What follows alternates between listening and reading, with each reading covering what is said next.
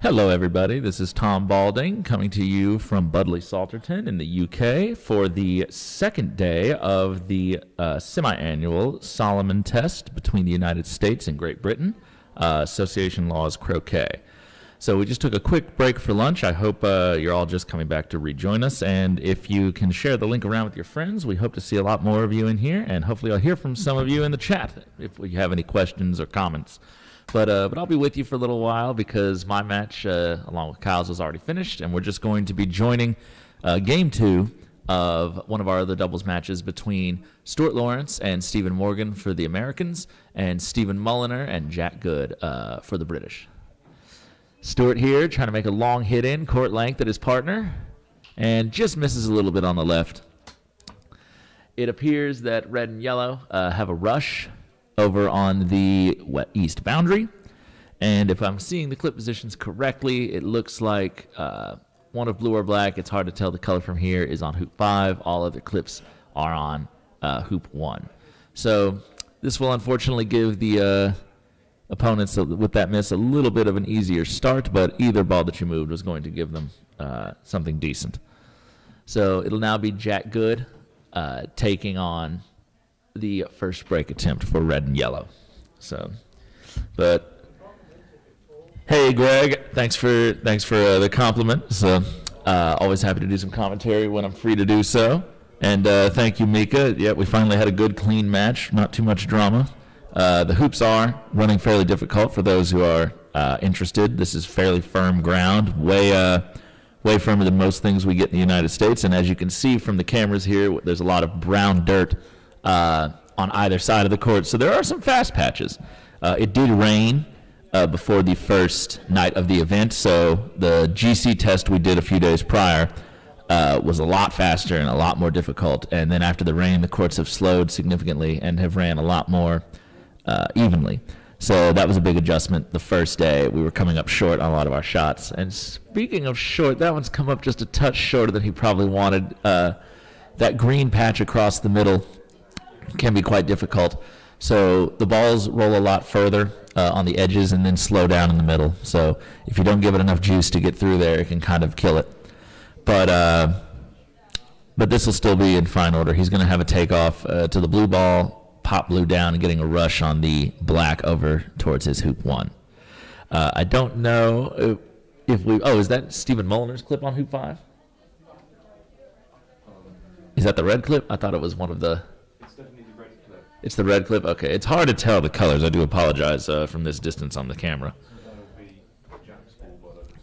Okay, so in that case, what I said to you just a second ago was wrong. That ball was rushed beautifully well because that's his hoop 6 Pioneer. So my mistake. It does not give up as much as I thought, so I was working under the false assumption that red was for hoop 1. And this is his takeoff, still to get to the ball in corner 1. And then he'll use it to gain a rush on the black ball over to hoop 5, and he'll put blue out into the middle as a pivot.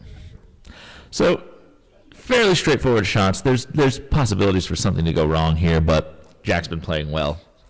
I think he told me at lunch that he's only had one opportunity that he failed to capitalize on earlier today. So we would expect to see this turn go to hoop 9 with a leave, but anything can happen. The current status of the test is 3-3. So for those who have seen Solomon's before, this is only a 4-day event, even though the Solomon is comprised of 5 matches and is typically 5 days long. What they've done is we played our first round of doubles yesterday, and then when the doubles were finished, we used the remaining sunlight in the afternoon to begin our first round of singles. Unfortunately, Team USA got off to a rough start and had some narrow, heartbreaking losses from our perspective, and we lost all 3 of our doubles. They were close, but didn't quite close them out. But we came back well in the singles. 2 of the matches did finish up before daylight faded, and me and Kyle won our doubles today. So the current status of the test is 3 matches to 3, all tied up. With 2 doubles left to play, and then 4 more singles matches to finish up from yesterday. So currently the test is neck and neck, but by the end of today we will see if a clear leader has emerged. but nothing's a runaway yet. He has not rushed that as well as he'd liked. He's going to end up behind the hoop. Oh, and unfortunately, it looks like he's ended up almost directly behind the hoop, maybe just a little bit more easterly than the direct line behind it. But he's going to have to play a good takeoff here if he wants a nice controlled hoop shot.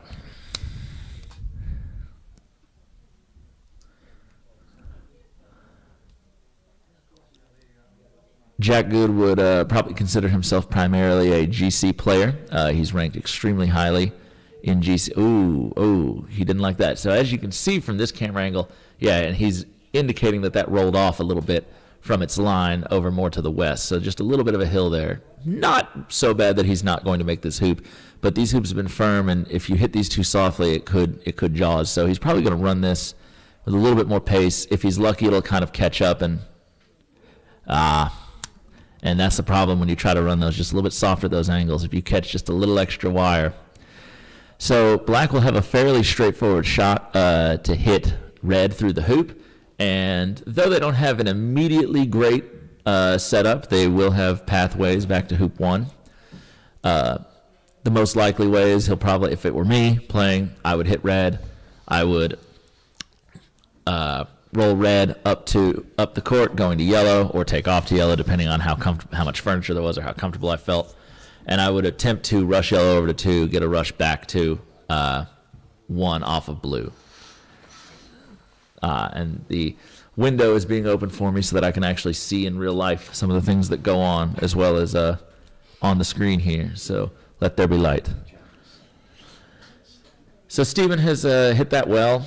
It's a little deep, so he's just debating his lines here.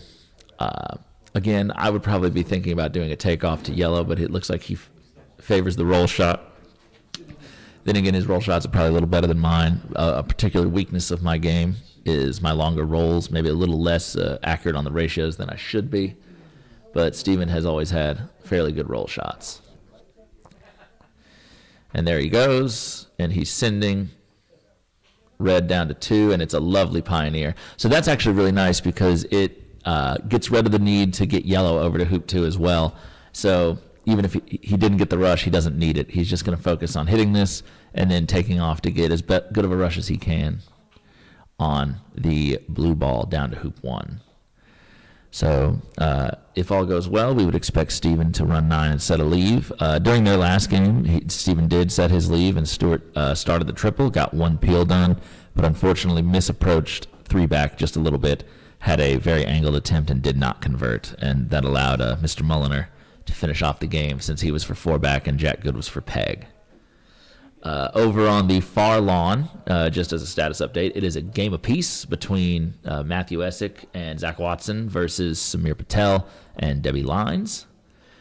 And Zach is now on the court with the first break, it appears, in game 1. I can't tell, though, if both of the red and yellow clips are on hoop 1 or if there was a mistake. So Stephen here getting ready for this rush. Has struck it really well. Good cut, good distance. He'll be happy with that. Rolled out maybe a little longer than ideal, but from that distance and angle, you can't ask for much more. So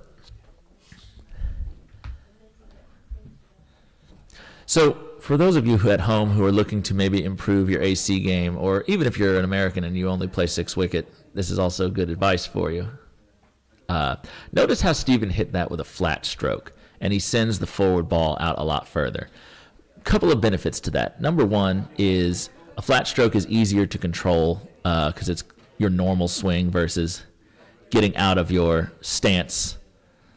Second, and you saw him overdo it just a little bit there, you give yourself a lot more room to swing. So if he had done a 3/4 roll and then the blue ball was only a few feet past the hoop, then he would be in the situation where had he run the hoop any given length, even 6-7 yards, he has a somewhat of a lengthy return. This court is obviously running a little fast right now down that brown patch. That went a lot further than he intended, but these hoops are tough, so they demand a slightly more aggressive swing. Thankfully, he has red now, and he can start to rebuild the break after this. I think if he's playing this the way it looks like he is, he's going to rush red to the back boundary. Yep. So he's not going to make the hoop directly off of red because then he has no pioneer at 3. So instead, he's going to now play a stop shot to get red over to hoop 3 and get a rush back to the hoop on yellow because it's fairly close by. And then after this hoop, he'll probably bring blue if he gets a rush backwards back into the break. If not, he'll do it slightly later. So everything is still fairly straightforward. And by the way, I'm sitting in one of those windows right there. I don't know if you can see me, but I'm on that window on the right-hand side of your screen watching this. But it's a very lovely club we have here in Budleigh Salterton, and we thank them for hosting us in this wonderful event and all the volunteer hours that have most certainly gone on behind the scenes to make this a reality. And I'd like to thank Croquet England also for being our generous hosts and putting on this live stream. And we enjoyed hosting you guys 2 years ago for our Solomon, and we hope to have many more with you guys back and forth. So this is my first time outside of London coming to this country. So Stephen has rushed it well. Red is a decent pioneer, so everything's still in good shape. So it's a nice approach. Maybe we should close this window because I don't want to be heard if I say something a little loud. The other windows are fine, but if you have a chance.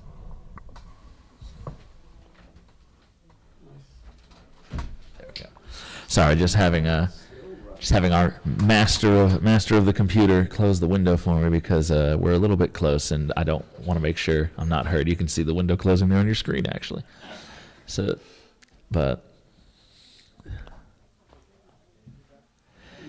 hits it and hits it off the hoop. Not the worst outcome.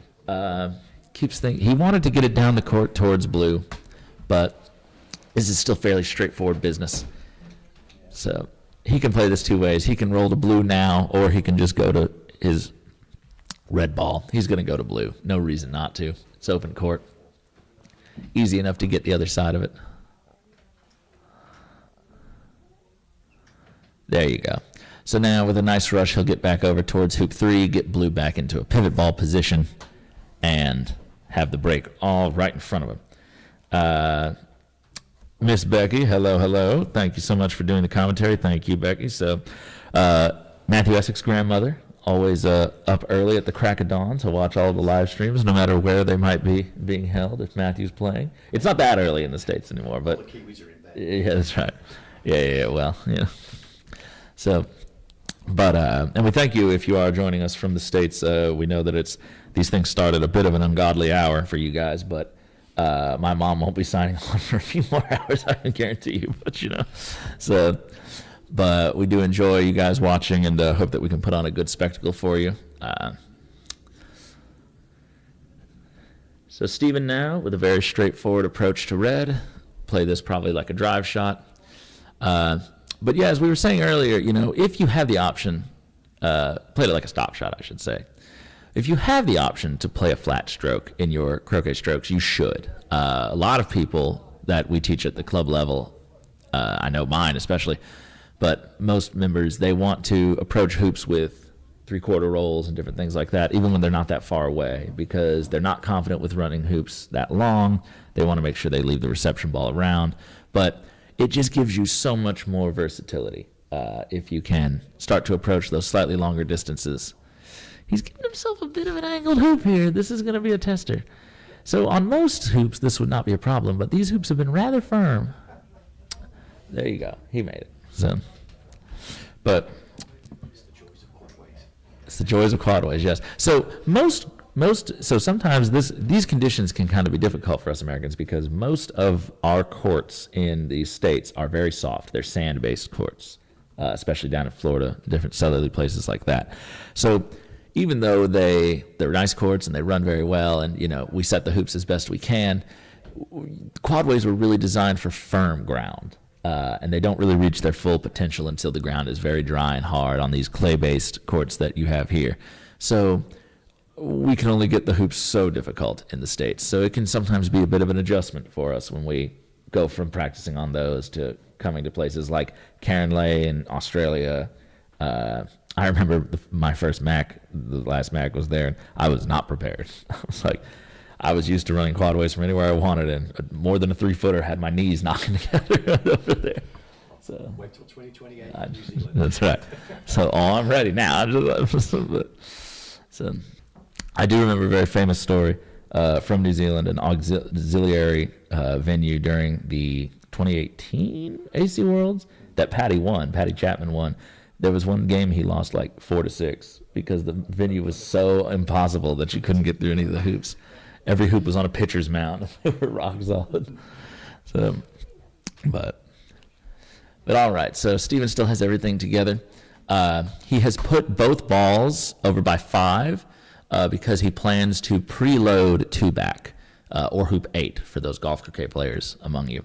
So the reason for that is when you go to set a leave, which he's already thinking about, you're going to come through hoop 9, which is the hoop he's at currently, and then you're going to have to leave the balls in a very specific position. And so it makes it easier to leave them in that position if your partner ball is the ball at 2-back. Then that means you've gotten the opponent balls to being the pioneers that you want and one up near the peg. So we'll see that as the turn progresses a little bit longer, but that's what he's already prepping for.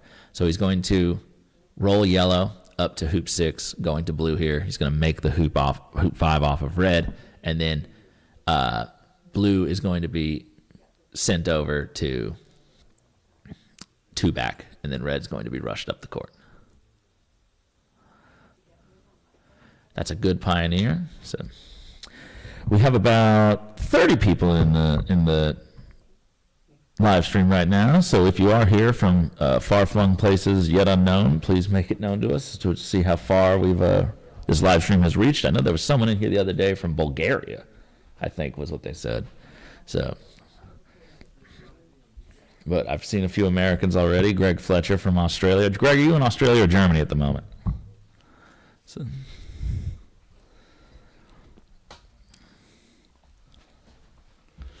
All right. So Steven's actually done something interesting where I guess he didn't like his position. He actually preloaded 2-back before he made hoop 5. Fairly unusual way of doing it. Typically, we don't see that just because, as you can see, he didn't get blue exactly where he wanted. He had to focus more on getting a good approach on red than he could on just setting the pioneer, but it will not bother him in the slightest, I don't think. So just tapping red over. The other issue with doing that is you don't get a rush down to the hoop 6 pioneer. So now he's going to take this roll on. Had he waited a little bit until he had made hoop 5, he would have attempted to set the pioneer and get the rush. But he's hit it well. That actually is probably one of the better outcomes you could hope for. That thing was going a little long. What a peel. What a peel. So, but all righty. So you can see Stephen Mulliner and the legs of Jack Good waiting in the wings over there in the courtside shed.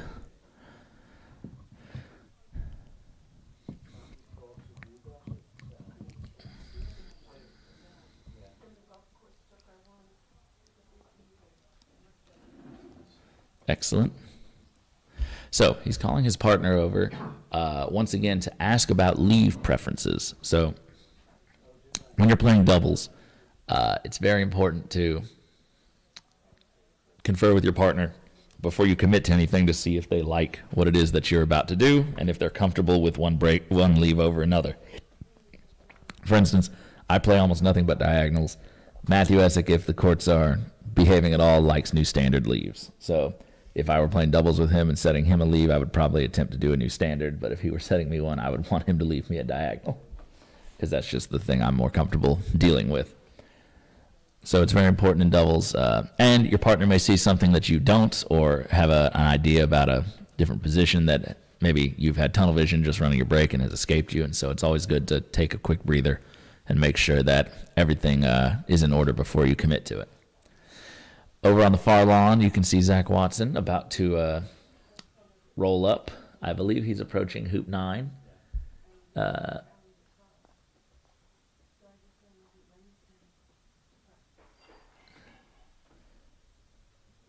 What is he doing over there? Oh, he's approaching hoop 4. Got it. I was like, I see yellow on the line, and like it's not even marked in. But no, I think this is free back. I think it's free back. He's going around third turn. Oh, I see. Okay. I didn't realize the fourth ball wasn't in. Okay. So, Velo is in the chat. Hey, Vey. Thank you. And so, Velo, one of America's, I don't know if I should say first generation top level players, but definitely of yesteryear. He was a MAC player, I think back in 2004. Was that the last one, Vey? And just had a win over me at the Pinehurst AC Open. So played very well. That's on YouTube. I don't encourage you to watch it because I lost, but if you do feel like seeing Tom get cut down a little bit, Vey did the cutting very well. So it's good to have him back with us. He hasn't played for, what was it, Vey? You took a 20-year break or something close to that. But he's back and has shaken the rust off very quickly. Oh, I hope he has a clean swing at it. Whew.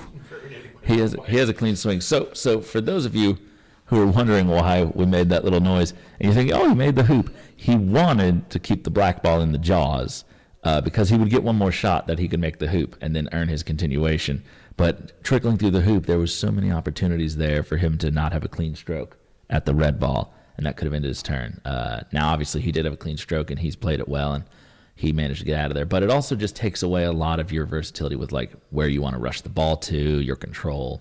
So not the ideal situation. But he's managed it well. I have lost my screen. But thankfully I can see out the windows here to keep up with what's going on for those of you at home. So Steven has rushed way closer to the blue ball than he would have liked to have, in my opinion. Well, his stop shot's a little bit better ratio than mine, but so you just want to make sure you leave yourself the room to get yellow over. And you see black just goes, well, he's overhit that a touch, and so black is, slightly longer on blue than you'd like it to be. It's not going to cause him any serious trouble, but it's just a small matter of control. So had he been just a little bit more the other side of blue, then he would have had a little bit better spacing. So Vey has corrected me. It was the 2003 McRobertson that he participated in. So,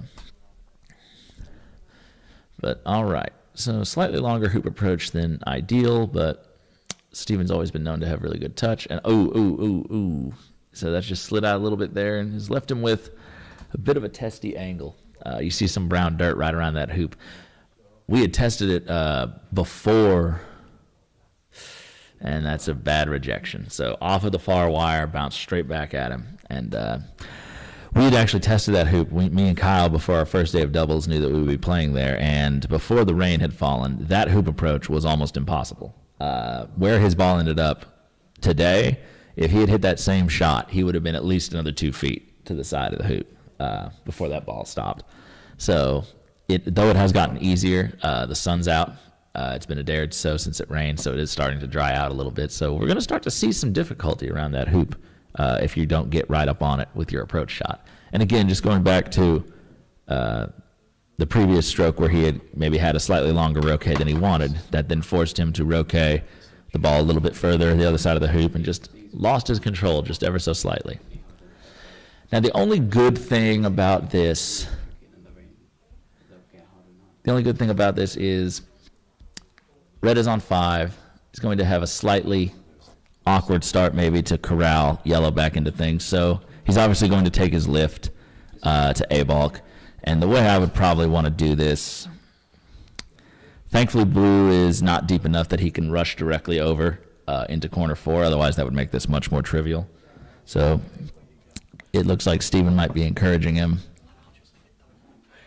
Let's see what he does. I'm not going to try to get inside the mind of Mulliner.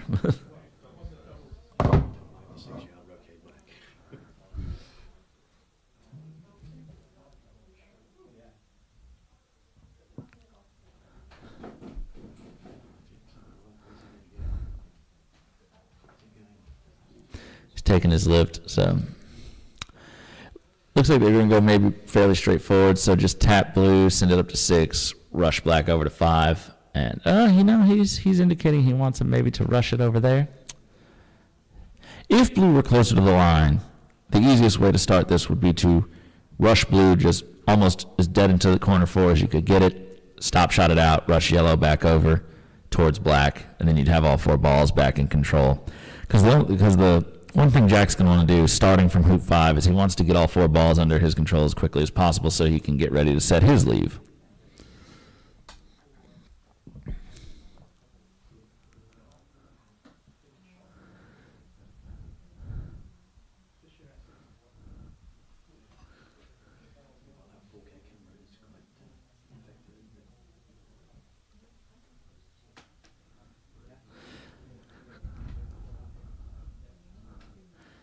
That jumped off weird. He doesn't understand what happened there, and that's kind of landed in a bad no man's land.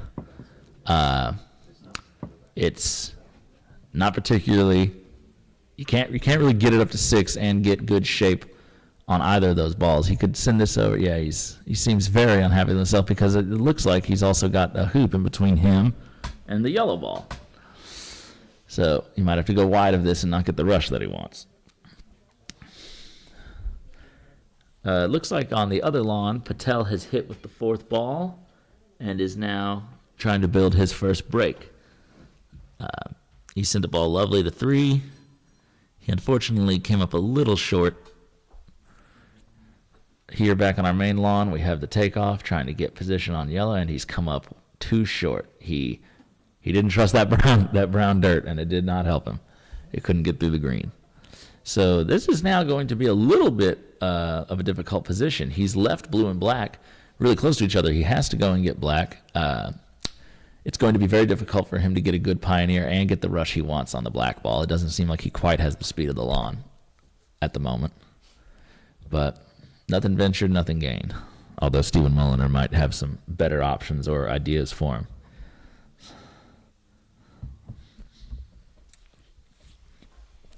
If you are watching with us, please share the link around to everybody that you can think of who might enjoy watching or learning more about a little association croquet. I know this isn't the most popular version of the game out there in the great wide world of this sport, but if we can introduce a few people to it, or if you've been considering learning about it, we'd hope that you join us for a little bit and give it a try. So we all enjoy it very much.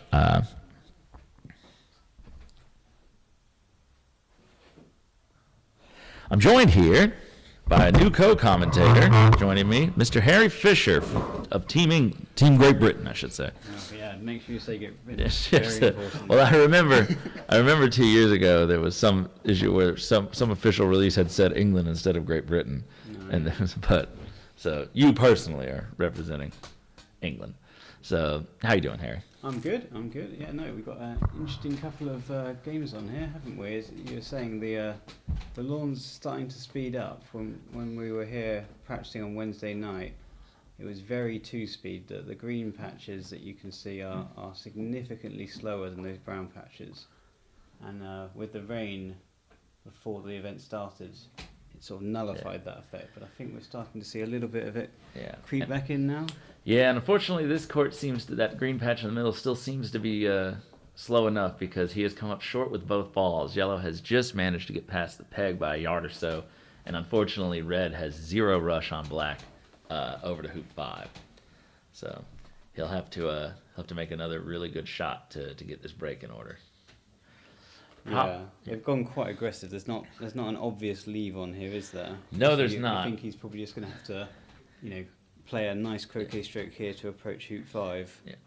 The most conservative thing I think at this point, while still approaching the hoop, is just to intentionally send black over deep and try and separate it. That's the ball they want to play, so Stephen can finish up his few hoops. Yeah. Blue doesn't have the shortest shot ever on yellow. It's a 10-yarder probably. So if you happen to not get good position and you've sent black closer to the east boundary, at the very least you can bail with red and hope to. But he has not done so. He's all in. Yeah, it's a good approach. Obviously Jack's very, very good golf croquet player. He's got 2 deep balls, so he doesn't really need to run this with control. He can just focus on the hoop here.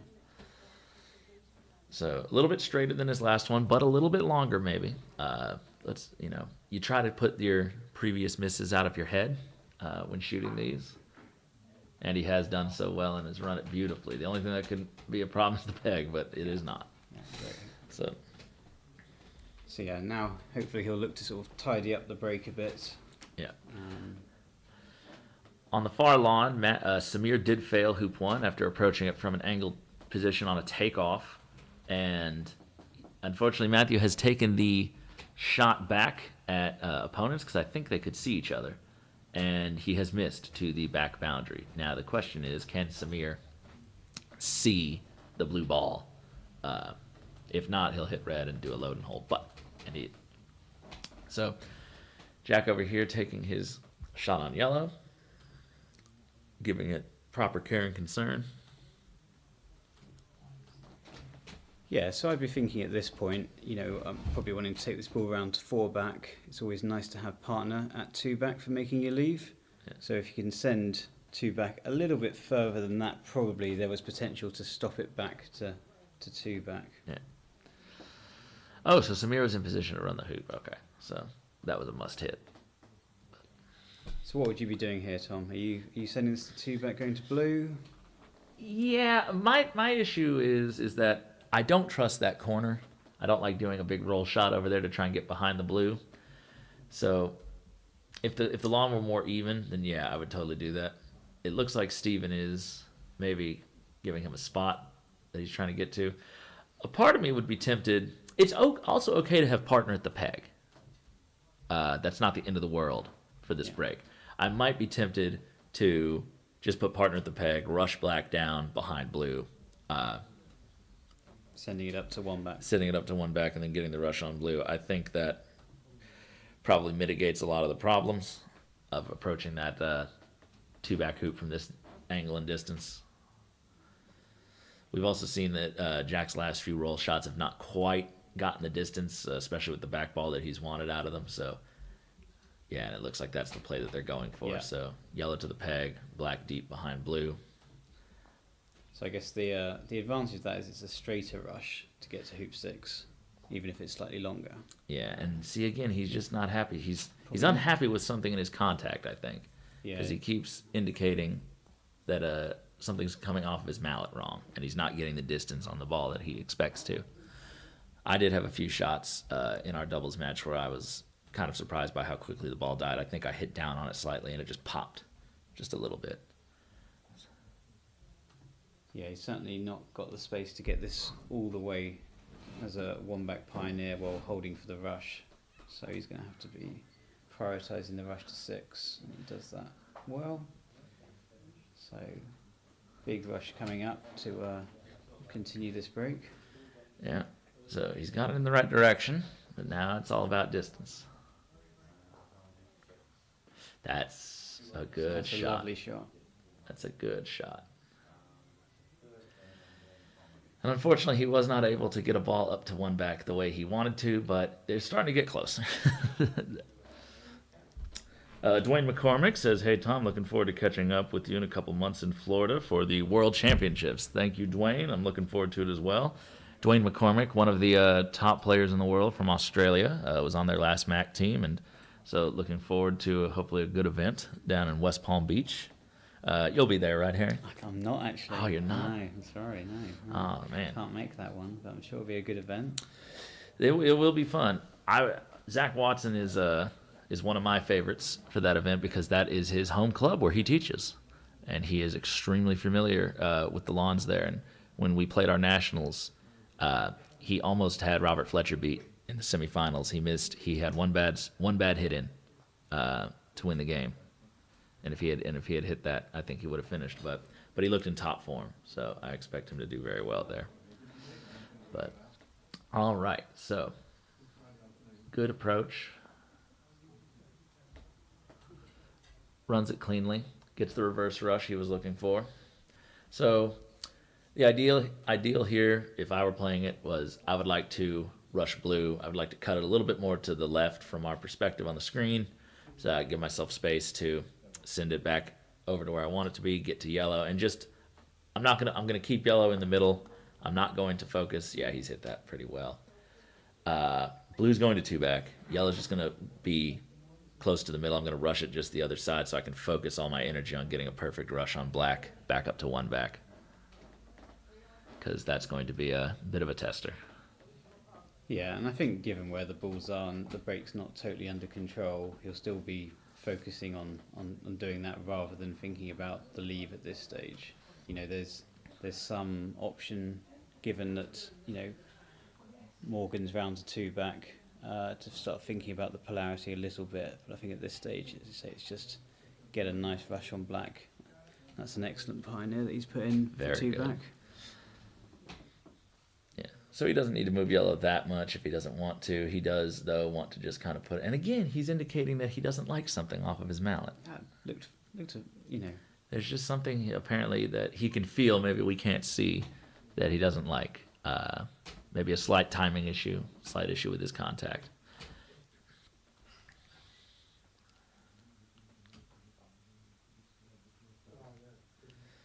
And that looks to be a really good rush. Can't quite see it on this camera angle, but I can look out the window and see that it's pointed just a little bit. And he's hit that well. Yeah, judged that nicely. Yeah, just Very slightly short of where he'd ideally like it, but yeah, but shouldn't give him too much trouble. Issues, yeah.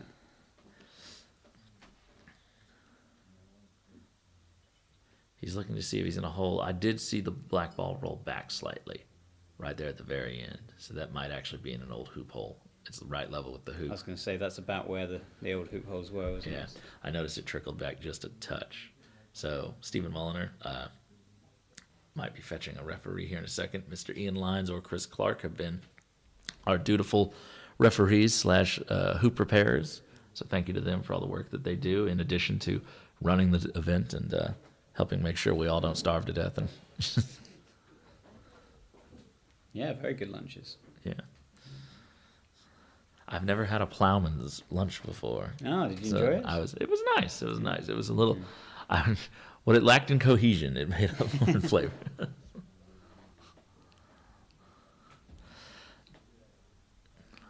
And it'll be Mr. Clark taking on the duties for this repair here. So when a ball is in, he's also he's checking to see if the hoop is stuck. Interesting. Well, okay, this is not what I was expecting. I don't We even thought know this was why. about, It's- they're suggesting the. Oh no, I think Chris has got the Christmas the wrong. Christmas understood. He's like, no, fix that. So yeah, okay, that makes a lot more sense. Yeah. So for those at home who may not be familiar, if your ball is in a old hoop hole, that is considered special damage, and you are entitled to get relief from that. The relief comes in the form first of repairing the hole to a point where it's satisfactory. If that is unable to be done for whatever reason, then you would be allowed to move your ball. But that is only after it has been proven that you cannot fix the damage to a satisfactory degree. If possible, you must leave the ball in its place. Yeah, and the importance is that it's what we call special damage, i.e. it's a part of the lawn which is not like the rest of the lawn. So Right. if you get a slightly bumpy lawn or whatever, you can't just say, oh, I don't like that line. Right, I don't like the divot I'm in. But if there's a hole which is significantly bigger or out of place, or as you say, an old hoop hole, that's clearly special damage. So he came up short on that, and he's going to have to do a little pop jump here. His feet were almost pointed towards the corner, lining this up. So this is going to be very difficult. Oh, but he's played it really well. That's a great So shot. that is an amazing shot. So you'll notice, those of you who play golf croquet, that he did that with his hands separated and getting down low, almost like how we would play a 3/4 or a full roll when doing just a normal croquet stroke. The point of that is that it gives a little bit extra spin for a little less momentum. So you see the ball sort of, if you go back and look at the replay, kind of hung up in the hoop for a second and then pulled itself through. Had he hit that with a full swing, it was more likely to bounce back towards him. All right, good stroke, played it well. A little short on the black ball, but Yeah, I was perhaps expecting red to go to the other side of yellow, so it could be rushed closer to blue and stopped back into the middle of the lawn. yeah, He's taken the other approach, so he'll have to take off to his pioneer, which, given it's getting a little bit glassy near that hoop, is always slightly more concerning. I mean, not it's a playable shot, but you're always trying to give yourself the best possible odds of every shot coming off. They will probably be thinking about a leave at this stage. I would say with black over by free back. I'd be thinking something like an NSL with black as the ball on the back of free back would be pretty nice leave.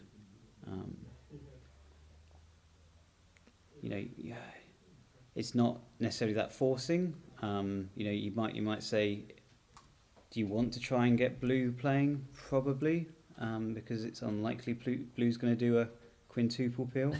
Yeah, that would be quite spectacular on these mildly. conditions. So a triple's testy enough on some of these patches. Whereas, as you say, if black gets in, there's a potential for 2 hoops and a non-lift leave. So yeah, you do think that probably if he'd have had a bit more control, he might have wanted to get blue over to the free back hoop rather than black. But I think at this stage, it's just getting the break on, and that's a very.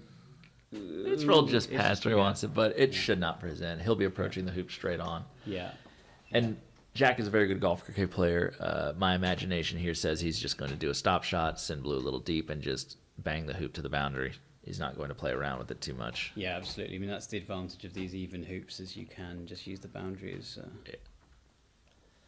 So he'll probably be a little more respectful of this. May not go for perfect 1 foot position. He'll probably be happy with 2 feet straight on. We've noticed we've said among the Americans that we were playing doubles the other day against Samir and Debbie, and Debbie would approach a hoop, or Samir, and they would get to like 12-inch position, and then gesture as if they thought they needed to hit it further and that it didn't get close enough. Yeah. From like a 2-yard approach, and I was like, I'd be pretty happy with a 12-inch position from 2 yards. It's like there seems to be a very different. This one has. It's rolled a little bit to the side. I think it's makeable, but it's angled. At this stage as to how angled that is, I think it's a runnable hoop. Yeah, the problem is this hoop is very firm in that brown ground. I suspect if it does run, it won't run by very much. No, it actually looks fairly. So if he hits it really clean, I would expect this to go through. But it was just interesting. I think that we, as in the Americas, don't maybe have the same demand internally all the time about getting that perfect position, like that 8-inch, and maybe we should. Yeah, well, I'm hesitant to give advice in the middle of a test match. Well, yes, but, and you were correct. It went through. It did not go through super far, which is a bit unfortunate. You really want that rush back up the court to go tidy up the peg ball and everything. So. Because blue has got to get near the peg, yellow's got to get the other side of the peg if they're doing a normal diagonal. If they wanted to do in a cell, then blue just needs to go deep back up the other side, but you need to rush on yellow over to 3 back. So you can have a big shot in front of him no matter what he does.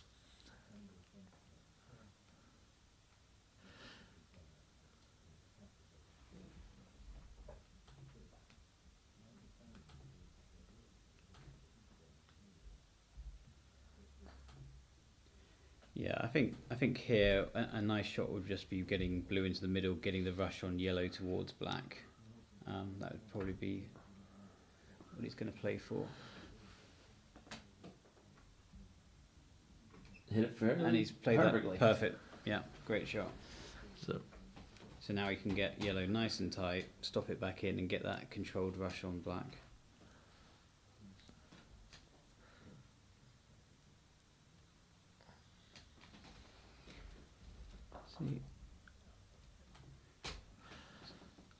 Samir is still going on the other lawn. Yep, just approaching 1 back, it looks like, with everything right in front of him. It looks like he's preparing for a new standard.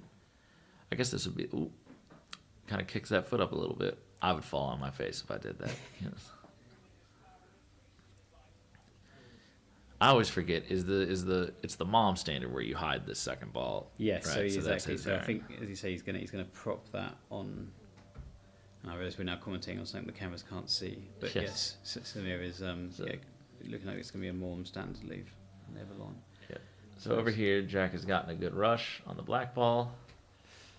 Not happy with that. Hit it a little bit behind the line of the hoop he wanted, so now he's going to be approaching from a little bit of an angled position. Yeah. Not too far away. I suspect he just wanted to cut it the other side of the hoop, but I think it's an okay result, isn't it? Yeah, little brown over here. So this was the hoop that Stuart Lawrence's first game triple attempt broke down on. He approached from somewhere like this and unfortunately did not get the position he wanted. But Jack will not make the same error. So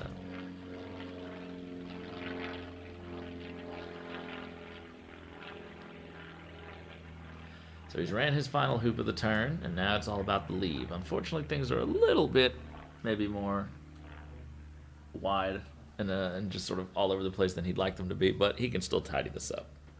So if he does a diagonal, the imperative part of this is just to get blue close to the peg. You need a rush on blue up to the peg to get it wired, and then any roquet back on yellow will be sufficient. Yeah, absolutely. And as we sort of zoom out to that wider angle, you can see there's quite a brown patch that Jack will be playing this ball into. So he wants to get it nice and deep, but you have to be wary of sending it off because that's never a nice end to what's been a very good turn. Right, with all three balls in the middle of the court. So the only added benefit, though, would be that black would be the ball far away. So Stuart would be quite a forcing leave. It would be quite a forcing leave. You're going to not play the two back ball this turn. You got to get through that thick middle patch first. Yeah, and see, and that thick stuff in the middle slows it all down. Red did not get up as far as he wanted it to. So he's going to have a bit of a cut rush if he wants to get it close to the peg. The other option is just to cut a little less, get it just this side of the peg, and do a little croquet stroke to put it on the other side. Yeah. But he's got good distance on black. I think, as you say, you play this next cut rush, and then you can see how brave you're feeling as to where it lands. Yeah. There's always potential to run away and end up with an OSL. Yes.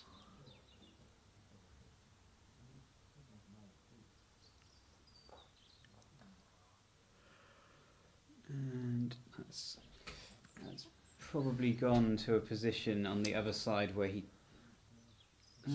Stephen seems to indicate there is a spot he can get to where it would be wired. Yeah. So, given he's nice and close, it looks like he's going to continue with the diagonal spread. I don't know about you, Harry, but even if I could see that ball from how deep black is, like even if it's like, I could hit center ball, but if I missed left, I'd hit the peg. I probably would never shoot at it unless there was like a double target behind it on the right hand side. I agree. You need to get this somewhat hidden. If it's completely open, that's right. Not good. But as you say, it's never a particularly tempting target. Yeah, even if like just an edge of it is covered, it's like, well, so many bad things happen if I hit the peg. Yes. Just begging to be tripled. So, well, the opponent's not currently in a position to triple, but so just giving up a lot of different problems. So, all right. So he's played that very well. Just focusing on the blue. Yeah, if that's visible, I think it's only half of the ball or so is visible. So look out the window. Yeah, we're going to try to get an angle on it. So we have 61 people watching. So thanks, guys, for joining in. If you have any friends who might like to watch, give them the link. Send it out on your Facebooks, Instagrams, whatever you got. So I think it might be more open than we think. Okay.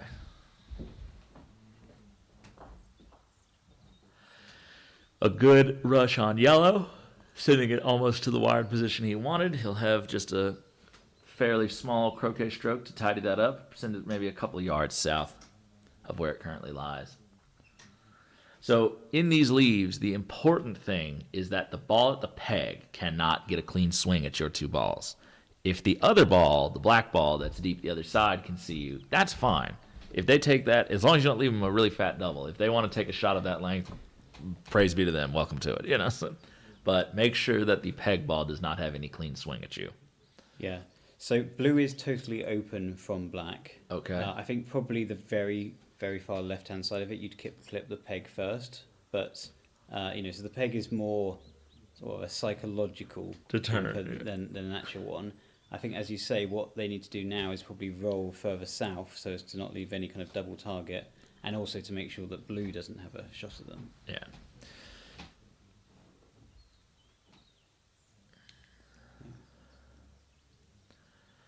So over on the far lawn, Samir is just finishing up his leave. It's a very tidy-looking mom standard or new standard, whichever term people are more familiar with. And pretty soon it'll be Matthew Essick up to make a potentially match-winning or losing shot. Yeah, and the advantage is the fact that he's propped the ball on hoop 2 means that Debbie, should the shot be missed and it's Debbie's turn, Debbie should be able to get out a standard triple pretty much either way.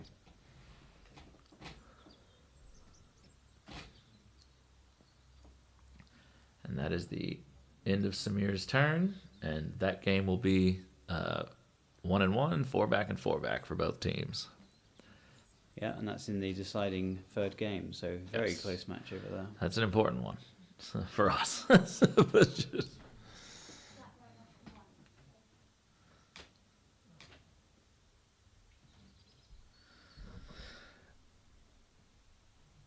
We got Tom Cooper tuning in from Florida. Hey, Tom. So Tom Cooper, very important figure in the USCA and American Croquet, so thank you for watching. And then Becky Essex says, in case you didn't hear our previous blurb, you and Kyle played a lovely game. Thank you, Becky. We felt a lot better about it today than some of our missteps yesterday. So just shaking the rust off and some of the jet lag, I guess. So.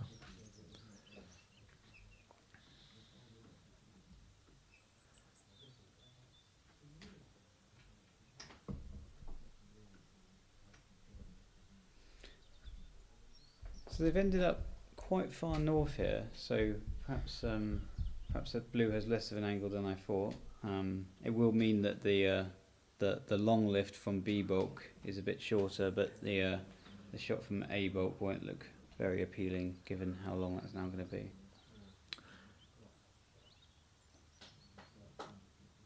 And Matthew hits.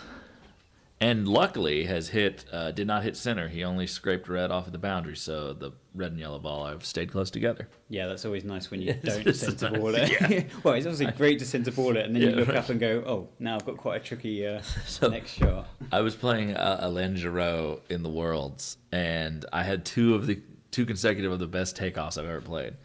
I shot down B-bulk, I hit the line ball, and drove it directly behind hoop 4. Took off, got a rush on the other ball to hoop 2. It hits off hoop 2. I take off to the ball in the corner and get a rush to 1. Oh, nice. So, all right. So a good leave here. Good turnaround from Jack. And Stephen and Stuart will take the court to see what is in front of them and what they're going to decide to do. They want to play Stephen's ball just to let him finish up those last 2 hoops and make everything clean. And give Stuart the opportunity. Ooh, Matthew has overhit the rush to hoop 1.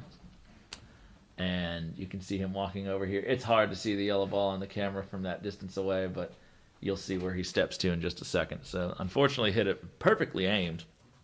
It passed a yard in front of the hoop, but a little too much mustard on it. So that's the problem in AC when you've sat on the bench for 20-so minutes. The lawn speed can change if the sun comes out in it. Absolutely, and even more so in doubles, because you can go quite a long time between turns, and as you say, the conditions can be very difficult, or you just, not in the flow anymore. You just got a little cold. He's left himself an angled hoop here. Stuart is looking at if he has a double target and a clear shot from the peg area. And again, like you said, they went a little more northerly than you'd expect. Yeah, I mean, we don't have the best angle again, but I was a little bit surprised when I did go outside. And he is going to shoot at this, I think. I thought this could be open, and obviously Stuart agrees.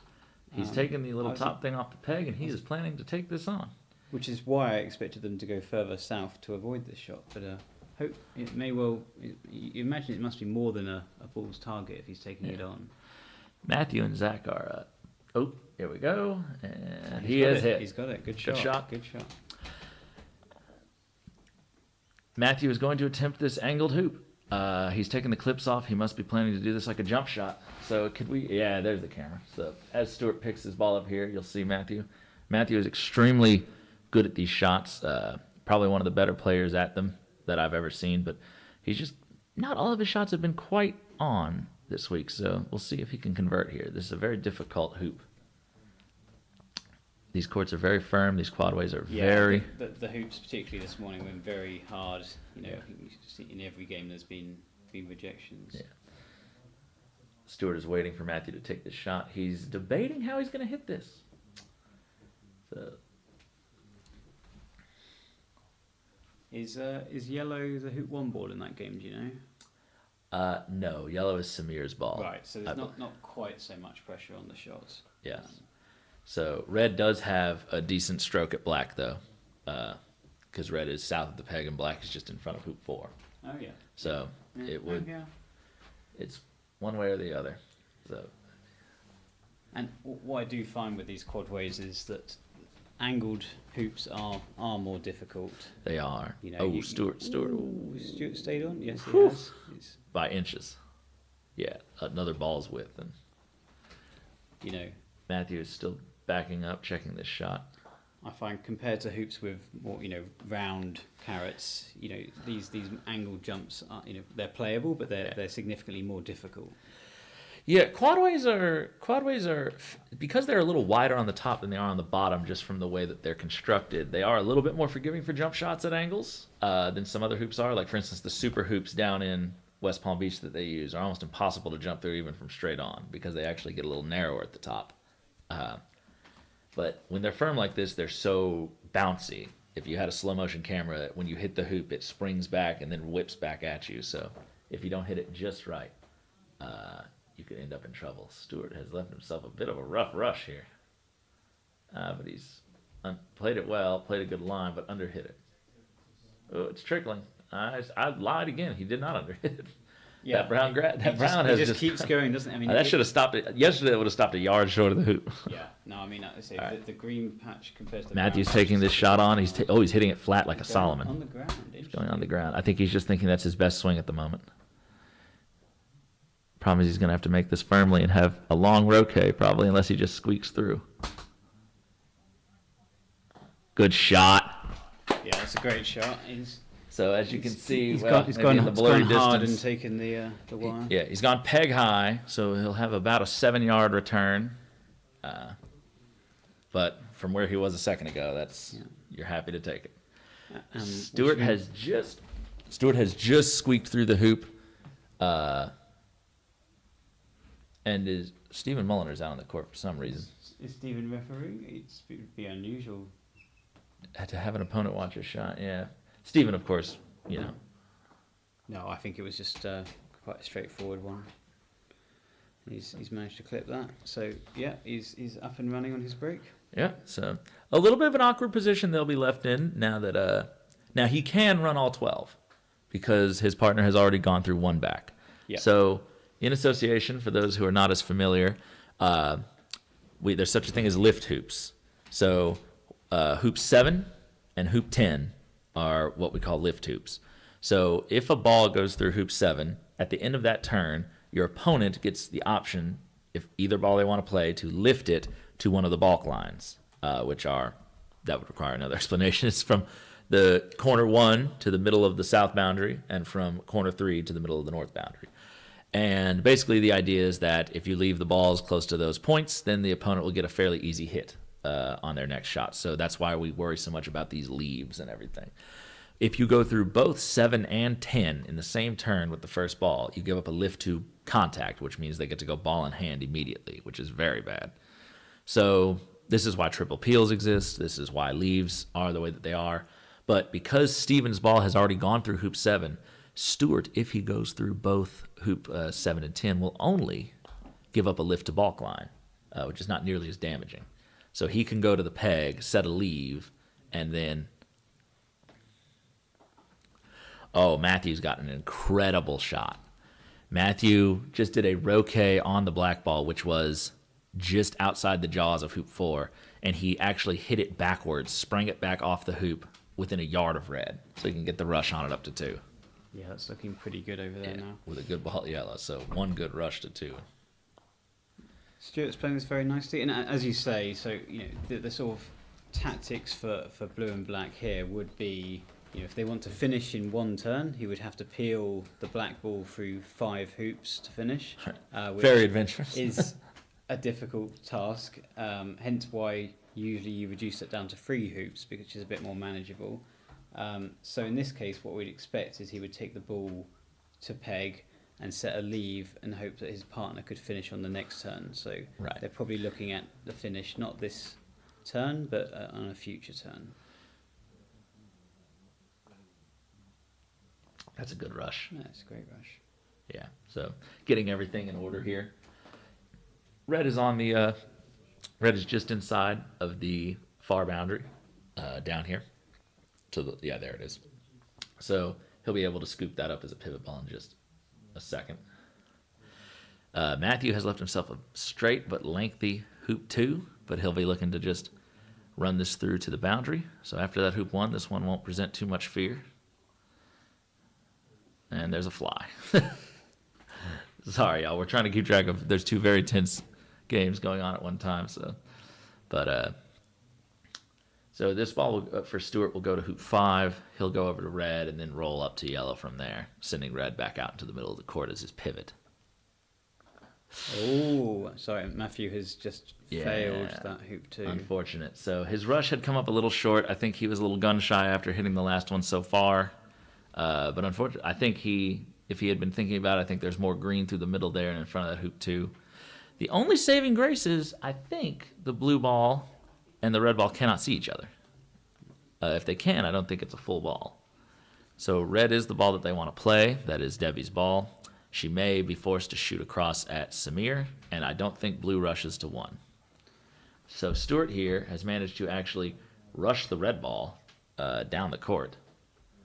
And he'll be taking off to yellow here because the benefit of this is, he's changing. Yeah, I was a bit surprised he was looking at the takeoff there. I think loading, another hoop 5 pioneer wouldn't be. Yeah, black is not great. Red will be good though. Yeah, that's a nice shot. He can cut yellow in front of the hoop, and now he's got a more recognisable hoop 5 pioneer. Yeah, so Debbie is shooting across at Samir. So this will give Matthew a chance if he can run the hoop to have another hoop and another long shot.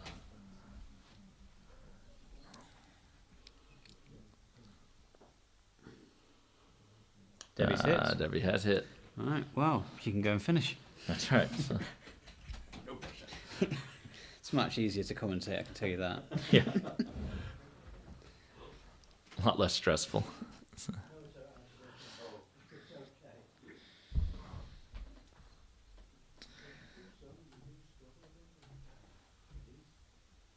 Ben asks, have any of us completed any quintuple peels? I've done a couple in practice, but I haven't done a ranking game. I've done one in a sort of competition that wasn't on the cards. But it's probably the rarest peeling turn, I would say. Probably, yeah. Because 5 peels is a lot, so it's difficult. But tactically, as we're talking about these lift hoops, you're not stopping before a lift hoop, which you would be in a sextuple, and you're not getting as far as one with a triple or even a quad.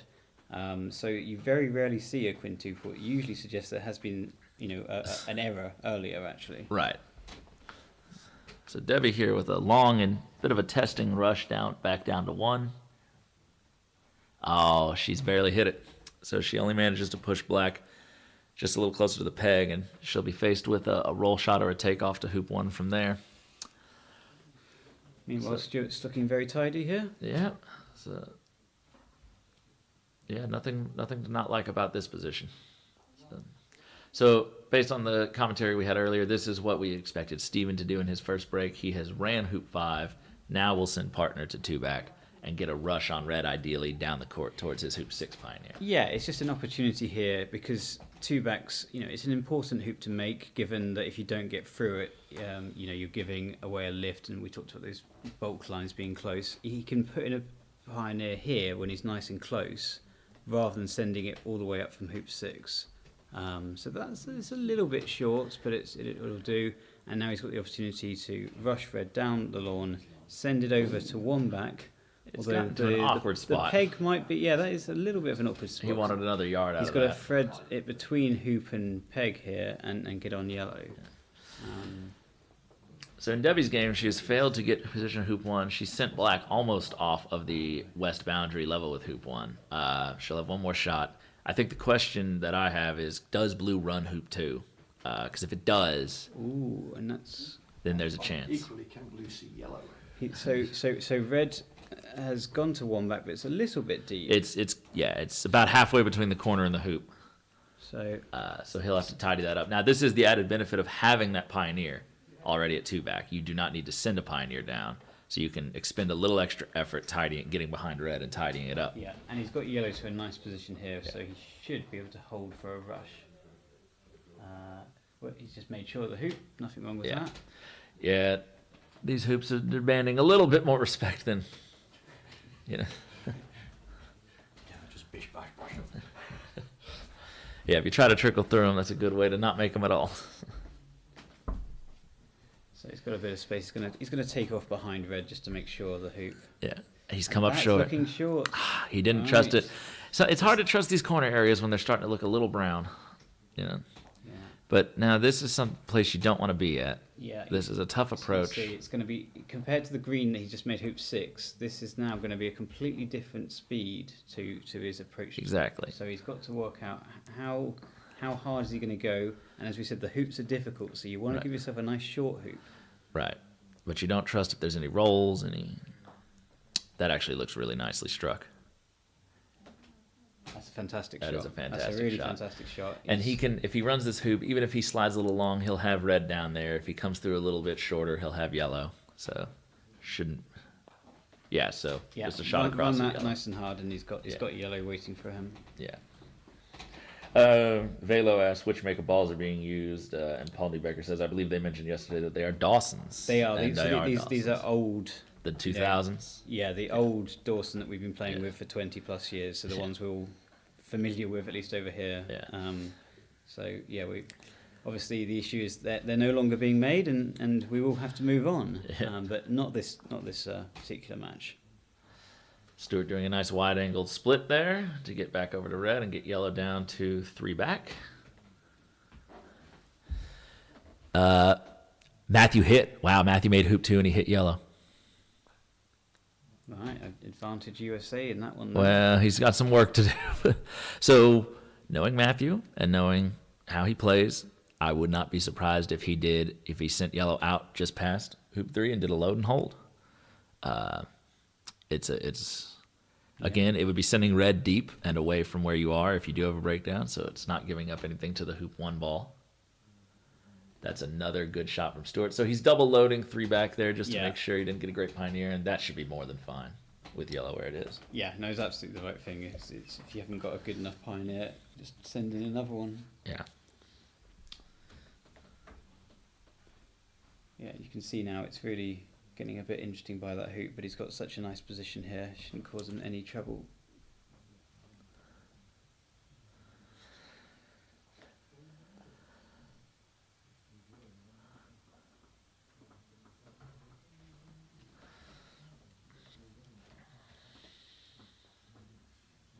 Runs the hoop smoothly. And that's really the troublesome hoop, that dry approach at hoop 8. If you can get through that, I don't think any of the other I think hoops. on this lawn you're right. I think lawn 5, which Matthew's game is on, probably has the most interest in terms of glassy patches at key hoops. But So Matthew has gone for the load and hold option. So we'll see how that goes. There is a lot of green behind that hoop, so he should be able to get some good distance on red and still hold his position. All right, so Stewart will be sending black up to 4 back while going to yellow as his pivot. Played it well.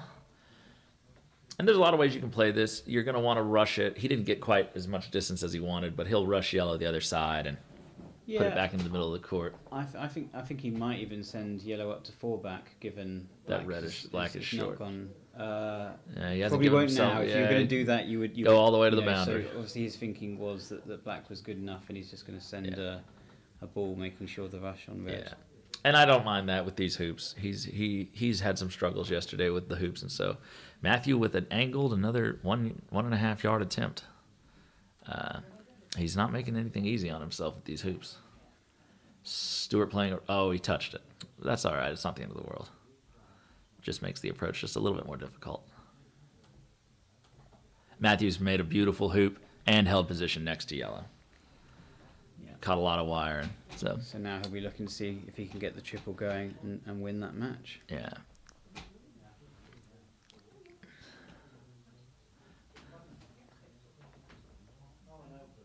It's a good shot by Stewart. That was the same hoop he broke down on in the first turn or in his triple of the last game from a similar position, but he wasn't quite as angled there, so he made sure to give that hoop a little bit more respect on that approach.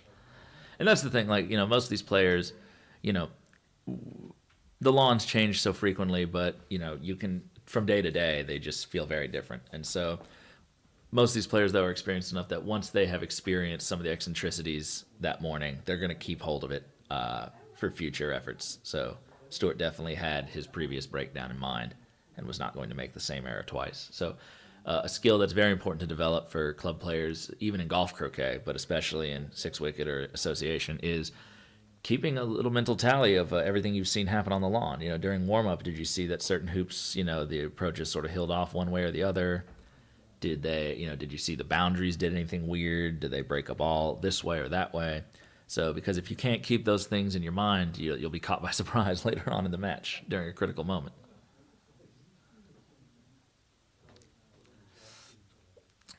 So Matthew playing this aggressively. Yeah, we can't see it on the camera, but he's doing some big roll shots to try and get this triple going.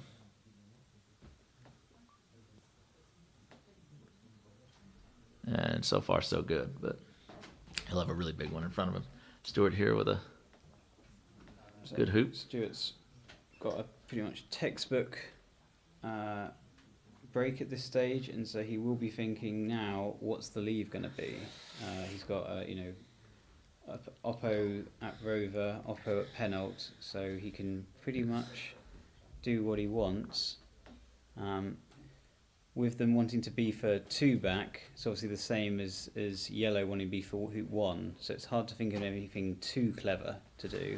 Yeah, I would imagine we're going to see some version of a diagonal here. I'm trying to think. I've never set a diagonal for a ball on two back, so would that be better as a reverse? Or you could do a reverse with giving yourself a rush to two back and leaving the far ball kind of behind three back as almost a pseudo pioneer if you wanted it. Yeah, I think you're right. I think a reverse spread is slightly better. Yeah. And it obviously makes it harder for Stephen if he hits, and you're putting your balls. You can put a ball towards free back, so you've got to rush over there. So, I think that'd be the preference. I think a reverse diagonal spread is probably what he'll be looking to make. And the advantage of doubles is he won't necessarily have to think of that while he's playing. He's got his partner out there who'll be thinking, what can come out and tell him, Matthew played I didn't see it, but Matthew played an amazing split shot. He's gotten black almost into good peeling position and has about a 2-yard approach on hoop 4 with a perfect pioneer at 5. So this is just about all together. Yeah. And that's why he was, he's a world champion in golf croquet, but a 2-time consecutive finalist in the AC World Championships. He finds a way to make it happen.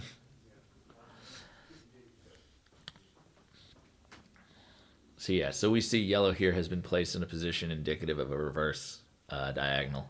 He's sending his partner slightly the other side as well, so that's what we're going to see. We're going to see a reverse out of this. All right. Yes, Mika, so we're trying to do both games at once. It is a little difficult. We don't have the camera coverage that we would like. Sometimes you can see a hazy-looking Matthew in the distance. So. Yeah, I keep looking at the wrong screen, so Yes. I did. We've got an impressive number of monitors in here. We do. Is it 5 we're looking at? Yeah, we got 4 on that desk, 1 on this one, and there was another laptop that someone took away. So this is looking pretty good, pretty straightforward, all things considered. Yeah. Red will go over towards that boundary. Yellow, nice at the peg. So it's going to put a lot of pressure on Stephen to hit this next shot. Else, Stephen Mulliner. Stephen Mulliner, we have 2 Stephens. The 2 Stephens on this one. Yes, a tale of 2 Stephens. Stephen Mulliner will be wanting to hit, because if not, Stephen Morgan will have the potential just to make 5 hoops and win the game to equalise the match. Ben says, can you guys come to an agreement about which team gets to wear the blue-sided, red-sleeved uniform? It's pretty confusing when the teams wear such similar kit. Well, I would recommend you to read the giant names on the back of the shirt of which country we're represented. I personally don't love the GB kit, so I would be quite happy to change our kit. I like y'all's. Is this a different one than you had for the Mac with like the big lions on them? Yeah, because we're England for the Mac. Yeah, that's right. Yeah. So no, the you guys just need to come up with an animal for the whole island, like just because those were cool. Yeah, no, the Mac ones are nice. I think the GB ones, as you say, the letters are a bit too big on the back, aren't they? But yeah, I can see from a distance they are very similar. I would say there's probably a bit more red on the shoulders on the GB kits. I will say, one of my favorite things that's happened in croquet is when I was at the Mac, I did a shirt swap with James Deeth. So now I get this really cool English shirt that just says death on the back of it. So Matthew's doing an interesting thing in his game. He didn't like where he got with his escape ball, so he actually hit the escape ball at 4-back first and is now attempting to rush Peely back over after 6 to Peely. It's on peg.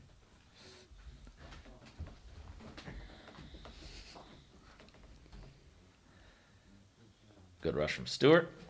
Yeah, and that unlike the previous diagonal we saw, it looks like that's very well hidden behind the peg, so I don't think there'll be an option to shoot with yellow here at the 2 balls. Yeah, Matthews left himself a bit of a testy peel here. He didn't get the rush exactly the way he wanted. He cut it over. He's probably now got a 2.5 yarder at a slight angle. Red and yellow are in fine positions, even if he doesn't get the peel. Some miraculous thing could happen where black bounces off and blocks him from red. But other than that, I don't see any reason that this break won't continue.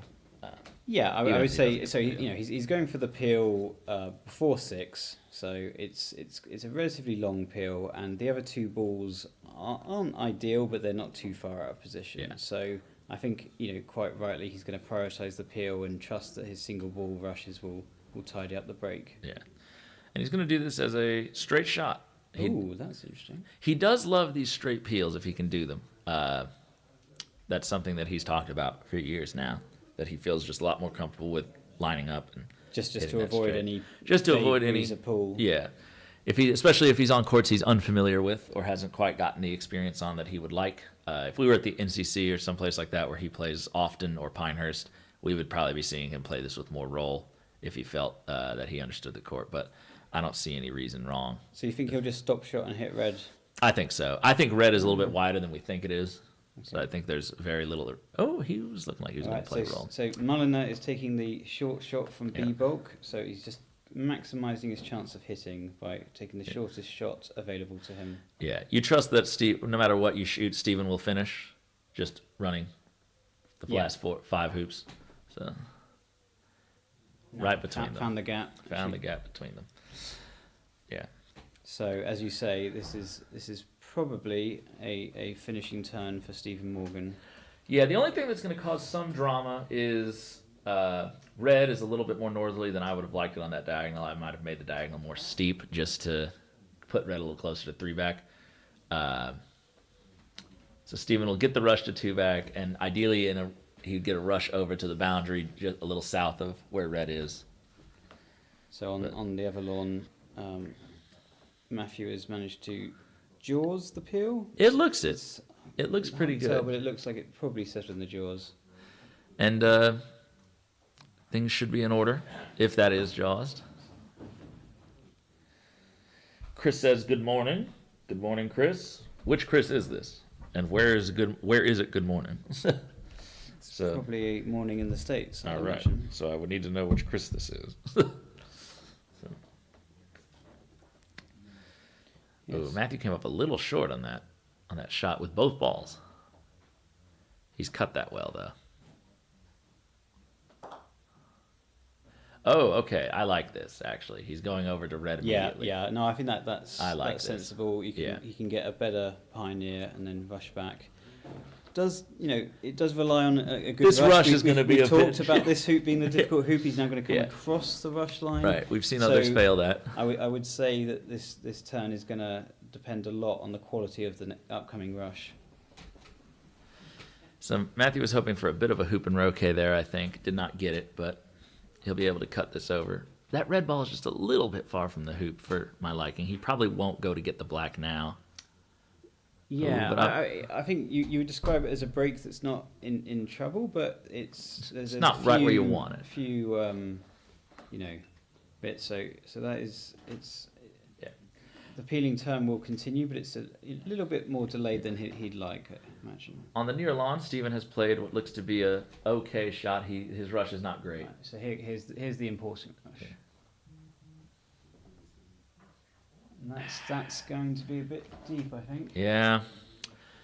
Yeah, that corner is just so slick now. So this is a tough approach. So, yeah, it's perhaps not gone as far as I thought it might. Yeah. But He's got to come right across that brown, though. yeah, and is he going to take off or is he going to play? He's going to take off Yeah, and just I think hit to the you corner. just think about. I only need I just one need the ball hoop. here. I'm going to put all of Yeah. my effort into He's got a great putting that. ball at 3 back. It's almost like a GC positional shot. He's just thinking about getting it. That looks like it's going to go. Oh, no, it's going to be good. That's very good. Wow. Oh, It's no, still, it went still again. going. It went again. It's still workable. good, but I thought that stopped almost a foot sooner than that. yeah, It looked like it had yeah, stopped. It just- Absolutely, it just went that extra foot. yeah. Great shot. Nice. We'll take it. All right, so that is looking very good now, I would say. Yeah. Right. So he can send this to 4 back going up near yellow. He only needs a takeoff back to the blue ball, which is a very reliable Pioneer. So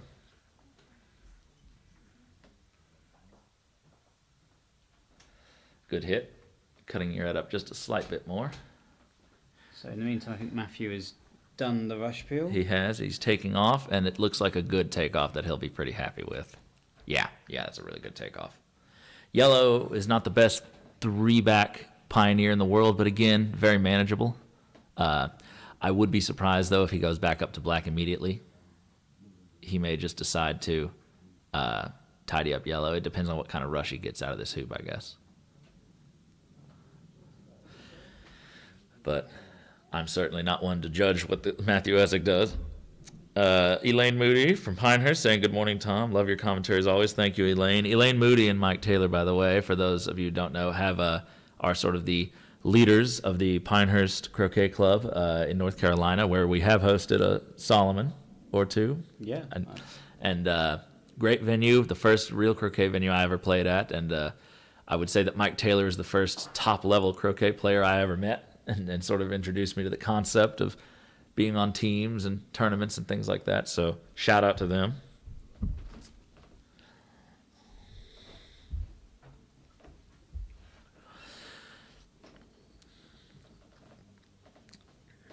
So just for those of you just joining us or who may not have been here earlier on, this game we're currently watching is game 2 between Stephen Mulliner and Jack Good and Stephen Morgan and Stuart Lawrence.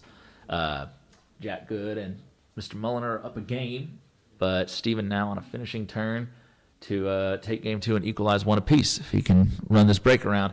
Over on the far lawn, we have Matthew Essick in game 3, the deciding game, trying to complete a somewhat scrappy triple peel at the moment. Yeah, it's coming together, but he's got 1 peel done. The only thing that's going to cause him some grief right now, he made a great rush out of 2 back. Made a fantastic rush up to the corner. He can position this peely, as you can see him standing over there on the left-hand corner side. He's got to get down to yellow, which is a bit deeper than he would like. He's indicating both of those were shorter than he wanted, but it'll work. And I think once you've got the 4 back peel, you can relax a little bit because You have straight time. doubles are very playable. They are. And I think here he'll be thinking about, given where he's put red, there's opportunity to peel going to 4 back. So there's, it's still looking, odds on to finish. Yeah. All right.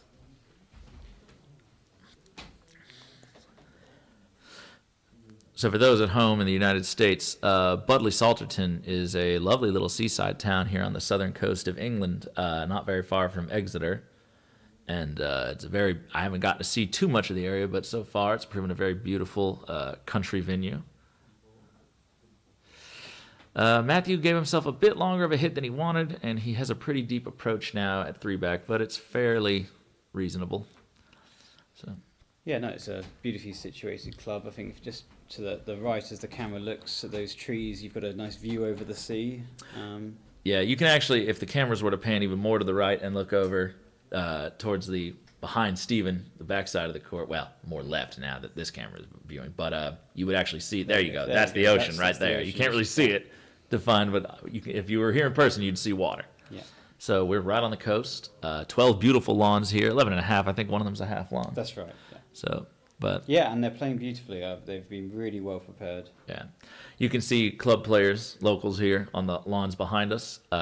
350 members, I think I was told. It's this a very club busy has. club. They're running classes. They've got, it's clear it's a very active part of the local community. Yeah. So interesting result here. Matthew, I think, ran the hoop too far and has hit red first.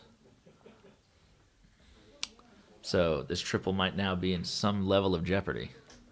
Yeah, well... Unless he wants to roll back behind yellow as he peels and do a little mini death roll. So... He might just play for the straight double, though. So at this point, he's not had yellow. I don't think he has. Right, so... I did look away, but... Yes, he's... The only reason I could think he hit red first is he didn't get to yellow. So he's got an attempt at the peel here, which it looks like he will take on. He's fearless, that boy. Yeah, I think Built Ford tough, as they say. and I think, if you're confident you can get the rush on yellow, Right, you just got to get not past go it. for it. You just got to get past it. Likewise, if somebody felt they wanted to do the takeoff here, I don't think that would be the wrong move either. But he seems happy enough. He got the peel, and pace is good. He's got the pace good, so that's a good shot. So he's looking, red is not in the best spot for what he wants to do, but he can rush black to a load of places that that's quite fix it. manageable. I think this rush up to 4-back is Yeah. important, but otherwise things should be quite tidy. He's cut it well. It's a touch short, but it's sliding. The brown actually helped. The lawns are clearly 2 extra up a bit feet. since we were playing. Yeah, that fares interestingly for singles later. Yes, well, it's not going to be long before we're on. No, it's not going to be long. So for those of you who were, again, were not with us earlier, we're cramming 5 days worth of matches into 4 days. 10 pounds of sugar in a 5-pound sack, if you would. And so we started the first round of singles yesterday after doubles concluded. We will be attempting to finish all of those singles rounds today, and then we will be caught up for the next 2 days. Yeah. Stephen here, standard fare the whole way through. He's put his partner by the peg. He has his red ball level with the hoop and a rush down there. So I don't expect we'd see anything to prevent him from finishing this turn. And then we'll go to the deciding game in this match. Matthew, likewise, has managed to finally sort of get things to a comfortable position under control. He's got himself a good rush on the yellow ball. He's got both balls just behind Penalt with 2 peels done. Obviously, rover peels are the most difficult of them all, when it comes down to a straight rover. But yes, I've known my fair share of difficulty with them. Yeah. I had an So- easy one last night. yeah, but so what's funny is speaking of Elaine Moody earlier at Pinehurst, back before I used to wear these like long sleeve shirts or the sun sleeves, I used to put on copious amounts of sunscreen on my arms. And when I was first learning how to do association, I was laying down to do the peels, but I was so bad at triples that Yeah, he didn't get That's all okay. of that one. It took a lot of wire, but he's unhappy. he All he needs to do is hit yellow. he looks unhappy, but he has got a ball he can shoot out. Yeah, take what you That's, get out while you so, still can. He yeah, just needs to he's- put it out of his mind and put yeah. one good And swing it's, on it's this. not too long a shot. So No. as you say, it's about resetting now. Great shot. Great shot. Great shot. So Under pressure. we'll finish as But expected. yeah, and so just to avoid any weirdnesses, making sure you get up to blue, you can always take off to red, rush it up. We don't want anything like a Grievous or a weird 5-yard, 6-yard peg out. Yeah, he's got. I mean, as you say, the only thing he's got to be careful of Yeah. now is not hitting the peg too early. given the angle he's playing with that. He's playing it at red. I think he's going to go down to red. It's very conservative just given. Take that out because going to blue, there's that. You have to cross the peg. You would hit the peg, so why not take away that risk? Yeah. But as I was saying, so I would put on this large amount of sunscreen and I would lay down on the grass, try to do the peels. But I was most of the time only getting the 4-back peel, maybe sometimes the pin alt. So Elaine comes up to me and she goes, "Tom, you need to start like laying down a towel when you do the peels. You're killing the grass." And so I looked, and around 4-back there was like all this yellow dead grass, and then around pin alt there was like a little bit, and then Rover there was nothing. And I was like, "Is this from the sun cream?" Yeah, this is from the sunscreen laying in the ground. And so it looked like those like Bigfoot molds they make of like his hip. They're like, this is where he laid down to eat some berries. And I'm like, and you're like, I guess I kind of see it. Like, so one of my favorite stories of myself that I remember from my early days. So. All right. This should be fairly straightforward. Matthew has gotten black into wonderful position. He's made penalties. Yeah. And the drama should just be about over. So almost simultaneous side-by-side American finishes in their games. Matthews will be to win the match. Stevens will be to take it to a deciding game. So the action will not stop quite yet, folks. We'll stay with you until we're called away. And he's pegged out. And there's the equaliser. Well played. All right. So a game apiece. We're just in time to watch Matthew finish this triple peel. He is unhappy with his side ball position. Namely, he did not get a side ball. Yes. So, and with these hoops, you really kind of want one. Yeah. Well. He's going for aggressive position, Yeah, and he's got it really nice and well. tight, so he'll play this one. Right. Irish one, would imagine. Yeah, probably a little firmer. Well, there's the problem with playing it too soft is if black hangs up a bit, then you're in a position where with no side ball that you can't creep through and hit anything else. So this is exactly what happened in my match against Matthew last night. Is I had a situation like this where I didn't have a side ball and I played it Irish and it went through, but still in the jaws. Yeah. So I couldn't hit anything other than peely, which meant I couldn't peg out. Yeah. So he will be, well aware of that and wanting to hit this nice firmly to get it right through the hoop so he can hit yellow or red. There you go. He's played that nice and hard. And that ball's in. The ball's Black's good. not gone off the lawn, which is the only other Yeah, thing that can go wrong on that turn. But yeah, So- he's rather sensibly made sure of that one. All right. So the only thing that can pretty much go wrong now for Matthew is rushing black into the peg or the back of hoop 12. Yeah, we've all managed both of those at some point, I'm sure. I've done hoop 12 a lot. I don't think I've ever grievous in an actual ranking game, but hoop 12 and me used to have a very tense relationship. Hoop 12 it happens more often than you think. Oh, I would if I found a 30-degree cut into hoop 12, it was not uncommon. Yeah, so I think given how far black is back and Matthew's vast experience, I think we'll be surprised to see either of those outcomes. I think so too. You learn at a certain point. It's like, listen, just give yourself a 6-yard peg out if you need to. Just that's what you've got to don't realise. hit the hoop. There's a large area that we're pegging out is perfectly wide of the doable. peg. Exactly as he's done here. He's gone, actually he's gone quite close. He's gone quite close, But you and a can good pace. afford to go quite far wide, Yeah. and you'll still have a peg out. Right. in that If you way. know how to line it up properly and the lawn is Yeah. anywhere near flat, Yeah. it shouldn't offer too much trouble. So that's a very nice turn from Matthew, and I'm looking forward to playing him in a second. That's right. So the singles matches that are coming on up in the afternoon, I have a final game to play between myself and Samir Patel. He won the first, I won the second, both with triples. Second game, or did he triple the first game? Someone did. So second match will be Harry Fisher and Matthew Essick, 1 game apiece in the decider. We have Stephen Morgan up a game against Stephen Mulliner. Yeah. And we have Stuart Lawrence down a game against Jack Good. And given that they've got to now play a deciding doubles, those are the matches that are probably going to be most delayed. We will be here until the evening hours, so even if we're called away, you may hear from us again. There we go. All right. Well played. Matthew Essick has clinched the deciding game of the match and has won their doubles. I believe that makes it 4-3 USA.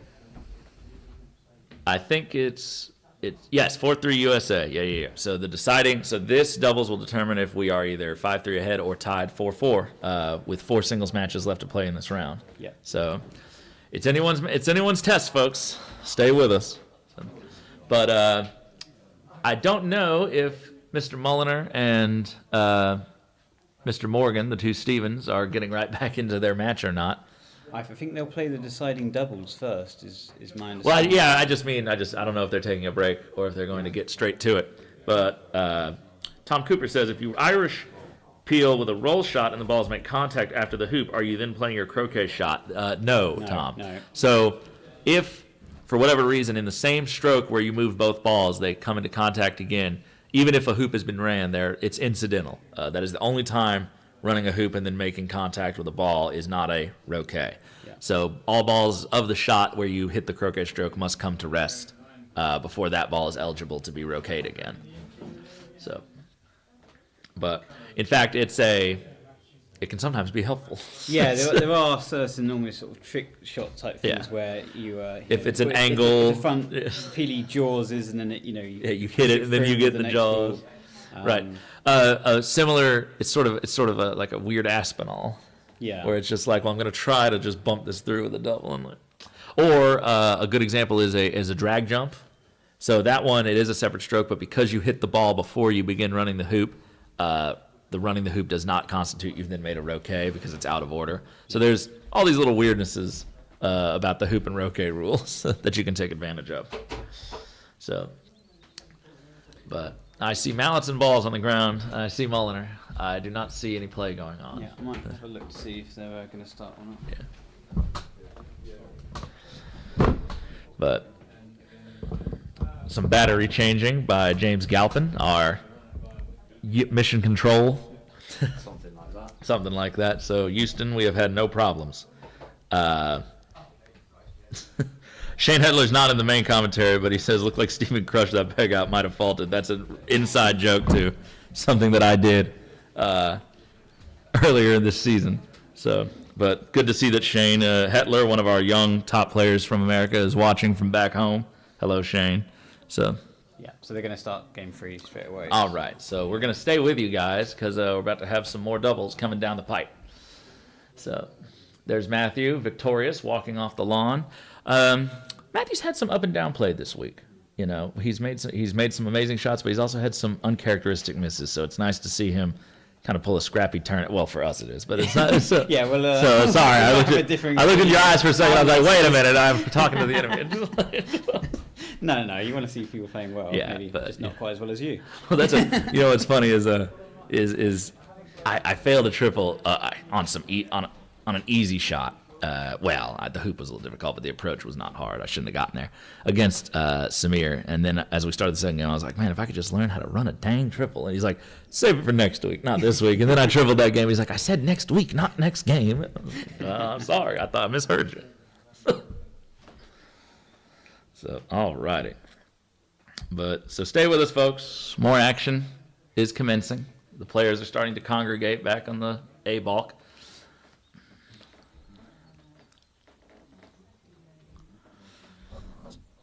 Share the link with your friends. Fan it out there onto the internet. We'll be here for hours and hours longer. It's starting to get to a reasonable hour over in the States. On the East Coast, it would be about, 9 o'clock right now? It's probably coming up for 10, isn't it? Yeah. Yeah, 10. So yeah, 10 o'clock, 9 o'clock in Central. 9 o'clock where my mother is. So, but and then it must be really early. Oh well, Ben is currently on the East Coast because he has taken up a teaching job at the Quag Field Club in Long Island. Normally Ben would be asleep right about now, probably because they'd be in California time. Yeah, it's a bit early for California, isn't it? He would be just raising his weary head.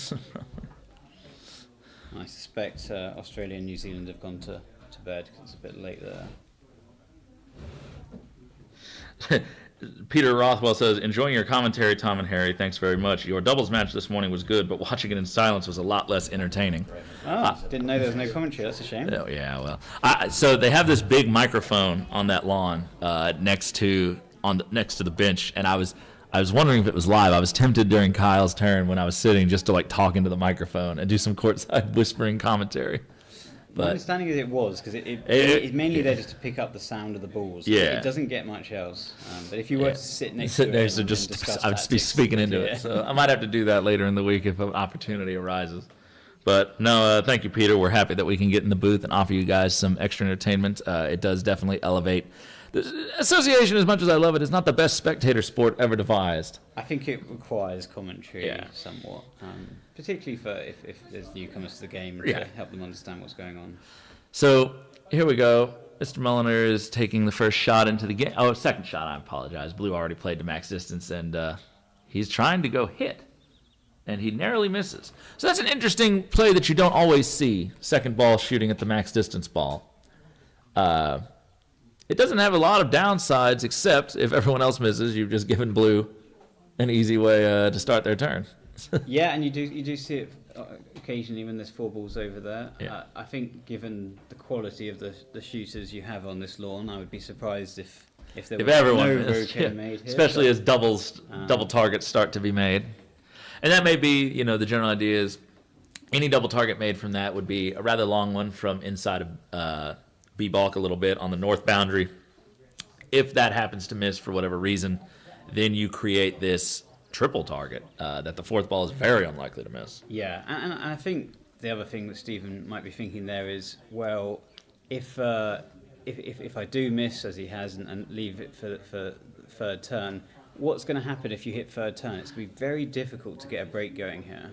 That is true. Steven has hit. So he's hit. And So he's hit them both, We'll have actually. to see what he does. I mean, the aggressive play is the precision croquet pickup of rushing to hoop 1, rushing back out, rushing to hoop 2, rushing back out. Yeah. Very difficult. Very, especially More on those likely, brown boundaries. I suspect will be he just makes a leave, but with Jack being such a good shot, Yeah. that might be a leave that gets hit. Well, unfortunately for Steven, he hit the blue and then ricocheted into the yellow, so he's driven them about 8 yards apart.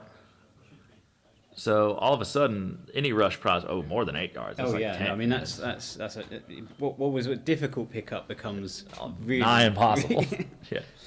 If you trusted this boundary, which I wouldn't, but if you trust this boundary, an aggressive player might play a shot up to 2 and try to get some sort of a rush, or just do a big boy roll up to hoop 1. If you're going really aggressive, you Yeah. can load 2 and get a rush to 1, but that's pretty unlikely and a little bit. The other problem is he's pushed yellow north enough that the B-balk shot down the east boundary is not that long anymore. That ball's probably about peg level, so what, about 16 yards, something like that, Yeah. 17. So what we might see here is what this one's called the dream leave. So it's basically like a diagonal spread without the ball at the peg. So he might get blue out a little bit, send yellow across to the position where, sort of near hoop 2, Yep. and then go and pair back up. Yeah, you can see how that ball swung around. I was about to yellow. say, It's that's definitely not a that went on particularly this flat, side of yellow, on the inside, it ended up on the other side.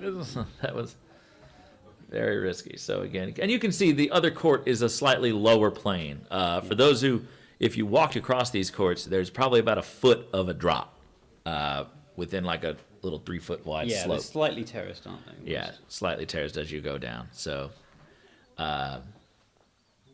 just some eccentricities on some of those boundaries that you don't necessarily want to trust, especially when the grass is that dry. So yeah, it looks like he is going to. Well, They're looking for a spot where he can hit back to, and where it would give a decent rush to wherever he sends yellow without offering up a double from anywhere.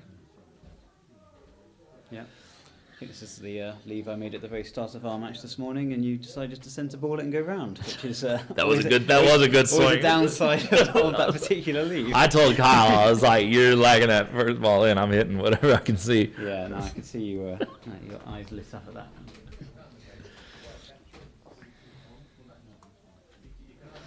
My swing, unfortunately, suffers from a horrendous amount of streakiness, and the streaks. Ooh, that's a little shorter than I would have left that for a b-balk shot. Yeah, I mean it's less problematic here because obviously yellow can't Yeah. shoot next, but it will make the pickup a little bit harder because you can't just rush all the way off the boundary. Yeah. It's going to have to rush to a precise point. Yeah. But yesterday during the doubles, my swing was in a not so good streak. Hadn't quite found my tempo, and then I remember the first hit in, just sending a ball to corner 2 against my singles match with Samir. I was like, oh right, that's how you do it. Yeah. And then it's like, all right, now I can hit. Well, that's croquet though, isn't it? It comes is, and yeah. goes. It's fickle. Yeah. Okay. Do we need to start? Yeah, we're up whenever. Yeah. Okay. So Matthew Essig just sliding his head into the booth to indicate to Mr. Fisher that their singles match can start whenever, just to get things going while we have the high sun. But this doubles match will go on for a little bit longer before we get that going. What lawn are you supposed to be on? Oh, that's right, 8. We'll 8. be on 8. Yeah. And I guess you're on 7. Yeah, so all singles matches will finish up today on the lawns they started yesterday. Yes, probably we could watch until there's an established break here would be the sensible thing. Right. So for those who are learning AC or trying to delve a little bit deeper into AC, it's kind of like chess in certain ways. There's like phases of the game. And right now we are definitely in what we would call the opening. So all the balls are coming in, and pretty much the period of time before the first break is established can be called the opening. So a little bit more cat and mouse, just trying to build something. Probably going to see one or more leaves being made if you don't get anything immediately. Once the first team has gotten their break started, then we've entered just sort of the middle game, the standard, what the majority of the game will end up being. And then we saw a little bit in the last game, sort of the in-game stuff where we're not tripling, we're setting some leaves, we're finishing up things, and getting a little scrappier again. So Jack, with a good shot here, could transition us from the opening to the middle game very quickly. If he misses, then Stephen will have an opportunity to do the same. Jack using a Terminator mallet from New Zealand. This is a very long shot he's taking on. It is. I'm surprised he wouldn't... it's a defensive shot if he misses. Whereas if he hit yellow, he's giving up a lot more if he missed it. And he has whizzed right by them. Yeah. He looked from that little crouch he gave that he thought he had the ball for a second. Yeah, get the impression that we might have just drifted Yeah. right to left as he looked at it. Yeah, and as we observed with Stephen's shot, that boundary does jump left on you towards the line. So, all right. So, and that ball didn't even make it all the way to the corner, I don't think. It is marked about a foot or so north of the corner, or several inches at least. It's hard to see from this camera angle, but virtually in the corner. It'll still be treated as such. But so Stephen now will be looking to rush his partner up towards hoop 2 and the yellow, and then get a rush on the yellow back to hoop 1.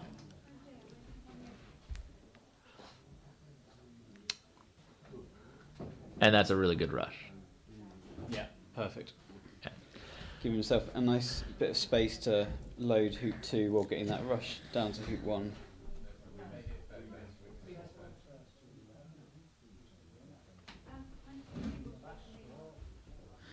So, I know I've encountered this with some of my club players that I've taught at various places in America.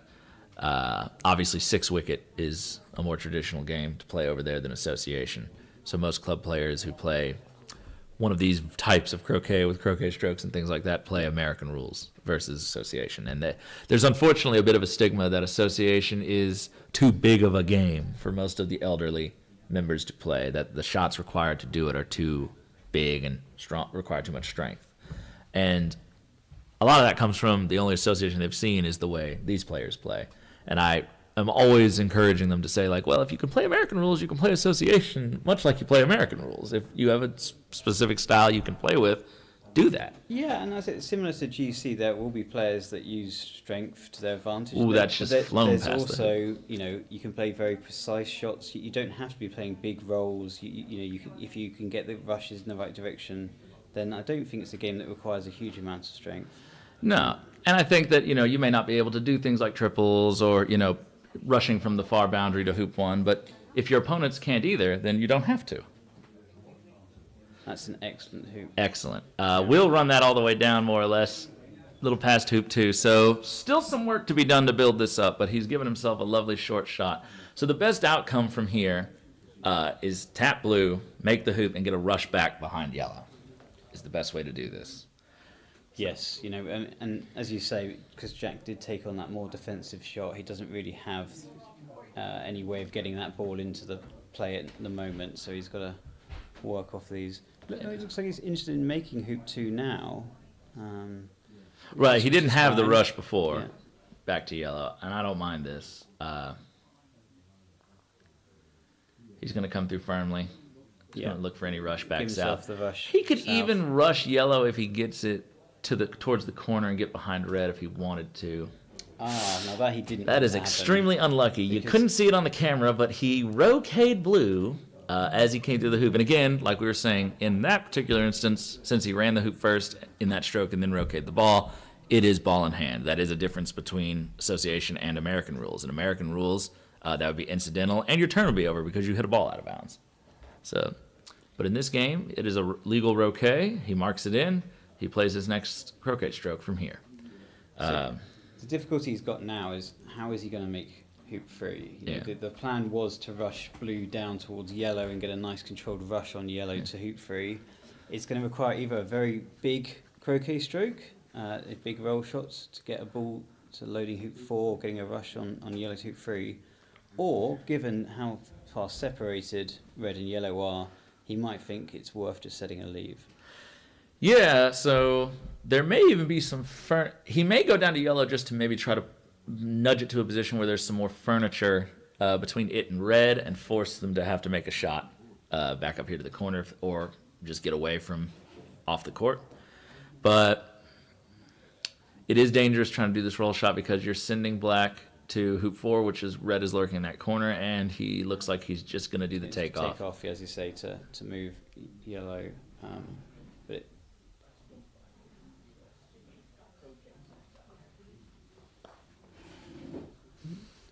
I mean, there is. If you get lucky here. If he gets the rush in the right direction. Ooh, he might just. Could think about It's continuing the sliding. break. It's sliding. That rush is vaguely pointed at hoop 3.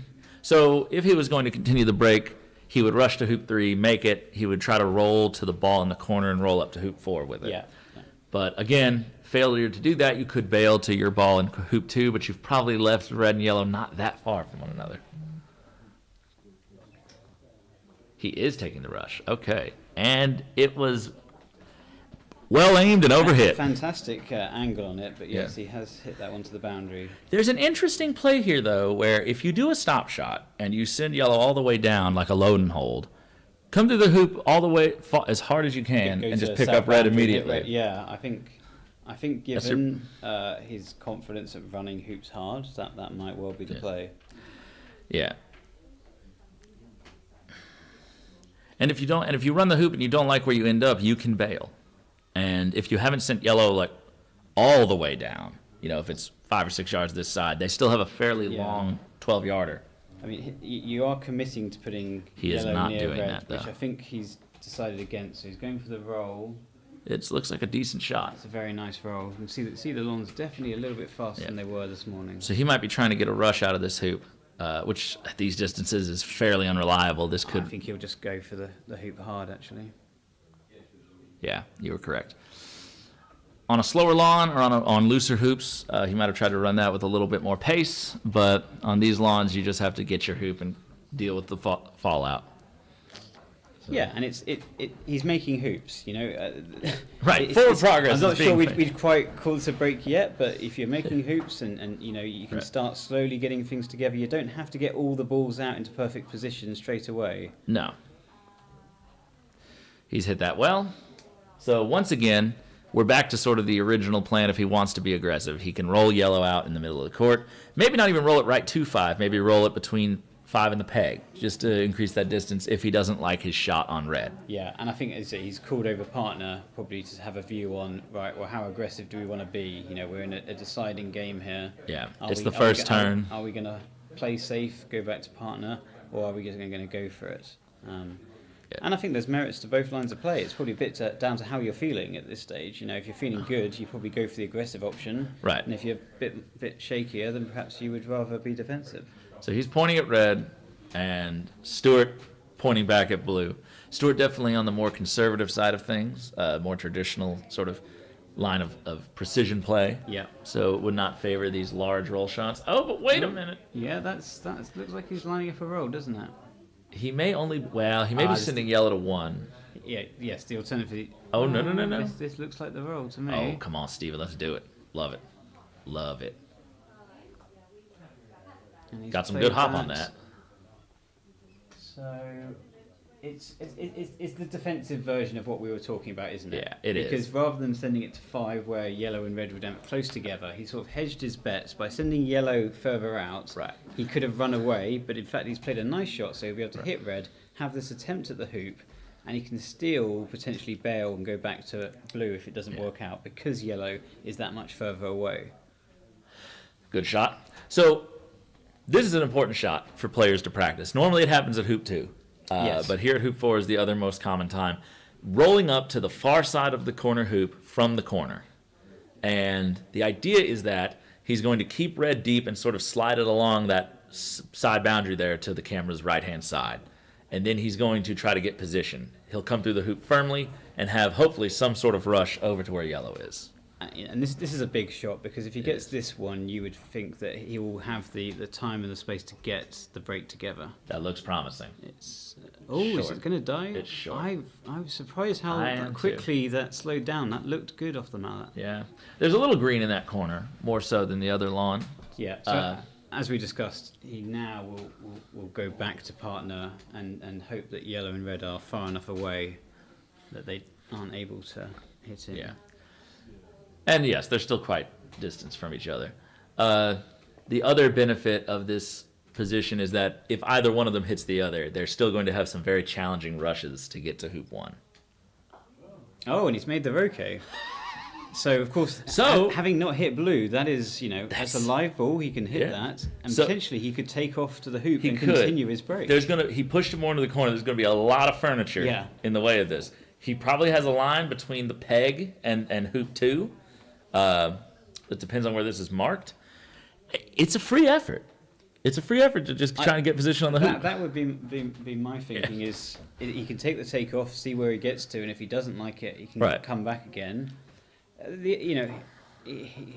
You could say, well, are you going to roll somewhere else and make a more defensive leave? But I think given where yellow and red are, you're not going to improve the leave much. So I think that's where Stuart is arguing for. Is like, come on over here, put him over here. Stuart wants to. Stephen is looking at the hoop. Stephen wants to do the takeoff. Yes, and as we sort of discussed a bit before, Stephen is probably the more aggressive player than Stuart. Yeah. So there'll be a slight, exchange here as to how aggressive they want to be. Stuart's thinking, hey, if one of them 2 hits, it's going to be very tough for them to come all the way back to this corner, dig us out, and get to hoop 1. Yeah. And let's make their hit, which is not the longest, as impossible as it can be. Stephen's argument will be, but if I get position, I can make this turn happen. And if I don't and come back here, then it's still difficult for them to get started. And if they miss, I have an immediate attempt at the break. And what we can't quite tell is how much furniture is in the way. It does look like both the hoop and the peg. It's bad. So I don't think you could get a very good... You'd be giving yourself such a long hoop that I think they are just going to roll across. And I think that's pretty sensible. Yeah. And Stevens hit that well. Blue's going to be almost on the yard line. And so Stuart giving him a spot to get his rush back without giving up any tempting doubles. Yeah, you always want to make sure that you don't, at the last minute, leave a larger target than you have to. Yeah. So it's worth checking if there's going to be any doubles.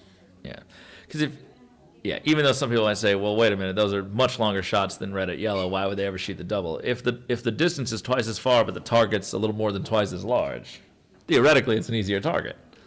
So, and a true double, a perfect double, is where the gap is just wide enough that a ball could not slip through it. But it's not, both balls are not edge to edge in your vision. And the reality is it doesn't have to be. You can have probably a ball and a little bit gap, and at that distance, you if you manage to hit that gap, you pat yourself on the back. Right, just man, I'm the most accurate player of all time. Exactly. But, I've done that a few times.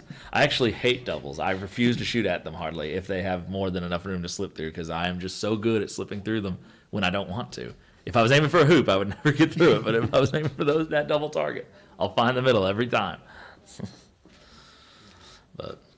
So they're having a good look at this. This also does pressure one ball to play over the other. It pressures Steven to shoot because his ball is on the lawn, hovering behind hoop 1 where the rush is pointed. Red is a lot less useful in its position.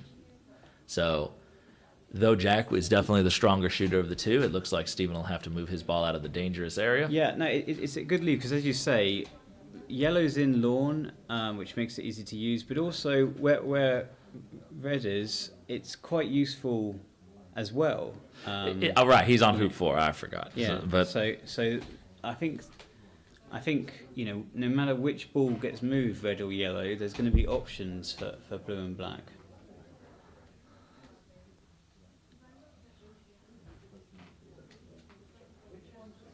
Yeah, you can see that they're going to take their time discussing this because there's quite a lot resting on it, and the shortest shot is obviously at partner, but that will leave 2 balls very close. an easy pickup either way for blue and black. Yeah. Which is why, again, they really wanted to focus Stephen and Stuart on not leaving a double. You do not want to give them any excuse to shoot one of those balls at you, because not only does it not make your pickup any easier all the way up in that corner, but it just means that, they have more incentive to take the shot that's more conservative. And you want them to be taking, albeit the shorter shot, but one that gives you a lot more if they miss. Now, you don't have to shoot. There are options where if you don't fancy any of your shots going into a corner, particularly as conditions get more difficult, that becomes a more sensible defensive play. It does. So corner 1 right now is not a bad play because Stuart has no real break prospects getting that ball out of that corner.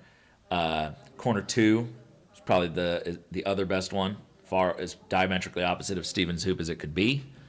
The only problem with yellow to corner 2 or red to corner 2 is that is the direction Stephen will be coming a lot more soon, so he'll have more time to pick that 4th ball up and get it back into the break for his leave.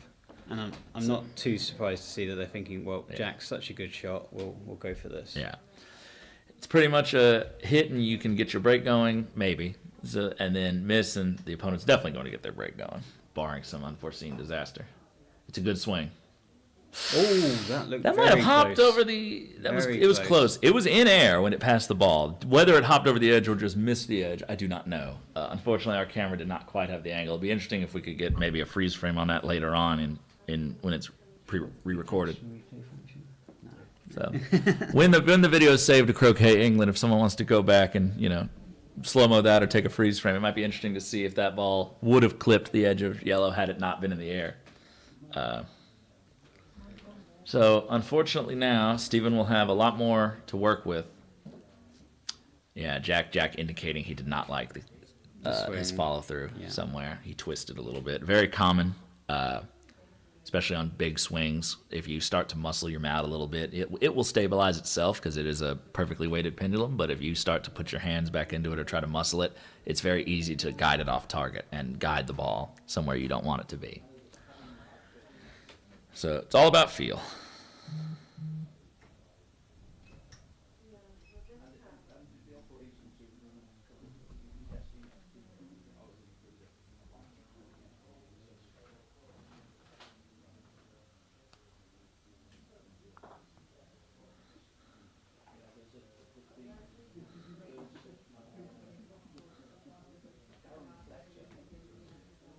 Oh. What was that about? He wanted the spot on the blue. He was chasing after the blue. Sorry, I saw him running after the shot and couldn't work out what happened. Okay, so yes, so they've taken the rush across to black. So as we expected, they're going to continue the break with the hoop 4 ball. Going to want to take that round to 4 back.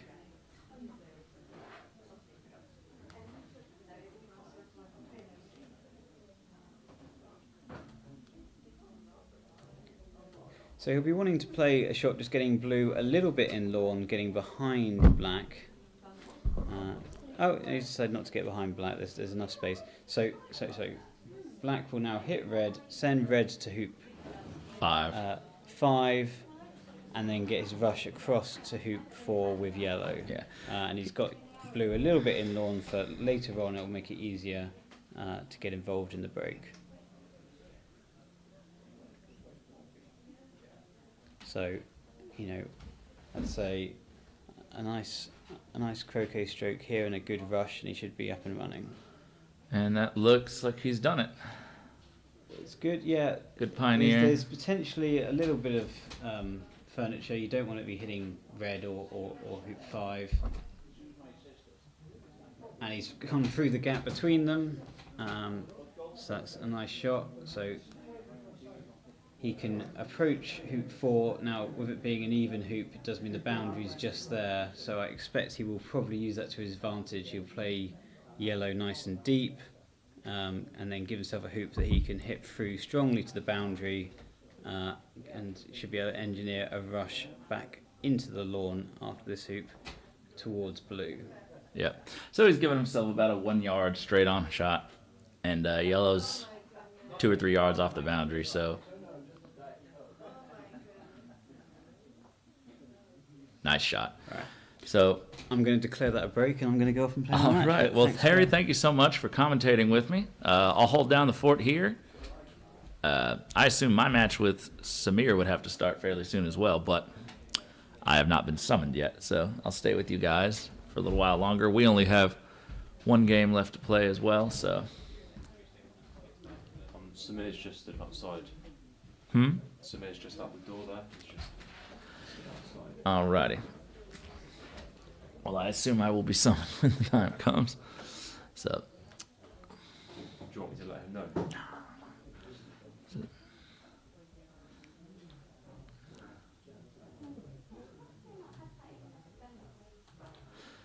Stephen has rushed yellow nicely up towards the peg, giving him a lot of space to go to blue, send it up to hoop 6, going back to red. So, I may, in the near future, have to leave you all, unless they can drag up some other commentators, in silence once again, while I go and play the remainder of my singles match.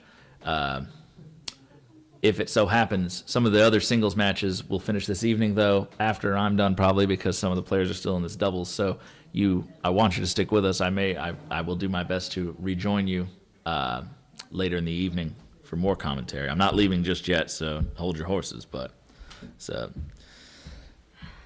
Hey, Sylvia. Hello, I'm joined here in the booth now by Debbie Lines, everybody. Debbie, how you doing? I'm good. I'm going to let you go and play. Oh, I'm going to go play now. All right, well, you have been left in good hands, everybody, and I will see you maybe later this evening if there's still some matches going on when mine concludes. Okay, so what's happening before you disappear? Well, Stephen is about to run he's starting the first break in game 1. There was a little bit of back and forth, but he's managed to just make hoop 5, it appears. And he's about to make hoop 5, and he's got the break in front of him. Righty ho. Okay. So, hold on, everybody. Let me just get the mic sorted for me. I'm a little bit shorter than Tom. So, okay. I'm sure my technical expert beside me here will tell me if it's not good. Right. Yeah. Wonderful. Okay, so I haven't been doing much commentary for a while. Let's hope I'm better at that than I'm at playing this weekend. Okay. So I'm on my own, so it's not so easy to yabber on when you're on your own.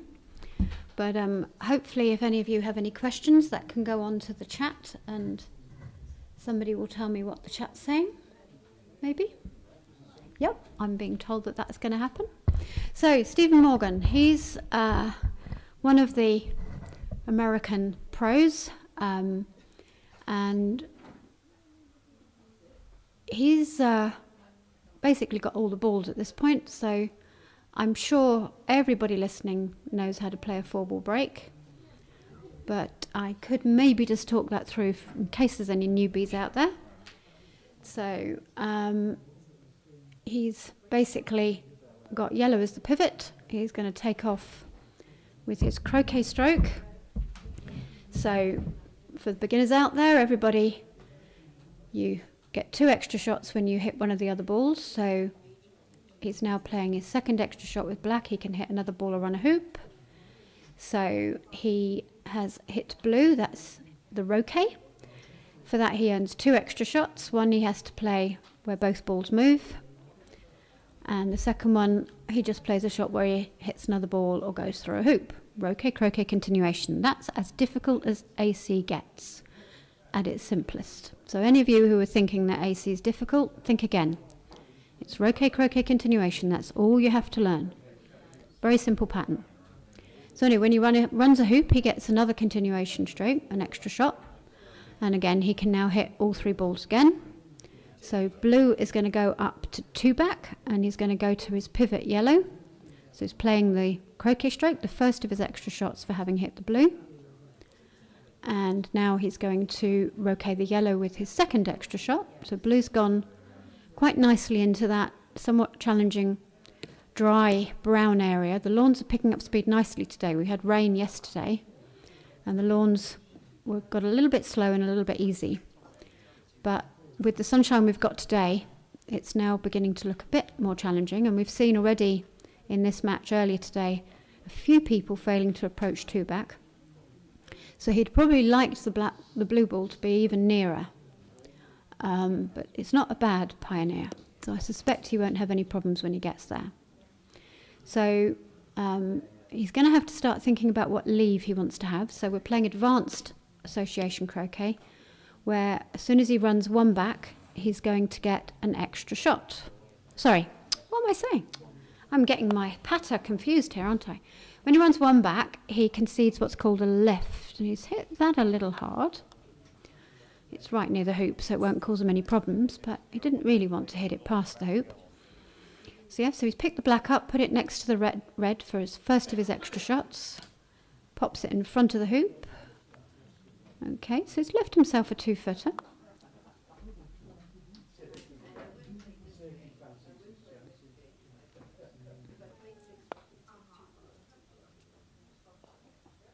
Okay, now he's run that a little hard, but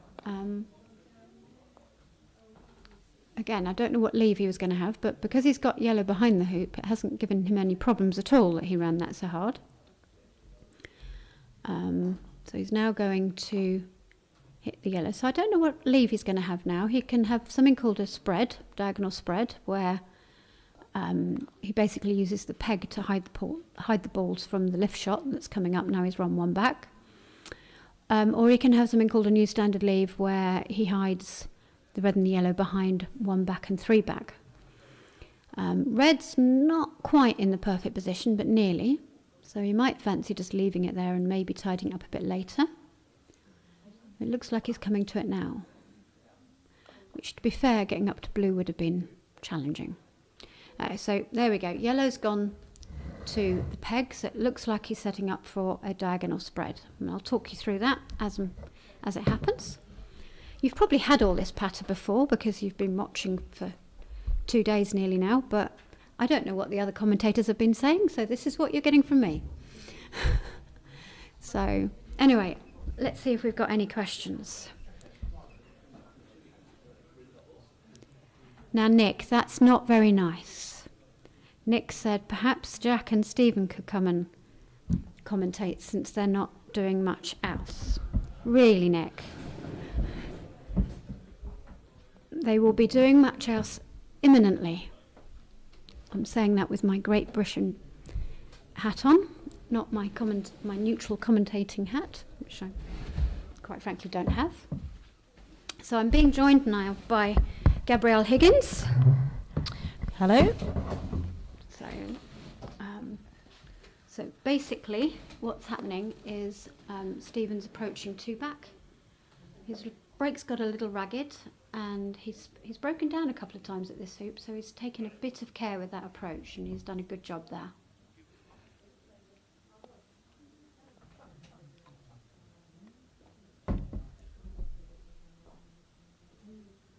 Yeah, no trouble today.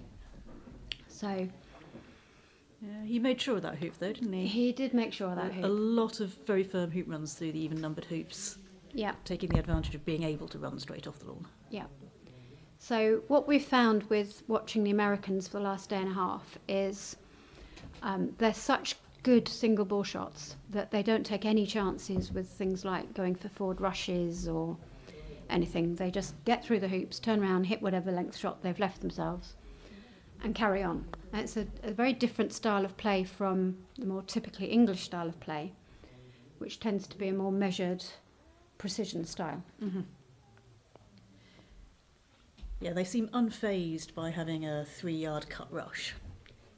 Too much GC. Whereas if only I could do a 2-yard cut rush, I might still be playing or finishing off my TP about now, instead of not getting through hoop 1. But anyway, we won't go there. Not that I'm sore about being rubbish earlier today, but never mind. So the favoured leave from the Americans seems to be a spread. The vast majority of the leaves I've seen have been spreads, and Yeah. it looks like that's what he's going for here again. Yeah, he did have red right next to one back, but then he ran one back by about 8 yards. So he switched red and yellow at that point. But he's rushed up, probably not quite as close to red as I might like to be, to stop yellow back to the peg, given that red is a bit of a loose pioneer and you'd like the striker's ball to be travelling less far to have more control to get a tighter rush over to red. Because although it's not essential to have the rush out of 3-back, it is certainly very handy to have a rush out of 3-back when you're setting your leave. Okay, now I can't see the angle there, but it looks like that might be a slight cut rush to the hoop. Yep, but he's done it well.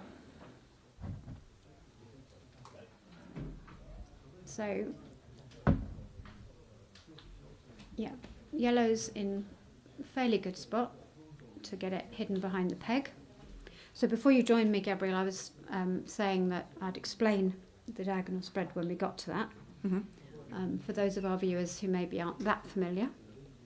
So what he's going to do now is run 3-back. He's not going to make any more hoops. He's going to stop because we're playing advanced. And he's going to send the red off the bottom of the off the bottom of the screen here. There you go, lining it up. And he's going to try and get to just the other side of yellow so that he can rush it very, very close to the peg.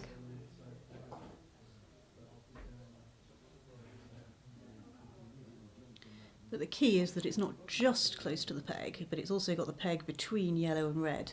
So ideally he'd want to have been a little bit further with black, because now he's rushing yellow further away from the peg, whereas the closer you can be already on the line, the wired line, the easier it is to make sure that you get that that wiring. Whereas here he's coming across the line. Yeah, he's got to move the yellow about 2 foot, which, you know, these lawns are playing what? In the middle there, it's probably about 11 seconds. That's 11 plumbers, for those of you who know that terminology. It's how we pace the lawns. He's hit that And too he's far. overhit that, I think. Yeah, I think that's going to be open on red. Oh, maybe not. Well, we shall see whether it's open from what he does with the next 2 shots, because if you have got the wiring, then it's safe to join up on the east boundary with a rush pointing at yellow or red, whichever is still there after the shot, if the shot's missed. If the balls are open and yellow and red have got a relatively short shot against each other, then you don't want to be leaving 2 balls on the boundary close to each other, and people tend to separate by a good 6 or 7 yards. So we shall see what happens with the next shot. Yeah. He hit the blue far further south, more to the left than he meant to. So you see where he stood now, that's where he wants to get blue. So he's got to roll this up from quite some way away. So it doesn't have to be perfect, but you know, there are places if he goes too short or too far where he may leave a shot with yellow. And again, you've got a lot more margin for error the closer yellow is to the peg. That looks is perfectly wired, yeah, actually. Yeah, thank you, cameraman.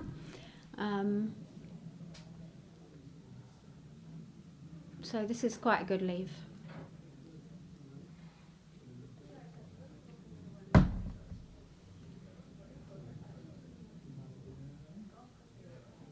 Okay, so we see what Great Britain can do. Awkward slip there, Debbie. Oops. Look, it's been great big print on the back of everyone's shirts. Yeah. We shouldn't be forgetting. It is difficult when all the members of the team happen to be English, though. Yes, yeah, it's just coincidence. Well,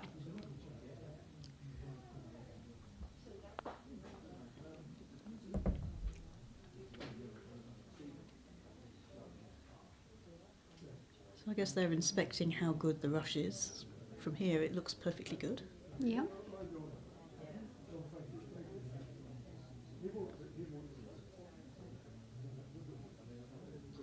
So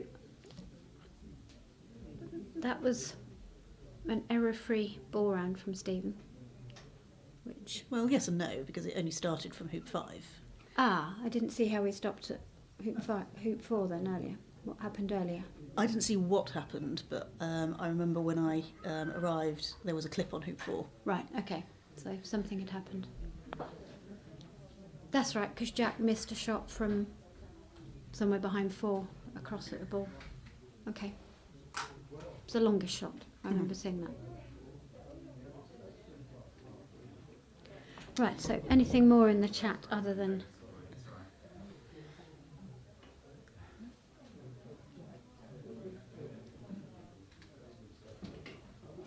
So Nick Parrish wants to know, how tight are the hoops? Most players don't seem to be obtaining forward rushes when trying for them. Yeah, not trying for them. Firm enough that you want to make sure of them. Yeah.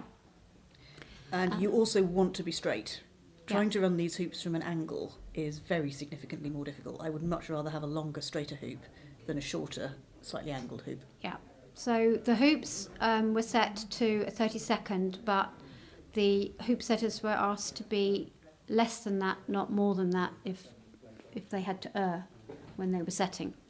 So they're quite tight. And they're quite firm. They're quite firm. That looks like a miss, yeah. I can't even see where the yellow is on this screen. Yeah, it's gone off. It didn't get to the corner. Mm-hmm. So hoops are quite tight. And now that the lawns are speeding up again, the Budleigh lawns are absolutely lovely, but there's a few rolls. Quite a lot of the hoops are on a slight hill. So you've got to treat them with respect. You can't get that close unless you've got a really tight break. That was quite a bad miss. It was quite a bad miss. I wonder if he'll get picked up. The It does difficulty hill of- off. That boundary does hill off. Right. So I'm not sure.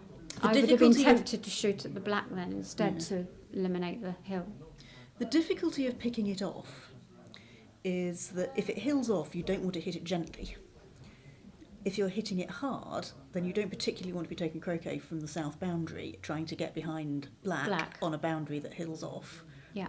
Probably not even on a flat boundary. I can. Because you really want your rush Yeah. over to red. You need the rush over to red. So picking this off, it's not necessary either. With it being where it is. It's easier to pick up later. Yeah. Especially if you get control at hoop 1, you can come over straight away, and then it's easy to set up the standard triple peel. So that looks quite good. Well, the next shot could be interesting. That looks quite brown around where red is sitting. Or is that just the screen? Because of the curtains, I can't see the actual lawn. I can only see the screens. I've just stuck my head out to have a look, and it's one of the faster bits of the lawn, but I wouldn't say it was brown. Right. The colours are definitely, certainly I don't know what screens the viewers of home have got, but the colours here on the screen we're looking at are browner than in real life. No, he's done a good job. Done that nicely. Ah, now that looks a lot greener. Yeah, that from camera shot. looks more the right colours.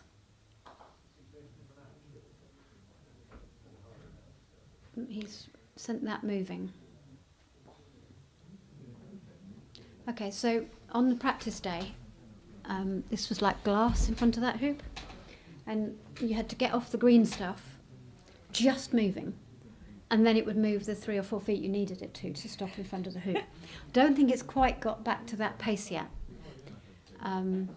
But this isn't a trivial hoop approach. He's going to make it look trivial now, but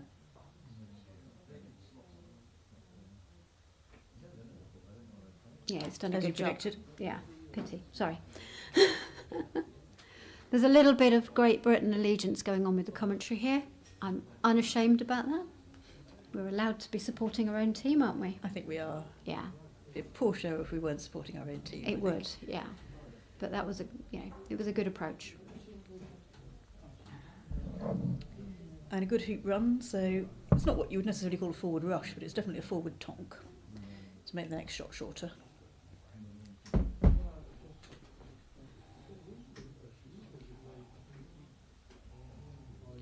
But not enough control to go back to yellow, No, as you were suggesting. no. So it's he's probably looking going to at be a delayed TP, not a standard TP.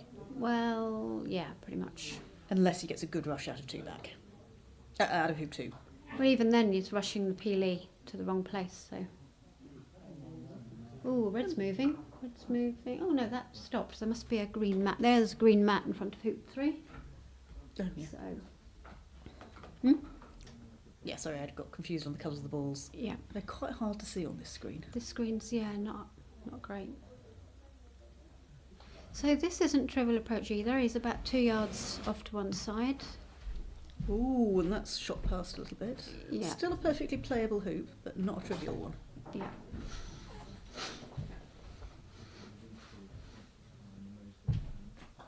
Our technical experts just drawn the curtains for us so that we To see if that have helps. better light. I don't think it's made a difference at all. No, No, but thank you. the thought was there. I tried.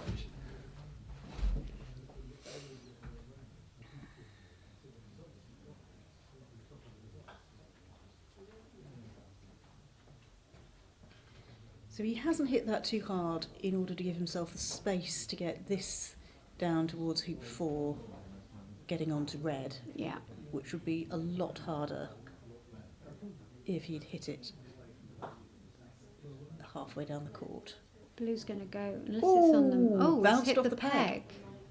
Well, hoop 4 gets interesting then. May have to pick yellow up after the hoop instead of before now. Unless he plays to rush black to yellow, get black off the boundary a little, Yep. rush yellow to the hoop. It's getting even slightly more difficult to set up the delayed TP with that error. Well, against us, he was happy taking on the straight TP. Yep. Didn't quite get the rush across to penalt after fallback, so he didn't get very far. So Stuart Lawrence has been playing about 35 years, I think. He's been one of the top players in America for a long, long time.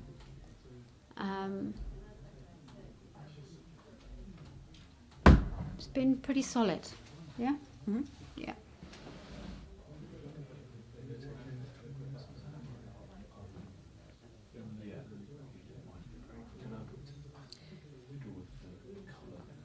So you'd rush straight to hoop 4 from here, would you? Depends what rush he's got. Well, it also depends how you play that shot in order to Yeah. where you want to rush. Yeah, I think I would ideally be wanting to rush to yellow I think if you have perfect control, but if you go for the rush to yellow and overshoot. and then you don't get near yellow, you've Yeah. then not got much of anything, have you? Yeah, that's true. Um, If you need a screen, use this one. They're exactly the same. okay, so what's he actually done? He has rushed to... They just didn't have the TV. So yeah, he's done exactly I what think it's fine. isn't ideal. He's tried to rush to yellow. Not got that close to It's it. not that close. So he's now got quite a tricky shot because we know that boundary falls away a bit. So he's probably going to put the black ball behind hoop 4 and then try and get behind the yellow or approach from the yellow if it's still at the boundary. So this isn't easy. He needs to play well to keep this break going.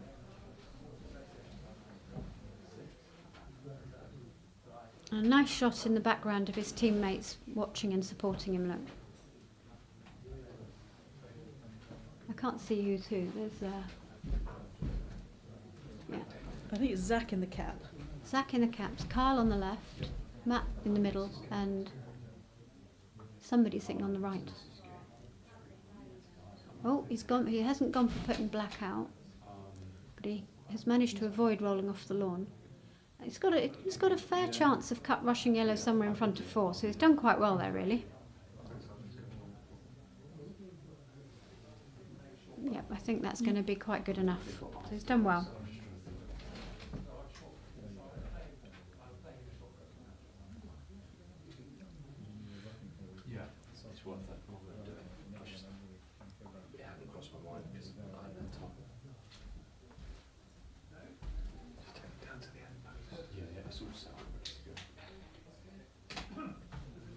And that's a good approach. Yeah. Again, can cream this through to the boundary. Oh, he's not creaming it through to the boundary. Oh, that was an odd choice. That was an odd choice of shot, wasn't it? Not. It was. 'Cause Yeah. you would have thought he would have wanted to You're rush better off being north again. Yeah, you're better off being. afterwards. He wanted room to send yellow down to 4 back. Okay, so that's why he did that. Right.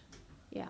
Okay, so he's trying to set up for the delayed triple peel. So yellow is going to go down and to the east of. East? I always get my north. West. West of. And that's But he hasn't got moving. beyond black to rush that a bit north. So I think yellow's a little short. So Blue's he's- a little short as well. Yeah, so he's So going to this be is playing quite a split shot. yeah, but Again, going across the line. he'll be okay. Yeah.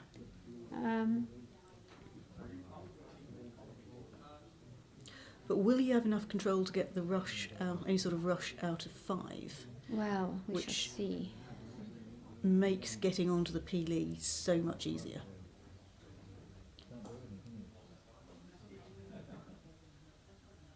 He doesn't look happy with that, but we can't see where the ball's gone Yeah, at yet. the moment, blue's fine. He's over, yeah, it's overshot a little bit, Yeah, but cuttable but in it's front fine. of 5. I'm guessing black may have gone past the hoop, but we can't see yet. Yes, it has. If we actually look out of the window through the curtains. right. Yeah, we're cheating. We're using the window.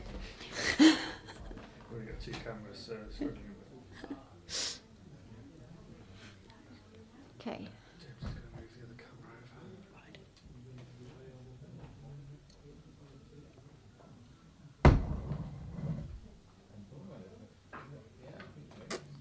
I'm not sure he will dare run that with enough control to get the rush, so He's taking a bit of care, so I think he's going to go for it. I think he's going to prove us wrong and go for it. Oh no, he didn't go for it, and he got but it he anyway. caught enough wires. Ah. He caught it.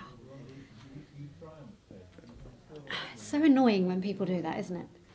And they get forward rushes they don't deserve. So it makes this hugely easier to get this going. That was Yeah, a nice with rush black- into corner. With corner black 3. past the hoop, it's really important to be taking croquet from north of it. Yeah, and without that forward rush, this delayed TP was looking dodgy. But he's now got as much control as he'd want, really, other than yellow's. Yellow's too Yellow's far too- yeah. away from the hoop. It's too far south. Because what are you going to do here? Are you going to rush black a long way from the hoop and try a very long peel to get the rush over to 6? If I can get it straight and just do it straight with no pull, with no split, then yes, probably. And jawsing it's fine. Because giving yourself a sharp cut over to 6 is not appealing. No. But yeah, that's why a minute ago we saw him look unhappy when he sent yellow down here. It's because yellow needed to go at least another yard.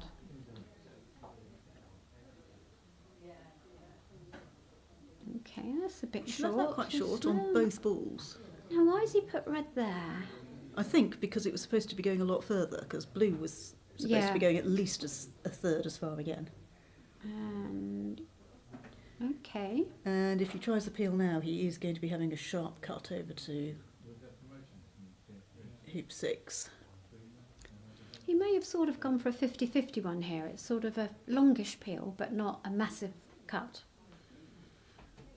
Well, it's quite a cut for us just from where it lies now. Once he's played the shot, Yeah, he's blue going will be further It's away going to be from another yellow. 10-12 inches up, isn't it? Yeah.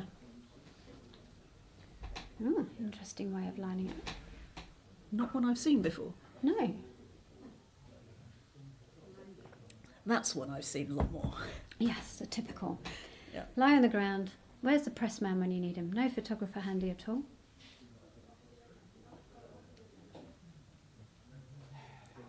I loved the question I heard when someone was lying on the ground lining these balls up. Someone asked, "What's he listening for?" It's like, oh, that's gone off to the Ooh. right. So that is not in the jaws. So that's not No. rush peelable. So most people would probably abort any attempt of having the peels at this point, but we'll see what At happens. this point, you need to put the break back together, I think. Yeah. Because he hasn't really got a one-back pioneer either. No. But he's done quite a good job of getting to hoop 6, so I think that's why maybe he got some hill there, because of what we were saying. He didn't want a bigger cut rush. He couldn't hit the peel with any strength. Yeah. So it probably caught some hill and drifted away from being in the right place. So he's probably going to run this relatively firmly and possibly hit red first, depending on where he is. Good tiptoe movement there. Oh, there's lots of decisions here.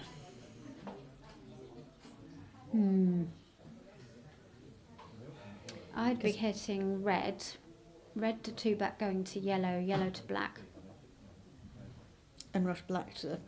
Or if One you've back. got an angle once you've hit red, if you can hit red to the end of B-book and you've got an angle to get to black, obviously that's better. What about hitting yellow, taking off to black, rushing black up to the north boundary and sending black to 2-back, getting onto red? Yeah, but red's quite deep. It's only 4 yards off, so I'm not sure you can get black to 2-back and still hold for red. Well, given where black is, you'd have to be rushing it to the corner 3 side of the hoop, so you'd have actually quite a lot of space. None of the options are nice. No. And you can see he's taking his time to think about it. Well, Stephen came on for a second and then left. And they've gone for this. Okay, we'll see what happens. Well, there isn't a shot that gets that to 2-back and gets to anything else. No, so he's got to do what you said, but I don't like it. Yeah. Yeah. And he is looking at rushing it to corner 3 to give himself the space. Give himself the space. And he's got a nice green mat near where red is to stop his ball on. So that's one of the greener bits of the Yeah. lawn.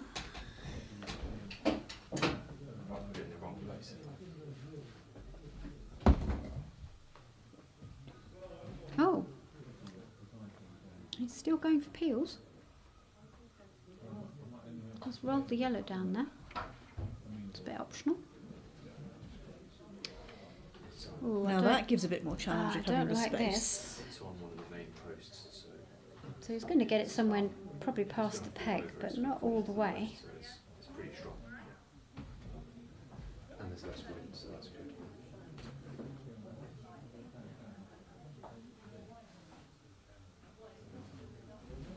Yeah, past the peg, but not all the way. Yep, well called. Not a lot past the peg. He could have hit that quite a lot harder, but it is important to stay the right side of red, so he was obviously erring on the side of caution.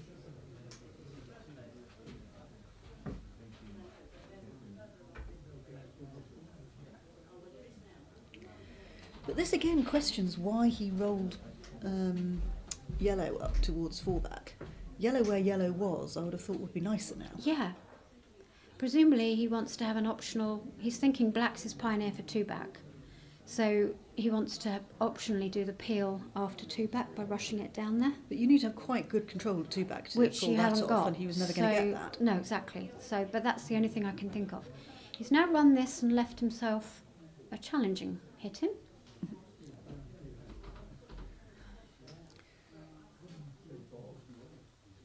Is he looking at black on the basis that if he misses black, he doesn't miss it just off bulk? Well, it might be that it's just the nearer shot. No, he's turning around.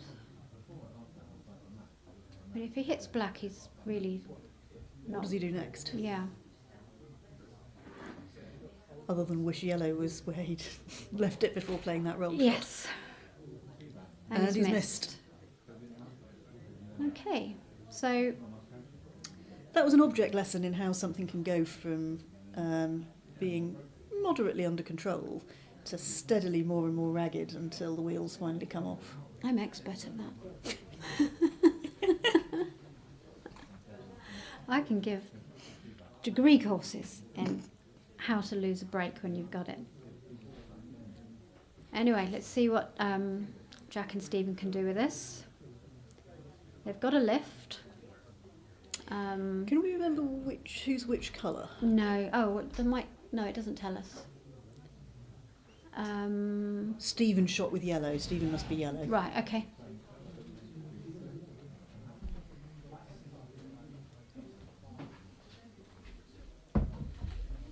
What shot would you take?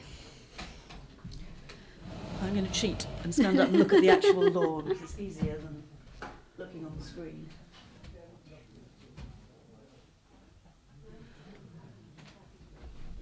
It's not easy, is it?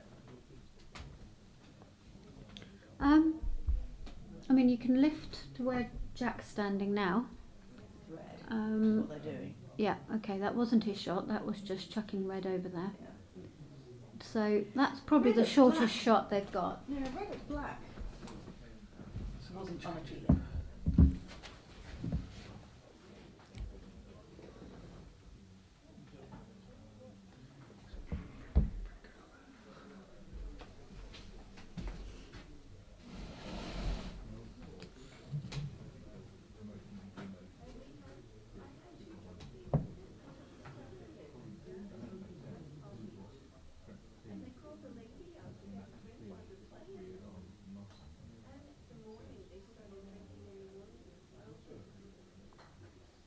Sharp, Sharp. centre ball.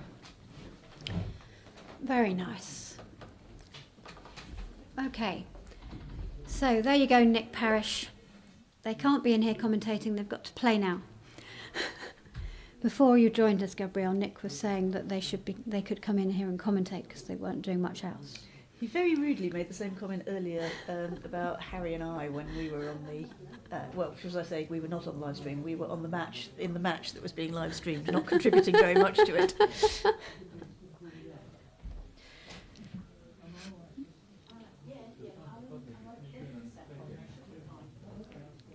Okay, so Stephen's coming on, not quite sure why.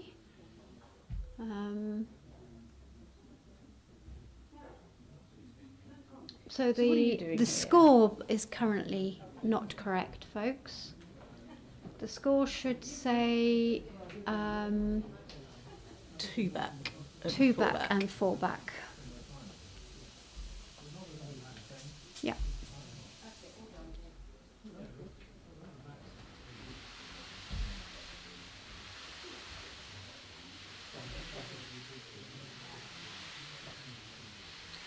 So what are you doing here, Debbie?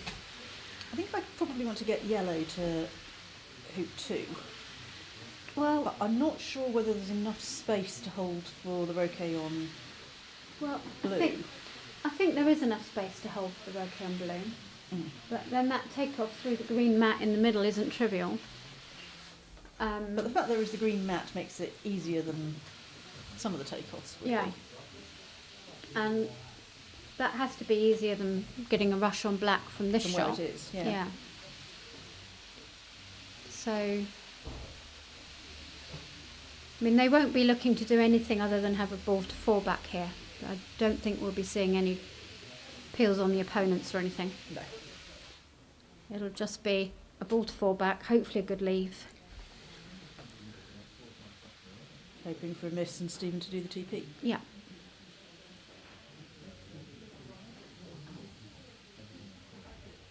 Jack being bothered by a fly?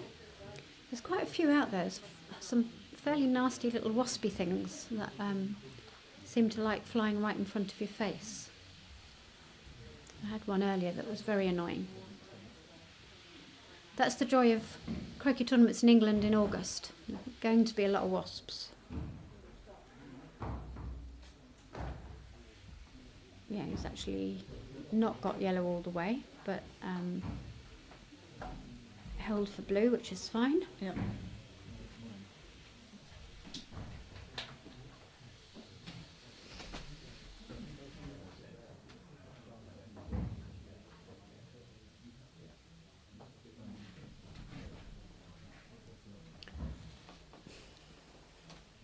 So I quite like Jack's style. When I first saw Jack playing a year or 2 ago, it looked a bit, to me, it just looked a bit wibbly wobbly, and I was a bit like, you know, it's sort of casual and he's got a long mallet. But the more I see him play, the more I think it's just really smooth.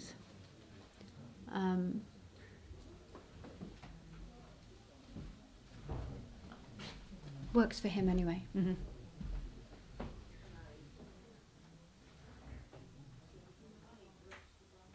So apparently one of these houses in the background now is for sale if anyone fancies moving to Budleigh.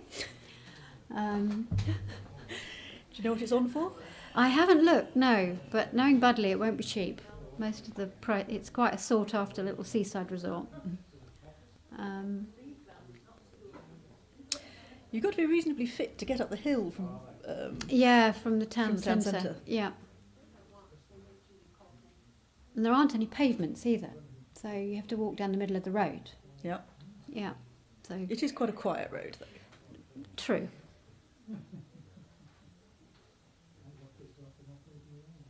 And your eating out options would probably get a little limited if you lived here, because there's Yeah. only about 4 or 5 restaurants. Yeah. But good for us, very nice. May as well call shout out for the Italian Marco's where we ate last night. It was very good. They didn't give us free limoncello though, but otherwise it was lovely. I think Debbie has a little bit more to confess about the limoncello than that. Well, there was a very nice waiter. I was just going for a bit of banter, you know. So I tried to blag some limoncello. Didn't work. The answer was no, nobody who asks for it gets it.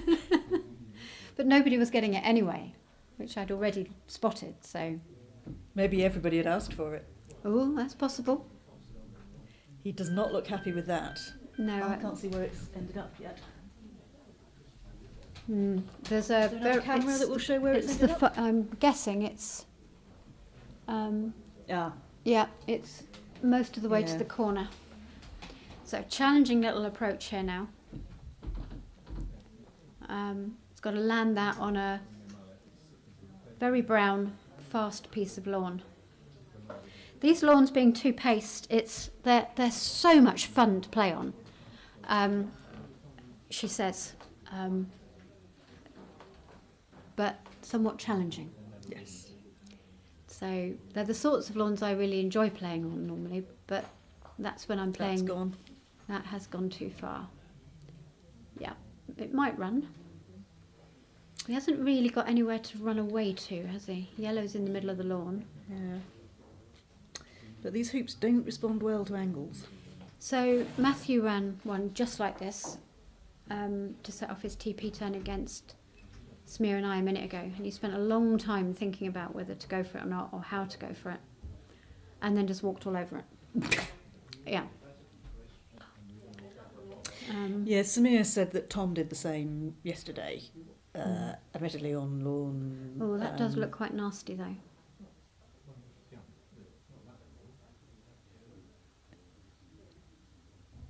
Yep, they're going for it.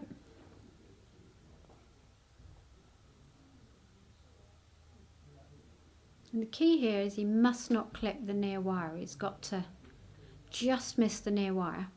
But if he misses it by too much, he'll just bounce back from the right-hand wire as you look at the screen. So this is very good for any beginners out there, how to run an angled hoop. You do that. Great shot. Right. Don't know if he's... Yep, and he can see black, so that was really good. Yeah, beginners, you want to learn how to run an angled hoop? Watch that a few times.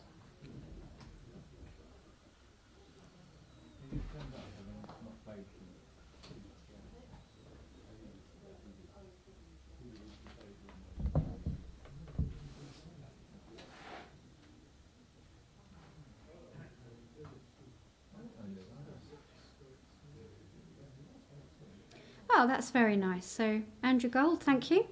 Saying that some advice given a while ago has helped him out. So, glad we could help.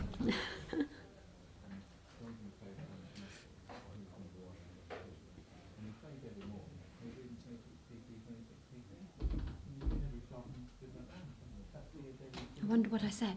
Who's going to Marco's? Our technical expert here suggested he may have been to Marco's. It's a little bit heavy.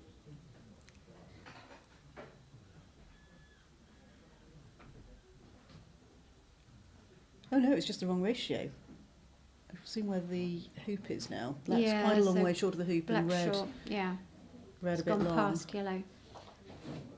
But So you should still be able to get this reasonably close to the hoop. yeah, he's going to be about 3 yards dead straight in front. Mhm. She says with another quick sneaky peek out the window. And again, approaching from the front makes a big difference.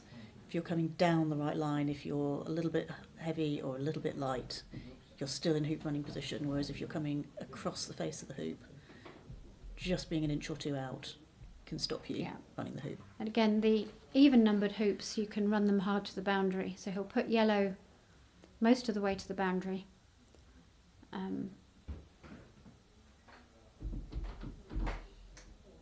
Whoa, whoa, whoa.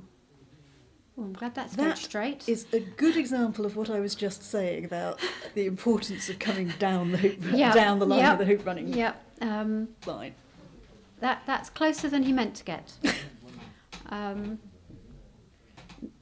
Yeah, if there'd been too much hill there, he could have been in trouble. But that was nice. He's run it through. Actually, he was going for a rush, but because yellow went a bit deeper than he meant as well. But that's fine. Red comes He back can on still a cut yard. Yeah, Oh no, yellow's well off the boundary. Yeah. He has got the rush. I think he wanted to rush to blue though, maybe. Although I don't think I'd have bothered at this point. He just wants to tap Yeah. yellow a bit. Might be too far. Right, okay. I think I'd have. Done that more gently. Yeah. Yes, so would I. Yellow's gone a yard or two too far there to load 4 and holding for position on black. But we'll see. Maybe he's got a better stop shot than we Yeah. expect. There is a green mat there which will help. It will hold the back ball up. I think A I'd be bit. focusing on the rush on black and thinking I can sort yellow out later. Yeah, yeah, definitely. Ideally, I'd want to be putting yellow a little bit to the east side of the hoop because I'll be expecting to come at it from blue. Yes.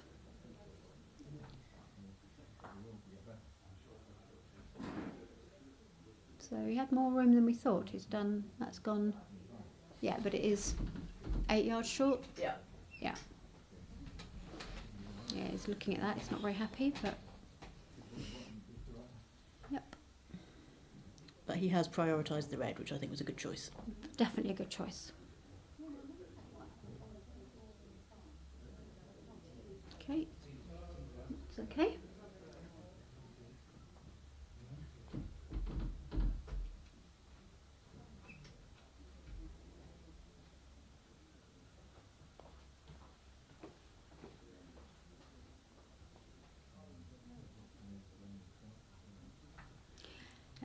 Jack quite often looks unhappy, doesn't he, with what I would take to be perfectly good shots. Yeah.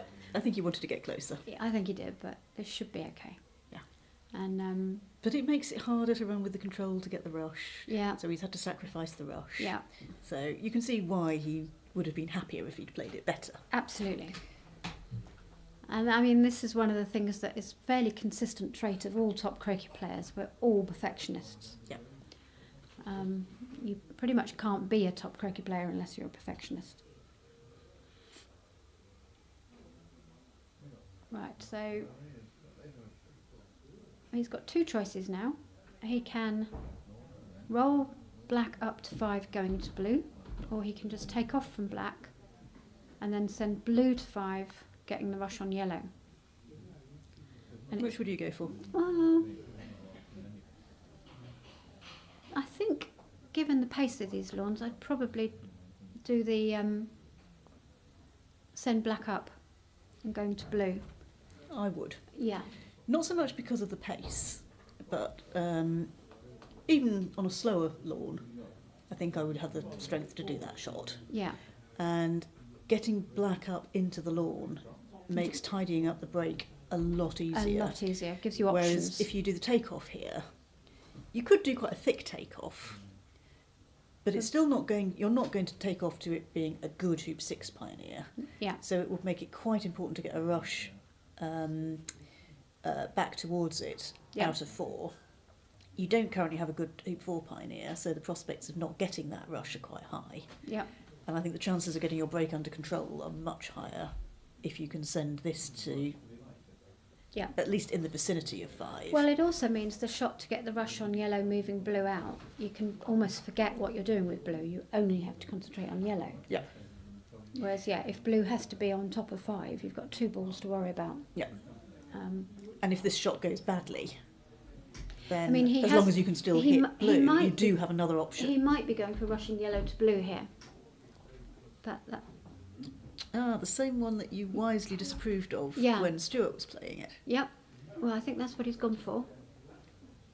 Or is he just going straight for a rush straight to 4 by the looks of things? That looks like he's going for a rush straight to 4. Oh, well, that's a good option too. Yep. Nothing wrong with that. But, yeah. I suppose he was coming down the line. Yeah, which For made that. sense, but it rather leaves blue out on a limb. He's got to go and sort that out in a minute. Yeah.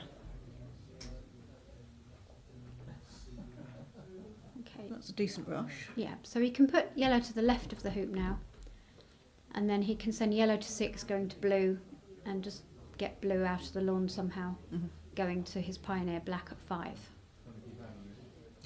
I think black's gone a little bit Yeah.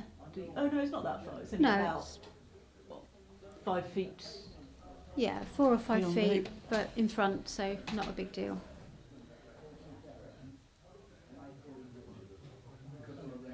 Yep, nicely through.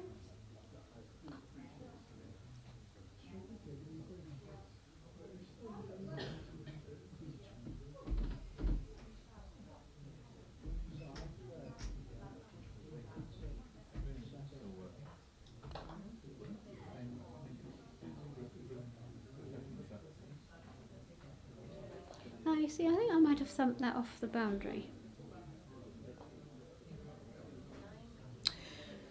He's left, Well, he's there left are himself risks- lots of room. There though, are that's risks of good. thumping it off the boundary, because if you thump it off the boundary close to... Yeah, but then you can just Blue. switch them, and then blue. But then you're not getting yellow out into the lawn as True. much. Yep, true. If you make sure that you can get this to 6, Yep, he's then left it's a plenty of trivial room. shot getting blue well out into the lawn, Yeah. going to black.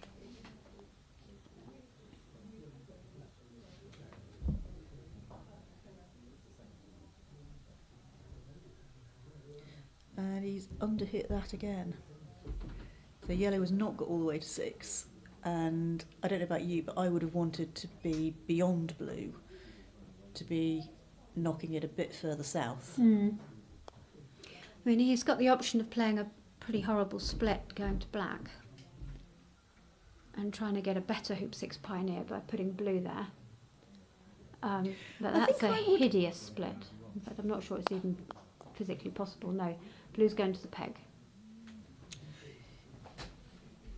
Even anywhere sort of between blue and the peg, between yellow and the peg, gives you more prospects of getting a tight rush on either blue or yellow to Yeah. 6 if you've got 2 balls together. Yeah. The old adage about if you've got a poor pioneer, give it a friend. Yes.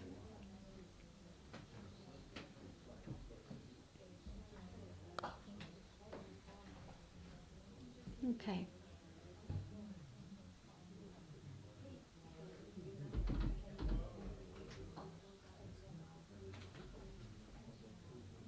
That looks like it's steaming.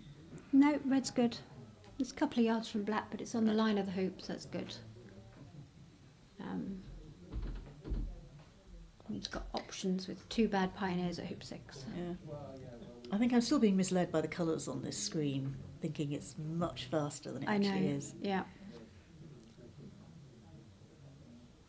Whoa, whoa, whoa, whoa, whoa, whoa. Oh, that stopped. But he's not going to get the forward rush out of it that he might have hoped for. Well, Sidewards rush would be quite yeah. I Um, mean, quite he's going to have to handy load use. one back from further away than he'd like, isn't he? Okay, so sorry, folks who don't know the terminology.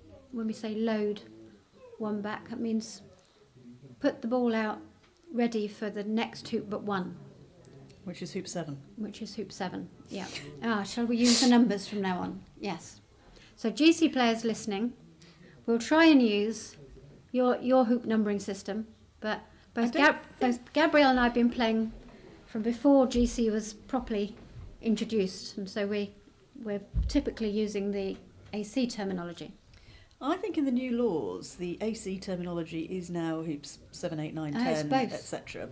I think the default is in the laws 7, 8, 9, 10, but you are permitted to continue with your old language because they Is it? realise that we're slow learners. Very true. Yeah. Okay. So we're going to make an effort, yeah? Yep. Okay. So it's easy for the first 6 hoops. So Although I know the commentary is still using the old terminology of 2 back and 4 back. yeah, so it is. Yes, the scoreboard. Well, it takes up. It doesn't. I don't know why that should be. Habit, history. Old habits die hard. Yeah. So black's 2 foot in front of hoop 7. 2 foot? That's a long 3 2 feet. foot. Okay, 3 feet. 4 feet. 4 feet. 4 feet. Which is probably a bit deeper than you would have liked, because if something goes wrong and he can't put his hoop 8 pioneer out going to his pivot, he wouldn't have a lot of room to put it out and still stop and hold for black. But he'll be expecting to put his hoop 8 pioneer out. Blue will be the hoop 8 pioneer, and he'll go to yellow. But that does mean he'll be wanting to rush eastwards after 6, Yeah. which gives him a longer shot putting his hoop 8 pioneer out going to yellow. Whereas if he'd been under enough control to get his pivot on the West side. 7 and 8 side of the lawn, Yeah. he could have had some much shorter shots putting his pioneers out. His pioneer out. rather. Yeah. And he's going to have to start thinking about what leave he's going to have soon. So we may start seeing balls sort of going near the peg, ready for the diagonal spread that we saw earlier. Or they may choose to do something else. We'll see what develops. I think Jack's leave of choice is a Morm standard leave. Ah. I'm Which going for to those explain, yes. who don't know what a Morm standard leave is, at the risk of being unhelpful, I would say it's like a new standard leave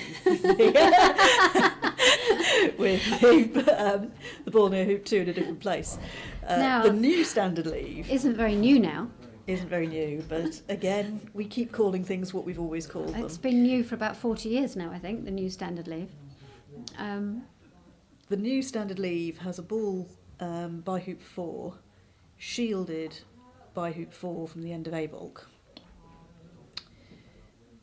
Ooh. It-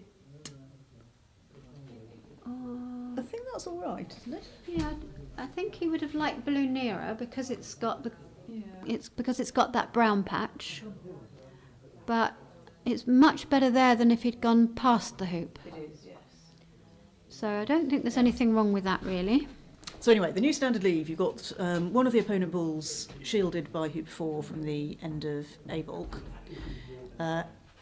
Your 2 balls joined up on the east boundary in a position that the ball by hoop 4 has no backswing at them because of hoop 4.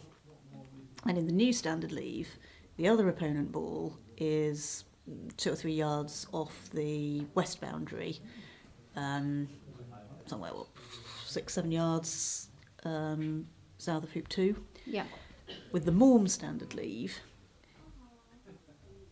Ooh, keep going. yeah, a bit short, but it'll do. It'll do. With Yeah. the Morm standard leave, the other opponent ball is by hoop 2 in the equivalent position to the ball at hoop 4, shielded from the end of B bulk by hoop 2. But you need to be under a fair amount of control Which, in order to do that, which he isn't under enough control to do no, that. yellow would need to be in Close shot, to- yeah. basically, instead of just out of shot. Yeah. Um, But if he's going to do that, then he'll be wanting to position black over near the west boundary for the new standard leave immediately after this hoop. yeah. Not that that's how I make new standard leaves, but that's how the vast majority of players make Well, new standard I leaves. like taking all the balls up to 3 back and then basically just stuffing them out. I've done that for years. I think it's getting a little bit more common now, but Yeah. most people Put like black to in leave place black now. now. Yeah. Now he has got the option of doing it now if he wants to. He could just pop black into that position where from the end of B balk the hoops between in the way of hitting the black ball. I think that's probably what he's going to do, looking at what's happening. Yeah. It's even nicer to have it actually on the wire. No, he hasn't. He's brushed it away. Okay. He's giving himself the space to put that out, I think, towards the west boundary, going to yellow. Okay.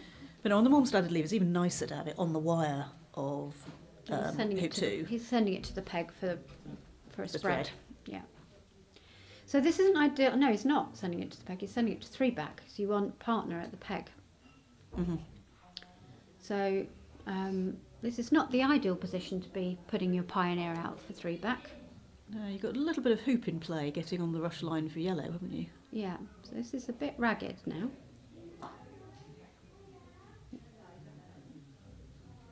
And That red's looks all good. right. Red's good.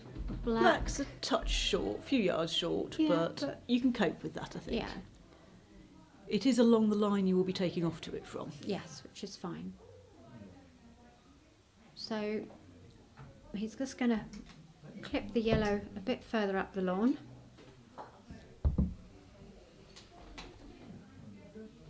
He's looking unhappy with that as well.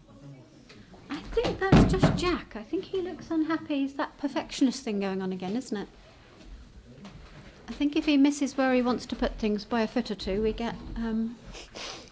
which is why he's, probably still getting better at speed. Yeah.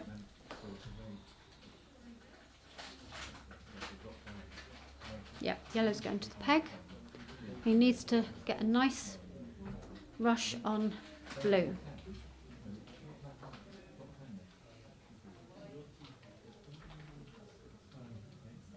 And that's a lovely shot.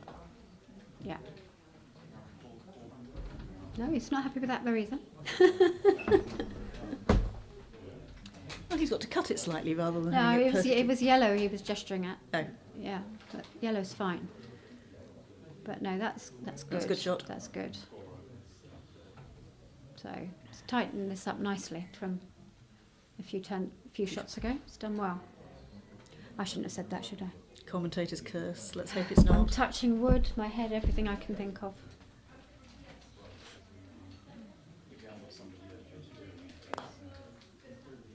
But yeah, you can see the delicate way he's playing that, just how fast the ground here is at this hoop. And the colours you're seeing there now, they are, if they're what we're looking at, they're about right. It is brown in front of this hoop.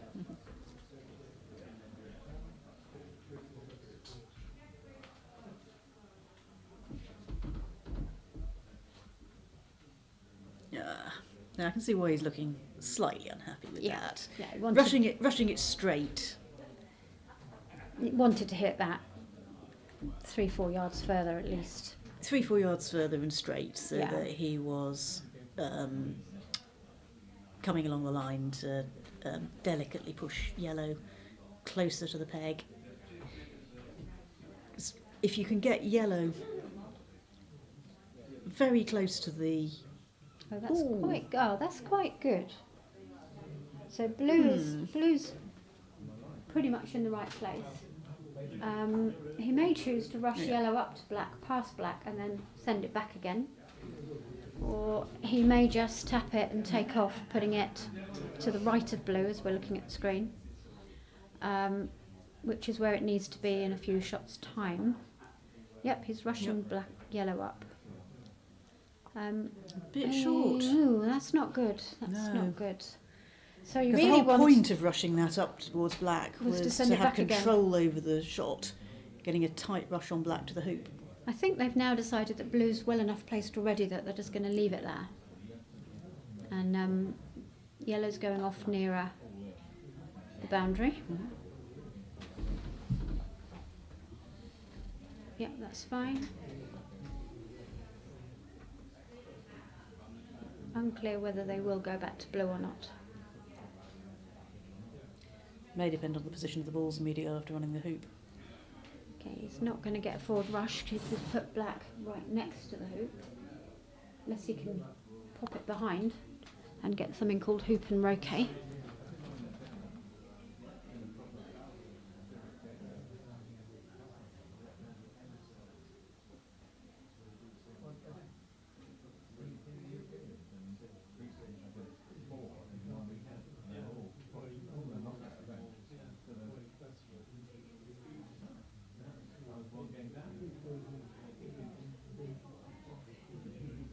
So for listeners, if you've not seen it, Google The Times and croquet. The British newspaper The Times did a wonderful article earlier yesterday about the WCF, World Croquet Federation's World Golf Croquet Team Championship that's taking place at Sussex County Croquet Club near Brighton. That's tiers 2 and 3, which is the lower tiers of that championship. We've got all sorts of countries playing, from Hong Kong, Sweden, lots of countries that don't play a lot of croquet, but are emerging and growing. And they're busy competing down there, and there's a very nice article in the Times that's well worth reading. There is also, although I haven't listened to it yet, an interview with one of the organising club members on Times Radio. Ah, okay. I'll have to try and find that this evening. So it's really nice that we've got Hong Kong have come over. So the Hong Kong Federation only joined the World Croquet Federation about a year ago. They're very, very new to croquet. There's two clubs in Hong Kong, and they're fortunate enough to have a couple of members who played AC in their youth, who've brought them on very quickly, so they know what they're doing. So really nice that they're playing, and they'll have got lots of experience playing in that championship this last few days. But anyway, back to this leave.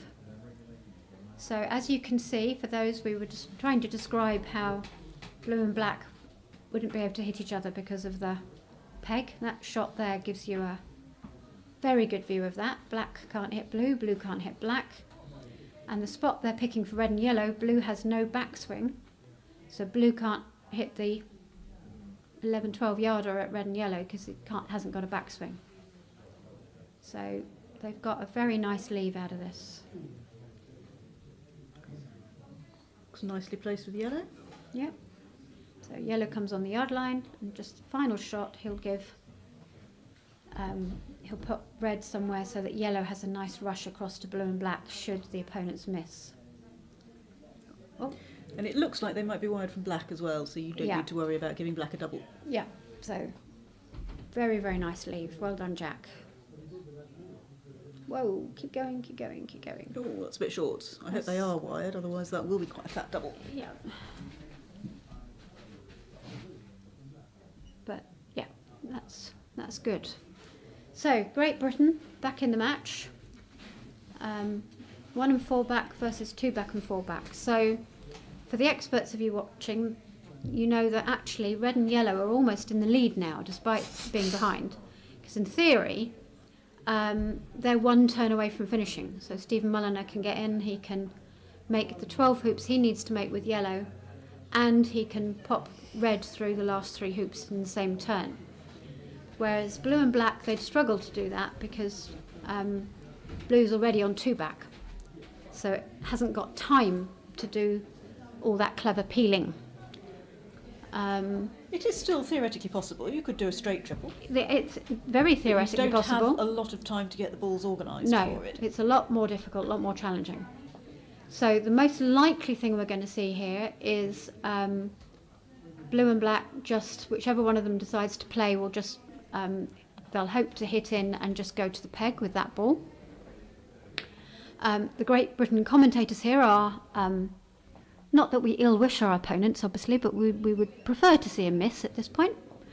But to encourage any American listeners, an update from Lawn 8 in the decider of the singles match between Samir and Tom Balding is that Tom I thought was just setting up for a delayed TP, but has sent blue to quite a surprising place for setting up for a delayed TP. But has got... Oh, so blue has missed. Looked very close though. So Stuart, obviously not too unhappy with that shot, but it didn't hit. So Stephen's out on the lawn already, and let's see what he can do. Stephen, a previous world champion, won the world championship aged 62. 62. In 2016. Yeah, and his opponent was David Malouf, who is Carl's father. Carl's playing in this test. And he was also 62. So, this sport is just amazing how you don't have to be a teenager. It is quite nice that Stephen is partnering the teenager on the team. It is, yeah, young and old, very nice. And that's a lovely shot. That's near perfect position. So from there, he can pop red to 2 and easily get a rush on the black up to hoop 1. So in AC, we have this shot called a rush, where he's put the yellow behind the black and he wants to rush and hit the black to a very specific position, in this case just in front of hoop 1. Unlike in GC, where your clearances, you tend with clearances to not need to be too precise about where you clear to, unless you're going for wire. Clear to a wide position. You're clearing to wire, but pace tends to be less important. It's generally off a boundary. Mm-hmm. So that's one of the skills in AC that a lot of GC players have to learn when they take up AC, is this ability to hit another ball to a specific place. Whoa, where's that gone? That, I think, was something funny with the cameras. Yes. Yeah, I don't know if you all saw that listening. The camera stuttered here. Yeah, so...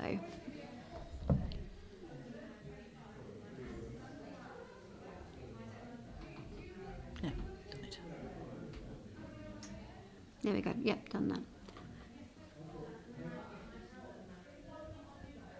So the other question that's just come in is, how true is the long lift on this lawn? I'm going to defer to you on that, Debbie, given that you've played on it and I haven't. I played on it and it's not that true. It goes to the left, so it goes off the lawn.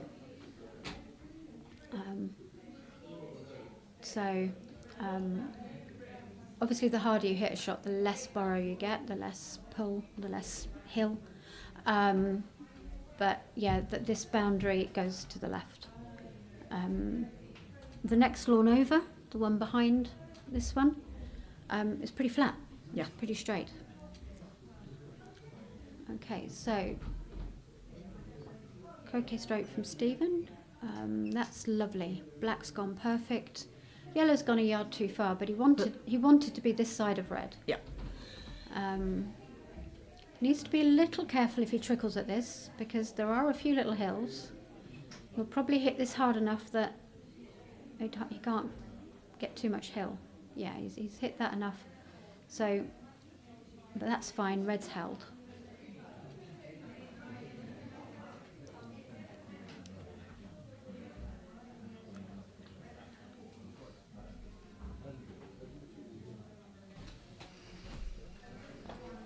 So with Stuart missing into corner 4, Stephen can't get out a standard TP. So again, for those who aren't experts, the standard TP is when you do the first peel on partner at hoop 3 when you're there. So red's for fallback, which is 9? 10. 10, yeah. So 10 and 3 are the same hoop but from different directions. He can't do that now because he's got to send red up to hoop 4.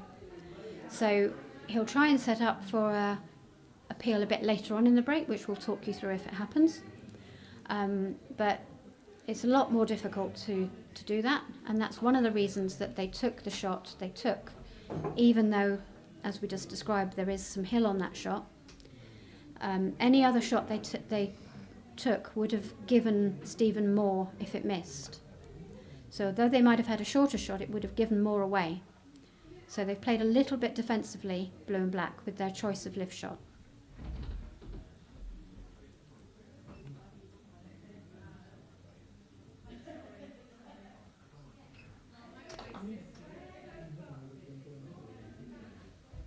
When did Stephen start playing in a glove? I don't remember him doing that. I can't remember. Yeah, He's played in a glove for quite a while now. Is he? Okay. Just one glove. Just one glove. Yeah. He really ought to have got a nice white golfing glove instead of the big black thing, shouldn't he? Red's not in a bad position. 'Cause you need to be thinking with red about the fact that you'll be coming to it from blue. So the worst position for red is with the hoop slap bang between Yeah. red and blue. So, Ideally, you'd like it a little bit beyond the hoop, but he has at least got it to the right side of the hoop, so it won't be too challenging to get onto it. okay, so he's got the takeoff of death. So he's gone through 3. He's gonna hit the black. Remember earlier, for those of you who are new to the game, AC, this is the Croquet. So he's hit the black ball, picks yellow up, puts it next to the black, plays a shot where both balls move. And in this case, he's going to play a takeoff and take off all the way up the lawn to blue. So, not ideal. I don't buy that this is the hardest shot in croquet, as it's always called. It's not the hardest shot in croquet, but it can catch you out. It can. Didn't move blue at all. I don't know why he seemed to go out of his way. Oh, that's moving, I that's think moving, he that's has just shown that this is moving. quite a hard shot. There you go, the hardest shot in croquet. Did I just put the commentator's curse on it? You did. Well done. Oops. Yep. Went off by quite some way. Ah. So, and that is against the blue ball, which is the 2-back ball. That's Stuart's ball, I think. So, I think the easiest... Not easy for him to pick up a break. Well, he can just rush yellow to 2-back. Yeah. Just rush yellow to 2-back here. And red's adequate 3-back pioneer. Yeah. So... Black is quite a nice 4-back pioneer, so you don't need to worry about getting a pioneer onto 2-back. You just need to worry about getting need onto to get to 2-back, 3-back. Yeah. So, we'll see what happens.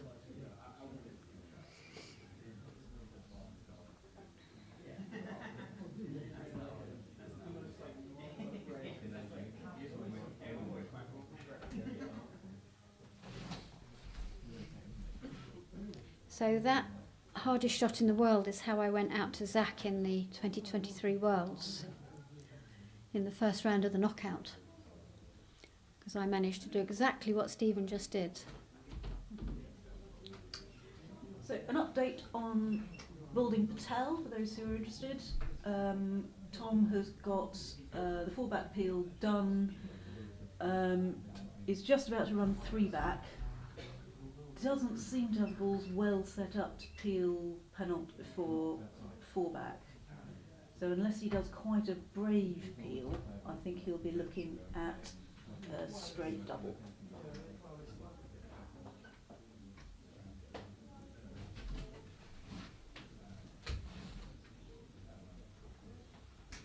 Okay, so he chose to go to red,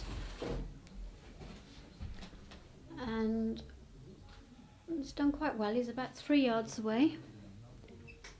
He's got to take off or approach somehow anyway across this brown slippery stuff, and that's gone way too far. It probably would run, but oh no, that's horrible. Yeah. So I suspect we're going to see him head back to partner. Yep.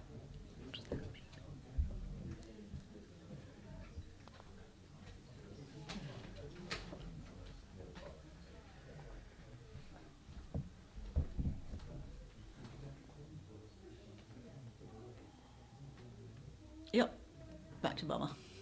So he can shoot at this because that's probably close enough. And He's he watching hasn't- it. Oh no, he didn't shoot at it. He dribbled. I'm not quite sure why. Might as well have shot if he was going to go that far Well, past it. quite, yeah. But I do find that's very common when you're trying to go for a dribble, that you end up 6 or 7 yards past it anyway. It's impossible not to, because the last thing you want to do is not reach, because that just looks silly, doesn't it? Yeah. And leaves Particularly when leaves, it's perfectly online. Yeah. And you don't want to leave a double, which is the other problem with dribbling. Any hill at all, and you can end up leaving a double. So I think red just hits yellow now, doesn't it?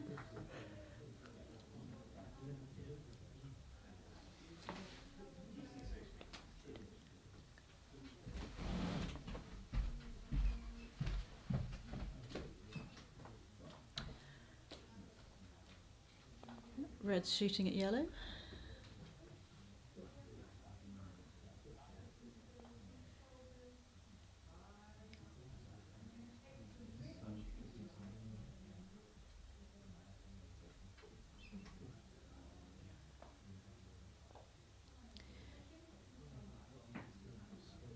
And if red hits, red has got 2 balls down near its hoop.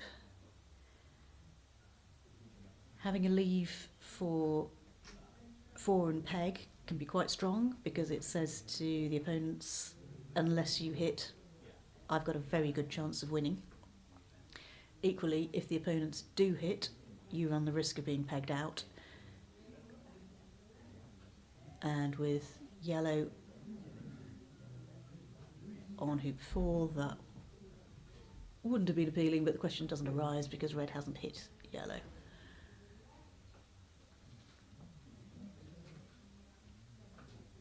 So Stuart's now got a longer shot at black than he would have liked, given the dribble that he tried to do, but it should still be quite a straightforward shot for him.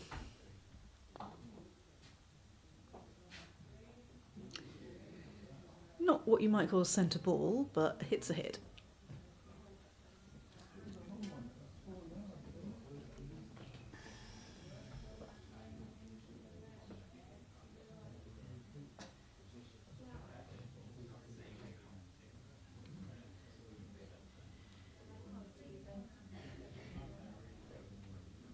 So he's now got the similar takeoff, but yellow, so red, several yards out of corner 4, which makes a big difference to how easy the shot is.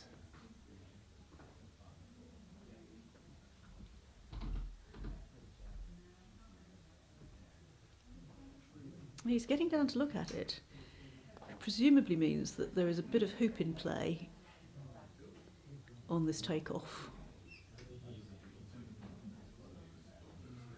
And deflecting off the hoop would be quite unfortunate.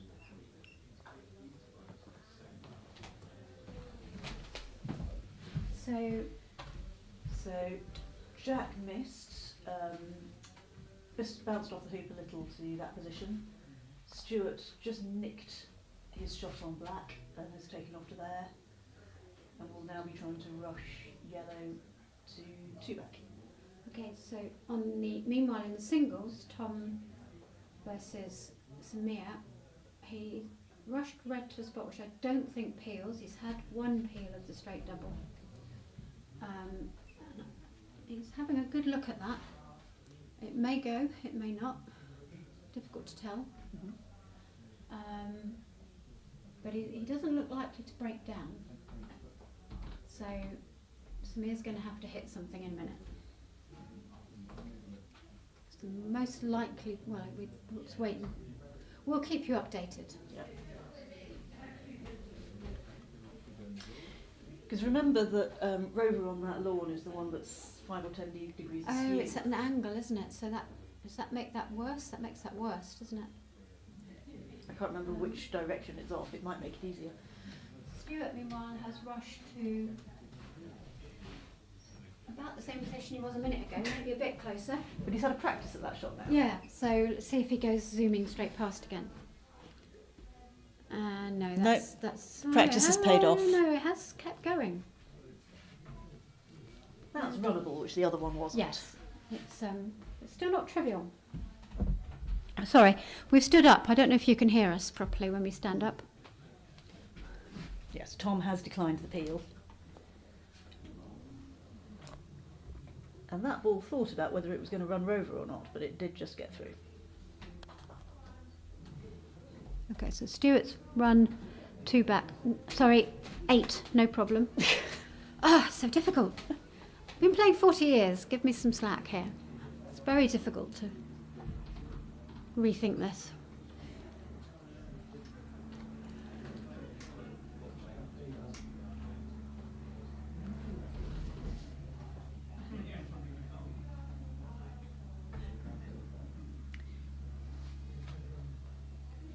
Do we know what happened in the other deciding game of the singles between Essex and Fisher?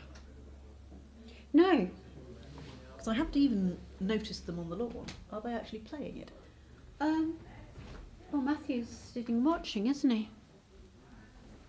Unless they played it so quickly that we didn't notice. Shall I go and inquire? I'll go and inquire because I wouldn't mind getting a drink. Right, okay. Would you like one? Why not? Glass of white wine? We have a bottle, so you can just... Top it up from there. Yeah. Right.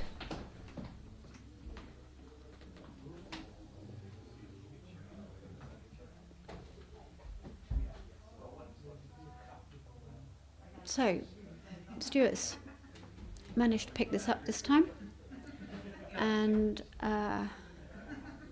puts the pressure on the Great Britain pair again.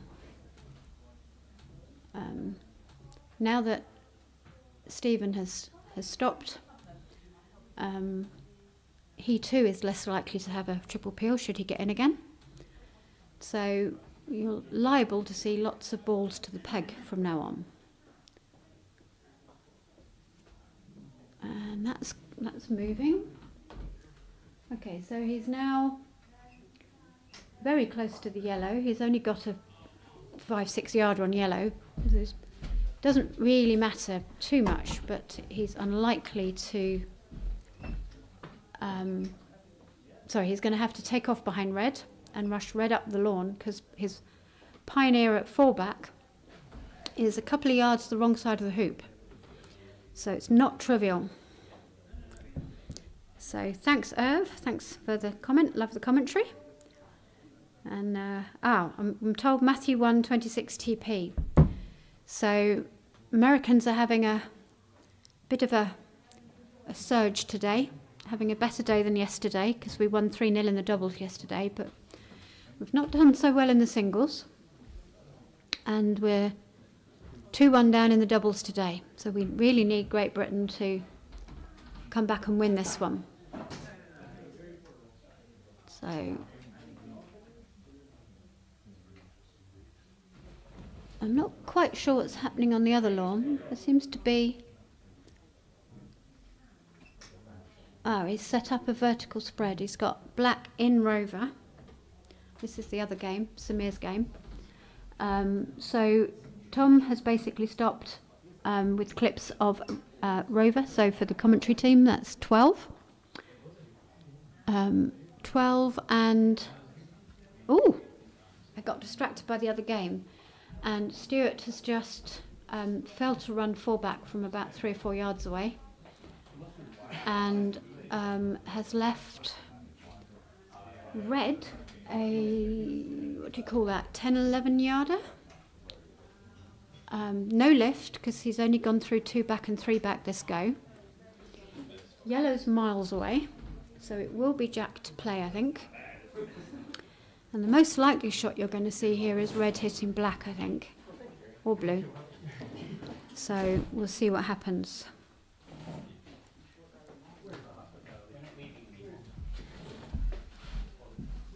So, a lovely camera shot there. We should be right behind. Thank you very much indeed. My drink's just arrived. So, Stuart broke down. Stuart just bounced off 4 back. He ran 3 back too far and then... nice one, pick off yellow. Yeah, then he basically took off to a position where he was wired from black. Wired, again, for those commentators not... from those listeners who aren't expert, meant that the hoop was in between his ball, shot, lovely shot, Jack, So he couldn't do anything except try and run the hoop, which he... And it was quite an angle, was it? No, it's just long. All right. Yeah. Reporting back, Matt beat Harry. Yes. We were told in the commentary. Oh, okay. Yeah. So Matthew won that one. So I think the match position now is something like 6-3.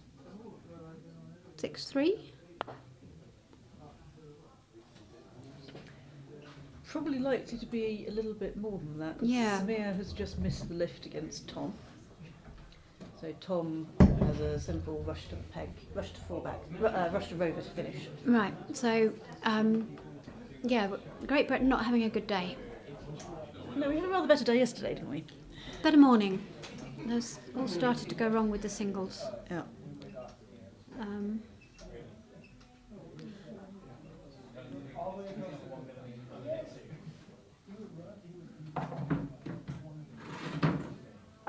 So red is for fallback, so it looks like he's actually going to make some hoops. Yeah, and I started talking earlier when, unfortunately, he missed the shot, so it didn't arise, about the pros and cons of making the hoops and ending up. Well, you can see the lift, but on the other hand, it's much easier for Stephen to finish. Yeah. I was learning recently the merit in making two hoops and stopping at rover, because it makes it that little bit harder for black and blue to peg red out. Yeah. But with the extra hoops that Stephen has got, it'd be fairly trivial to do a single peel. Yeah. Yeah, I wouldn't be going all the way to the peg here. That would seem to be incautious. Yeah.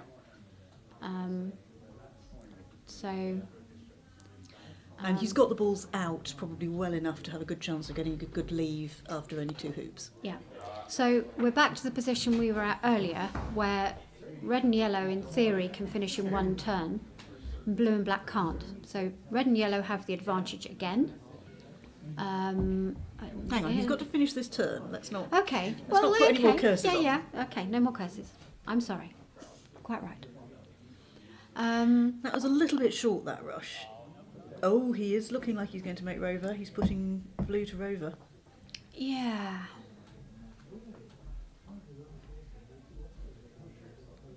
That puts quite a big gamble on Renya, on black and blue missing.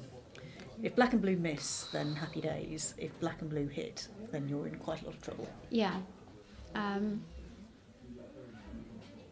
No disrespect to Stephen and Stuart, but from four back, them doing a single peel is difficult.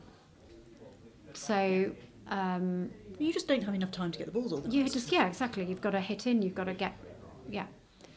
Whereas just pegging something off. pegging something off quite is trivial. yeah.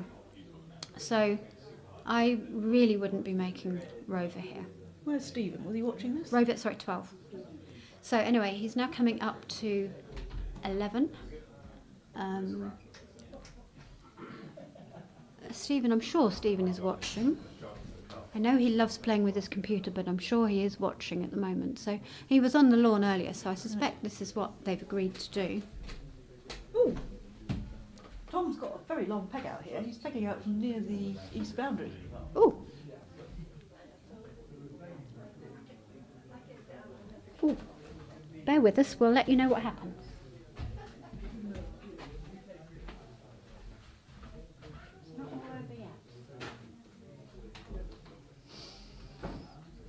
And he's playing it with a roll.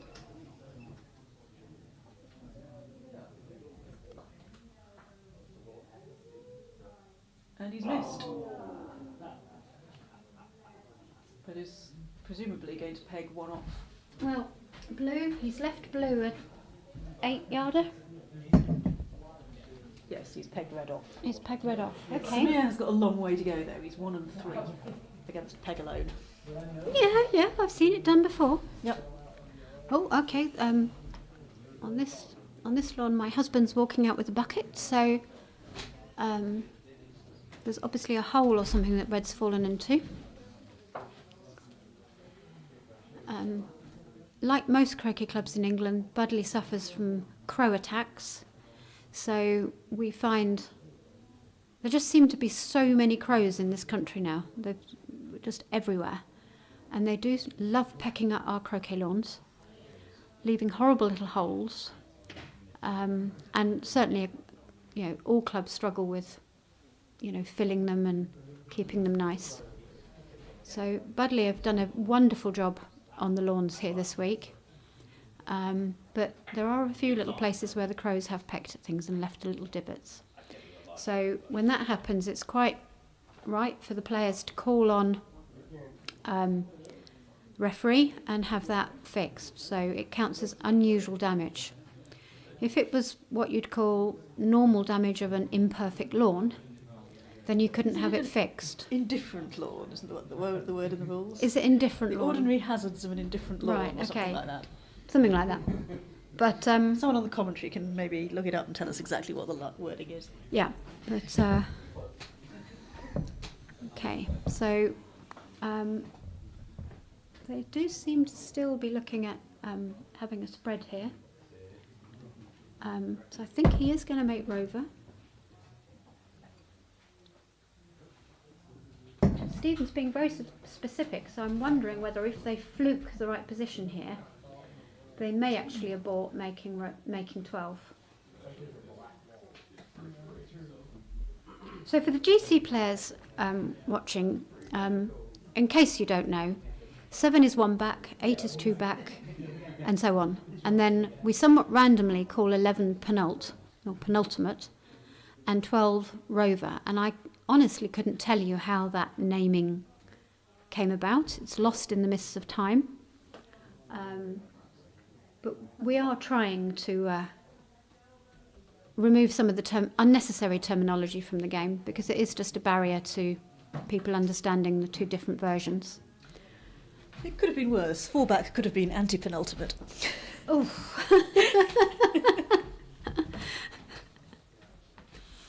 I mean, the back terminology is very sensible. Yep. You go round Could have been once 5 one back way, and 6 back. and then you go round the other way. It makes perfect sense to me. And I suspect if it was 5 back and 6 back, everyone would just live with it, wouldn't they? It's the It penultimate still doesn't and quite work rover. for golf croquet because of hoop 13. Yeah, true.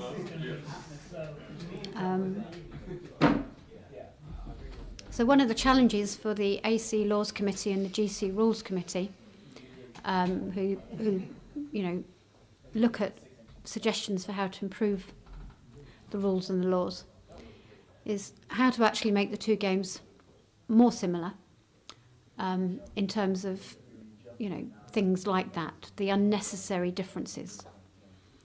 One of my pet hates is the difference between accidentally stroking a ball as you cast and doing an air shot. Yeah. And on both of those, it seems to me that the GC rule of if you play an air shot, it's as if it didn't happen. Yeah, you and get to play your shot again. It doesn't but seem if right. you feather the ball, then that is your shot. Yeah. I don't understand why we can't adopt both of those for AC. Yeah, I think GC should match AC, is what you're saying, yeah? No, I'm saying AC should match GC. Oh, no, I don't like the feathering. Why is that a fault? You're not intending to hit it, so why should accidentally hitting striker's ball be a fault? Because you then get to choose where you put it back, and Ooh. there is no way that you're going to get it on the precise spot again. I guess. And particularly But if when it you're, was- if it was when you're crit- no, feathering but- it trying to run a hoop. But if it was critical, then it is a fault. But then how do you define critical? Ah, okay. Is a foot away critical? Is 18 inches away critical? What about 19? Okay, 20? yep. Okay, I get that. I just personally hate it because I line up by casting. I don't cast and hit. I ground the mallet first. But even so, I do, very occasionally, I do accidentally touch the ball. So I would have to it change would how I make you- played. yeah. I would have to change how I played. In Having the way s- that you would if you played a lot more golf croquet. Yeah. Well, it's interesting because I became a GC referee before I played the GC Women's 2 years ago. And even so, when I accidentally did feather the ball at GC, it took me 20 seconds to twig that I'd played a fault. And I was all set to carry on, and I was being live streamed at the time. It was really embarrassing because I'm a GC referee, newly qualified. I've played this thing where basically, end of term, and I carried on. And then, luckily, after about 10 or 20 seconds, I went, hold on. So I called it on myself, put the balls back, blah, blah, blah. It was all fine. But my opponent just sat and watched. So I was, Ooh, that was a bit close to accidentally pegging red out. So GC players, when AC players make these mistakes, politely tell them that they've got it wrong, but don't be too hard on them because it's very difficult to spot when you're doing something different between these two codes. The other one I struggled with recently was lawn damage. Yeah. I was playing, not at a World Championship, but I was playing in Mauritius, and my partner took a bit of a divot trying to do a clearance out in the middle of the lawn, and I didn't think anything of it because if it's out in the middle of the lawn in AC, it's not a fault. Yeah. And was very embarrassed that I hadn't worked it out until my opponent said, well, that was a fault. And I sort of had to think for a few seconds and like, oh, yes, in GC it is, isn't it? Yep. Oh, it's good that they called themselves on it, yeah. No, it's my opponent, not my partner. Yeah, but your opponent... Called out my partner. Okay, right, yeah. But... Who was quite inexperienced, so fair enough. Wouldn't be expected to know. No. I got that wrong. I was again playing some GC some years ago, and I took a huge divot out. But it was a ball on the line, and the divot I took out was actually off the court. So I'm standing up, going, no, I've made, and of course the referees came and said, no, you're fine, But yeah, if it's off the court, you're fine. So meanwhile. I think that looks good enough. That's wired. Yeah, that looks good enough. I think just about got a swing with red on yellow. So it's coming down to whether blue and black hit their next shot. Yeah. On paper, anyway. I just heard some clapping, so I think that was probably Tom hitting the peg. Was it? Oh no! Samir seems to be taking croquet. So there could be some fun and games to watch on the other lawn, but we'll stick with this game for now, and we'll try and keep you up to date with what's going on in this Samir and Tom match. Samir is still on hoops 1 and 3, so he hasn't made any progress since Tom. He doesn't need to be in a hurry. He No, needs he to be doesn't. careful. Takes his time. And the games are untimed. Yeah. The cat and mouse of a 3-ball ending is so delightfully fun that anything could happen. So we'll see what happens. Comment has been made on the commentary that it would help if people didn't try to keep alive completely unnecessary terminology like willock and wriggle. Oh, but come on. Some of the traditions of our sport are wonderful. And these were players who were renowned for particular shots. And, yeah, okay. It can be a barrier, though. It can be a barrier, but it's also a nice quirk of our sport that these shots are named after people. I think you just need to be cautious when you're using it. Yeah, I think so. I suppose both of those as well were named after players who typically play bad shots, which is not so nice as having something named after you when it's a good shot. So, Samir has run hoop 1 and has a 3-ball break ahead of him. right, so with any luck, Samir will pop that round. Because Showing no bias again. no bias at all. Because Tom's pegged one of his balls out, Samir doesn't concede any lifts anymore. So he can go all the way around to peg with no risk and leave a 30-yarder for Tom, in theory. I mean, it must be open, of course. You can't leave them wired. No. This is a nice leave. Okay, so... And they've done a reverse spread, which has 2 benefits. Not only does it mean that it's easier for Stephen to get going, if they shoot and miss. But also it means that the balls are further away from fallback and makes it just that little bit harder for black and blue to get going if they do hit, rather than having two balls on the fallback side of the lawn. Yep. Blue's quite deep, so I'm not surprised they've lifted black. Because that's... Black would have been a much easier ball for Stephen to build the break off. Yeah. Stephen Mulliner, that is. Yes, 2 Stevens on the lawn. So this is not hugely long. Red and yellow are not much past the halfway line. Maybe 4 or 5 yards past the halfway line. So no idea what this boundary's like. Again, nice camera angle. I think that's a miss, yep. Yep, straight through the middle. Straight through the middle. So, Stephen looks like he's heading for the facilities, so we may have a short break. pause. I'd like you to do an update on Smear's break. Smear's run hoop 2.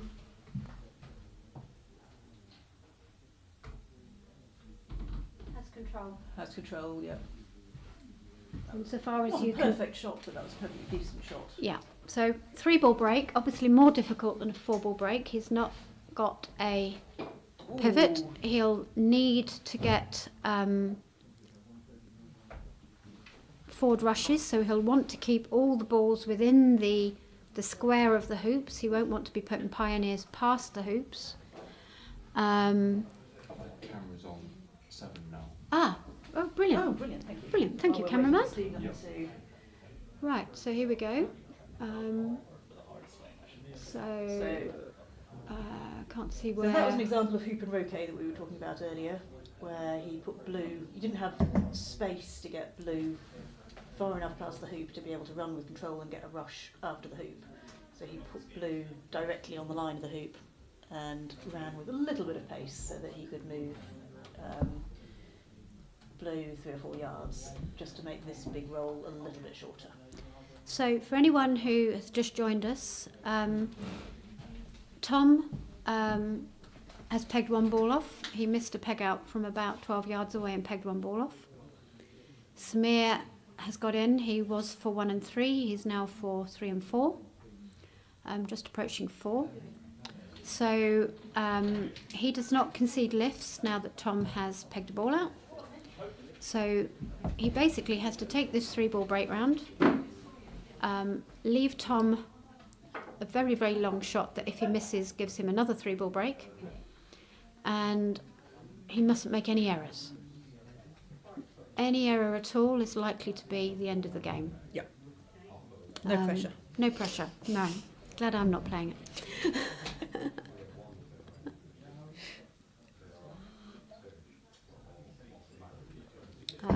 But at the moment he's got this very nice.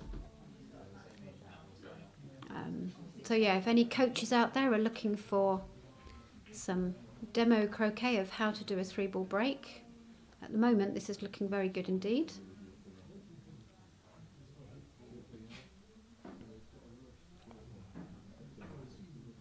Stephen's back on 6.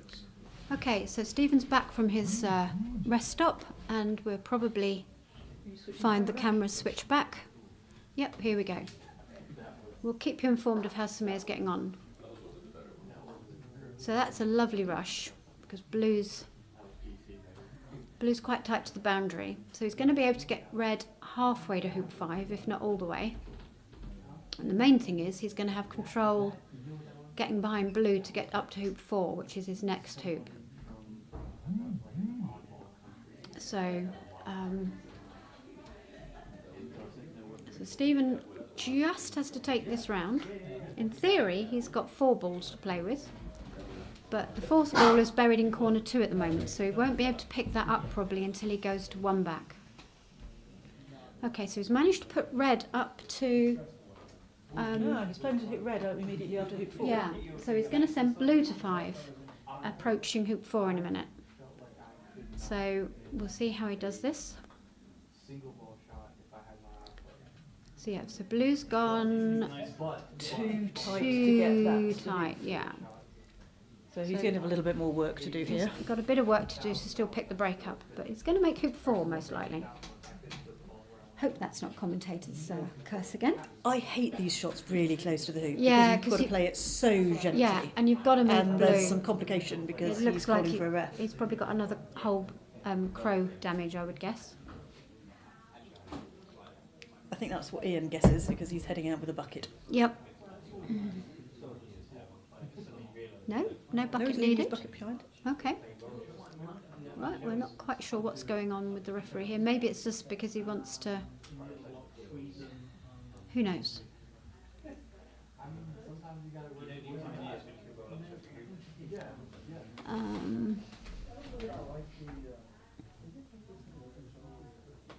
Samir's still going?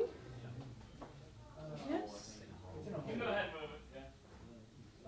Smear's taking the easier option of being in a hole, of just getting his opponent to give him permission to move it slightly. Right. It was out in the middle of the lawn, so it's So a very not- uncritical position. Not critical, right.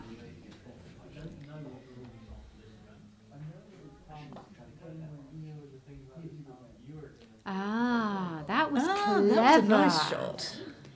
So Stephen's played a lovely shot there, and he's managed to get blue. He's given himself a bit of room, basically. But he played a shot where he basically moved the blue out and just stayed in the jaws. So very nice. He's now got room to cut He's played this game before a bit, hasn't he? just once or twice. So I think he started in the 60s. We ought to Maybe, remember this we because he ought was to- telling us only two nights ago. Yes, he was. I think he said the 70s. Might have been I think early it was the early 70s. 70s. Okay. Yeah. So actually, he started at university, didn't he? And he's only 70 now, so that would be right. I hope he doesn't mind me telling the world how old he is. Sorry, Well, Stephen. we told the world he was 62 when he won the World Championship in 2016 So already. we've sort of given it that away. ship has sailed.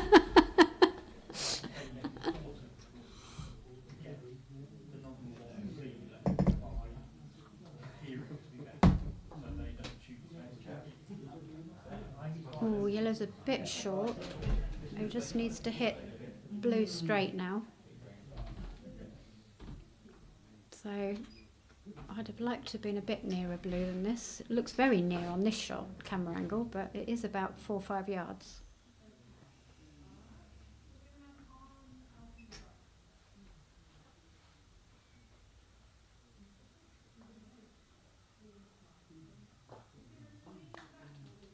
A little bit of cut. But Yeah, he looked a bit edgy it's there, didn't he? quite- There was yeah. a bit of a flick to the wrist when it hit, but he's done well. And it's quite green around that hoop, so he should be all right. Yeah.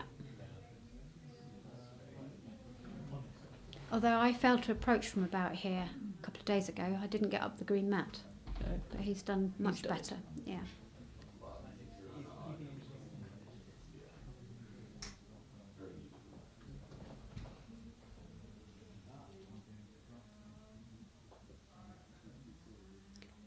Okay, so he needs to put a good blue out now. So blue's going to hoop 7.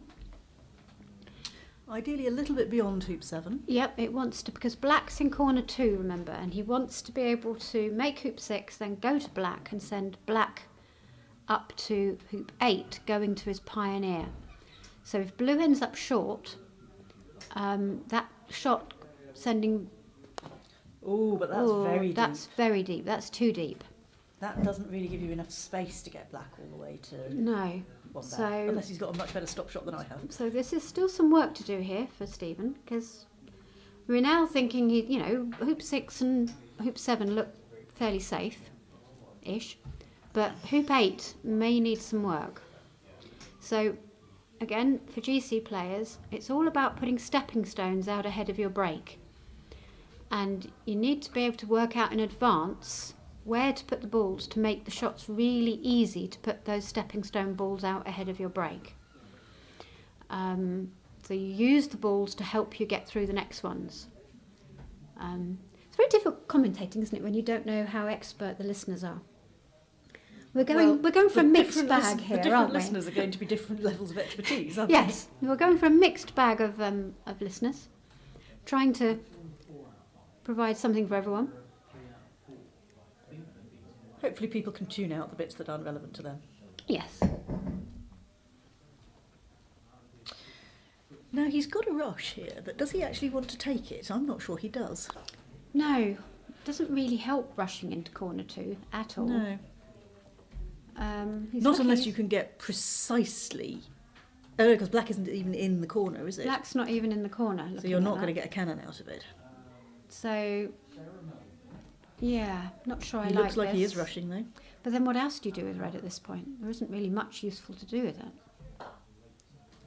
So that's gone into the corner, but black isn't in the corner, which is a real shame because... Which presumably means he's going to be just doing a little bit more winkling out. Get red out a little I bit. wonder if he's going to go for an open shot here. Oh, he could, couldn't he? He could go An for an cannon. open cannon here. That would be clever. I mean, You've black's played this game a bit before as well, haven't you? a little bit. So it's not trivial because the angle's not great, but he can get red up to 8, and in the croquet stroke, yellow's going to roquet black, and that's exactly what he's setting up for, I think.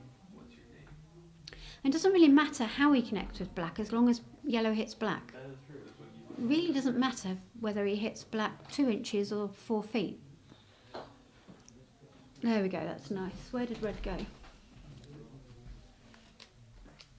Yeah, that was really That was a very good shot. that was really prettily done. Yeah. A little bit far, but Yeah. you're happy with that. Hmm. Because you've now got all 4 balls out. Yeah, that was nice. He is a world champion. Yes.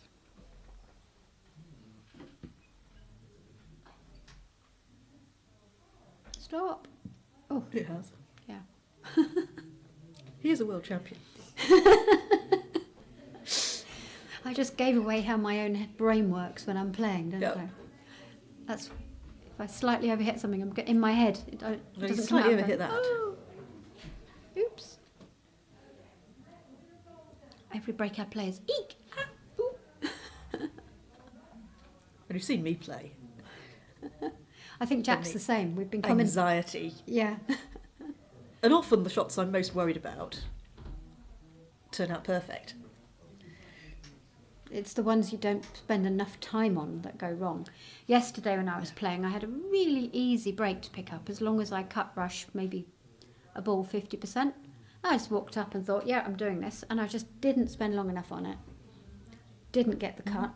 No break. Yeah, well, like me this morning, I had a perfectly straightforward break, having been gifted it by Kyle.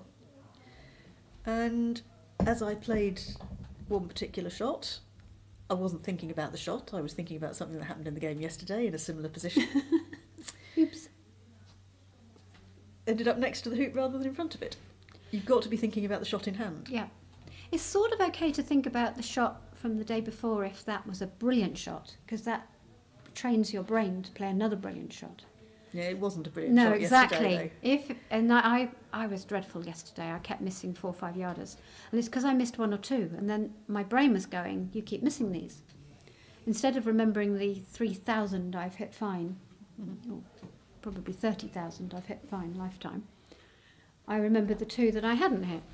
So again, listeners, go on a mental awareness course or sports psychology course. Learn how to not think about your bad shots. Samir is up to Rover, just thinking about his leave.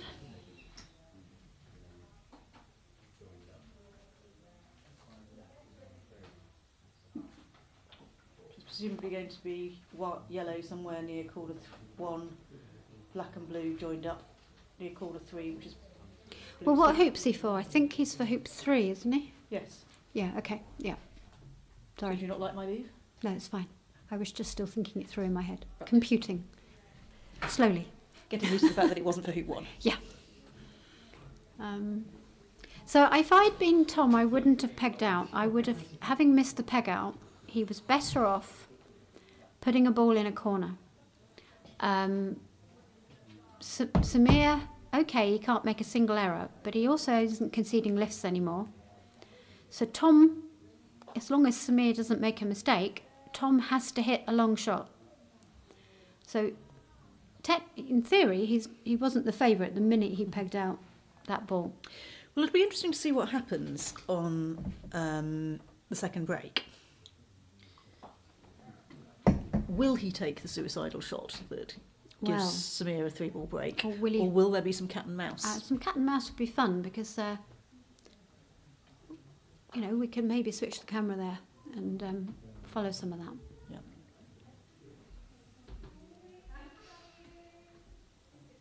So Stephen's now got his 4-ball break. Yep, all 4 balls. Can he take it to the peg? Yep. And this is the deciding game, isn't it? It is the deciding game. So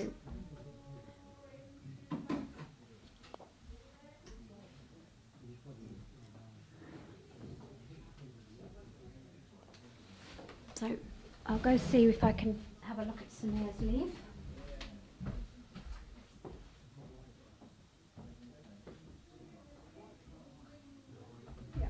So yellow is about 2 yards outside corner 1, and Samir is laying up in corner 3 with a shot that if Tom takes it and misses, he'll have another 3-ball break straight away. So we'll see what happens in a minute. We'll keep you informed. Okay, Stephen's done well there because that was a very delicate little takeoff from 2 or 3 feet away. Mm-hmm. We saw earlier that Stuart struggled with that. On that fast bit of law. Somebody just clapped something. I don't know what was I think clapped. that was just Samir completing his break. Yeah, Tom's not taking the suicidal shot. Okay, Stephen's left himself a bit of a hit in after hoop 8.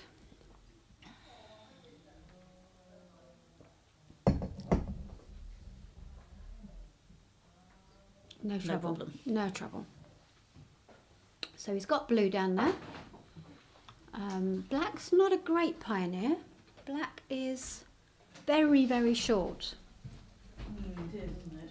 Yeah. So he's got a bit of work to do Getting here. a rush on blue would be handy I'm not here. quite sure what happened there because he rushed black to corner 1 a minute ago and then somehow ended up not in front of 2 back 8 and with black short. He must have played a poor croquet stroke out of corner 1, but we were looking at Samir Balding at that Yeah. point, I think. so.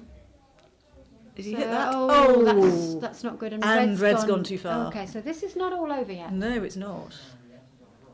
So he needs a very good takeoff now. He's possibly got hoop 12 in the way. I was going to say 5. 12-5. So yeah, this is not all over. And 1 bad shot out of corner 1. That croquet stroke we didn't see because we were distracted.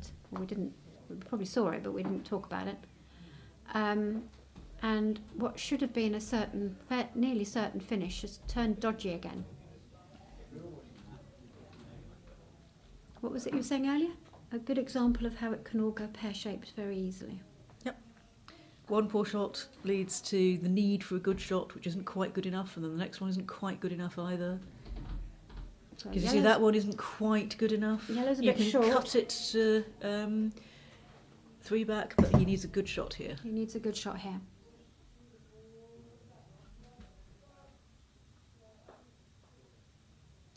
That's not That's bad. medium good. I think that's probably... Has Tom hit? No, Samir has just rushed to yellow on the west boundary after hoop 3. But he's got some work to get a 3-ball break out of that. Okay, so what we've learnt from that is, because we weren't watching again, is Tom didn't take the shot into corner 3, which would have given Samir everything. He went to level with the peg on the east boundary, west boundary. I can never work out my north, east, south and west. Stephen's got a challenging hoop here. Ooh, yeah. Challenging enough to get a press-up out of him. Oh, we do like his press-ups. That's about a yard, isn't it? And it's not straight. He told me a little while ago what he's doing with those press-ups. He picks a spot through the lawn or something, To doesn't aim he? at, yes. Yeah. And then he doesn't look at the hoop at all, he looks at the spot he's picked. And he's made it. It's lovely. And he's even got a forward rush. Oh, he nearly had a fist pump then. Did you see that? I didn't know. There was a little fist pump, just a tiny one.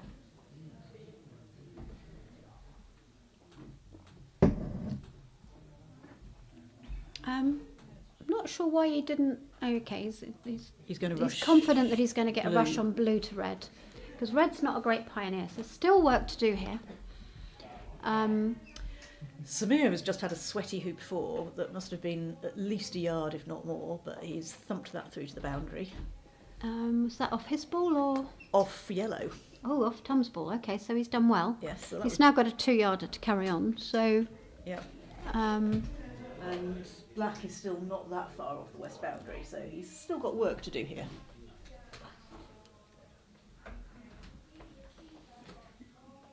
Okay, so that's fine. So Stevens, he'd probably have rather rushed that into corner 3.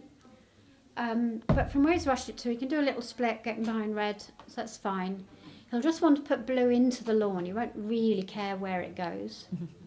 The important ball here with the next shot is to get yellow 1 foot behind red. Maybe 2 foot. Depends how confident you are on your croquet strokes. But it absolutely must get a rush on red up to 4 back. There it goes, going for the 2 foot spot. Very nice of him to telegraph the spot he's aiming for. We can now decide whether he's any good or not by how close he gets to that spot. Yeah. I was just thinking as you were talking about the importance of getting a rush to 4 back here, that does mark out the difference between getting to be a good player. Because I remember when I was sort of handicap 8 to 10, I'd be thinking, oh, that's a perfectly good pioneer for 4 back. And it's not. It's really not, no. No, it's sweaty, especially in this sort of environment where, you know, you're playing for your country. And that's a bit short. He's going to have to cut this. Yeah, it's Despite the fact probably that he okay. didn't develop blue at all. He didn't, did he? And you would like to develop blue because ideally you would not be making rover, Yeah. hoop 12 off partner. I mean, that just sums up exactly what you just said about how red is not a good pioneer, that he prioritised leaving, you know, he's left blue on the boundary to prioritise getting this lovely little rush to the hoop. So he's managed that okay. But he's now back to a 3-ball break. He's left his blue behind. He won't go back for it now, I don't think. No, it doesn't look like he is. Which is not ideal because it means he's sending red, his partner ball, to 12. Which, remember, he wants to peg red out after he's made 12. So after 11, he needs to get black up the lawn. To be able to hit black first and be sure of getting his rush. So he should be fine. Black's On red to good. the peg. But again, there are things that can go wrong here. So if you're a AC player trying to play this game, these are all the things running through your head. You know, it looks like you're just playing some shots, but there's all this stuff going on your head. Less so if you've done it 100 million times before, but... But so much of it born from bitter experience, I find, of what can go wrong. Yeah. So red's a bit short.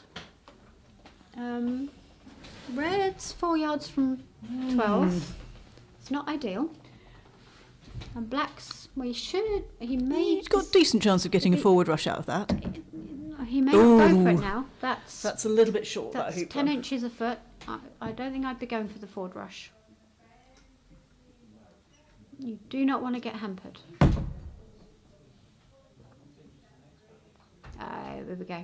He sort of went for it half. Well, he's got a bit hampered, but he can hit black no problem, but he can't do much with it.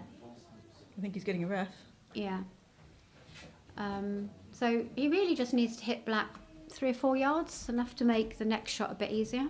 Well, But he would the have basic liked, need is to hit black. yeah, he would have liked to have got yellow through another foot, and then he could have tonked black up to about 3 yards short of red, and that would have made, or 2 yards short of red. Whereas this has still definitely got some work to do here. Yeah, this is not a certain finish.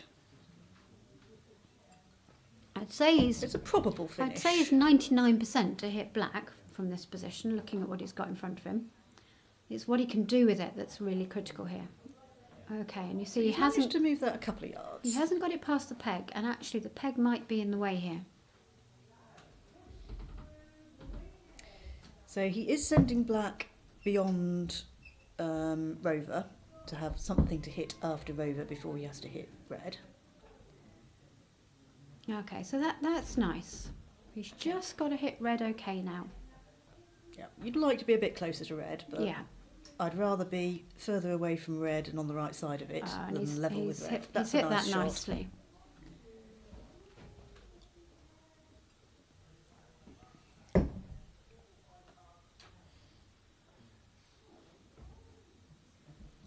Now, don't rush it. Get through the hoop. Oh, whoa, whoa, Whoa, give yourself a nice whoa. short roquet on black. He has, That's short that's enough, fine. yes. So that was very nicely played by, I'm being a bit presumptuous here, but I'm going to assume this finishes. Very nicely played from Jack and Stephen in the end. To get the first point on the board for GB that we've had for quite some time. For a day. Let's hope he doesn't rush this into the peg, which, Yeah, while we- we're talking of the terminology, is widely known as a grievous. No, he's But- avoided that. Yeah, he has done both of the recommended things of aim wide and short. Yeah. Then if one of them goes wrong, you've still got the other insurance to ensure that you don't hit the peg.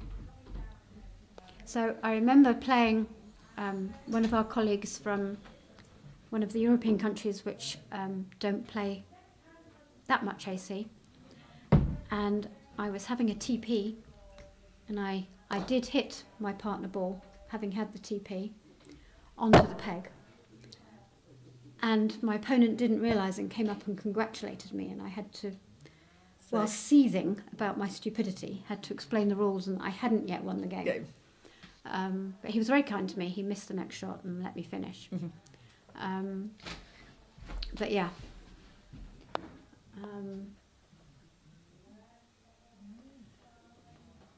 Ooh.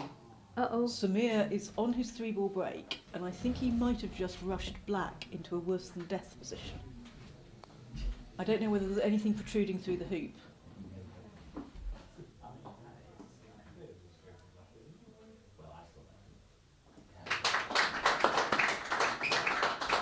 So congratulations, Stephen and Jack, for getting 1 point for GB. Okay, so if the camera can The camera switch Can the camera give us a close-up on that position on the other lawn.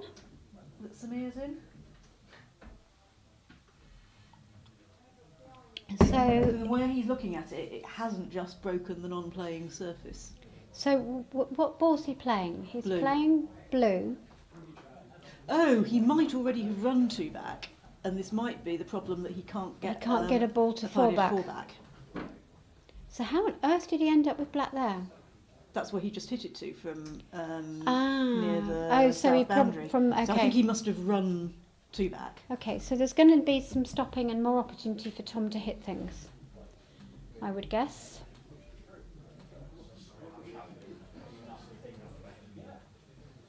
Some thinking going on. What a pose that is. It is a classic thinking pose. Yeah.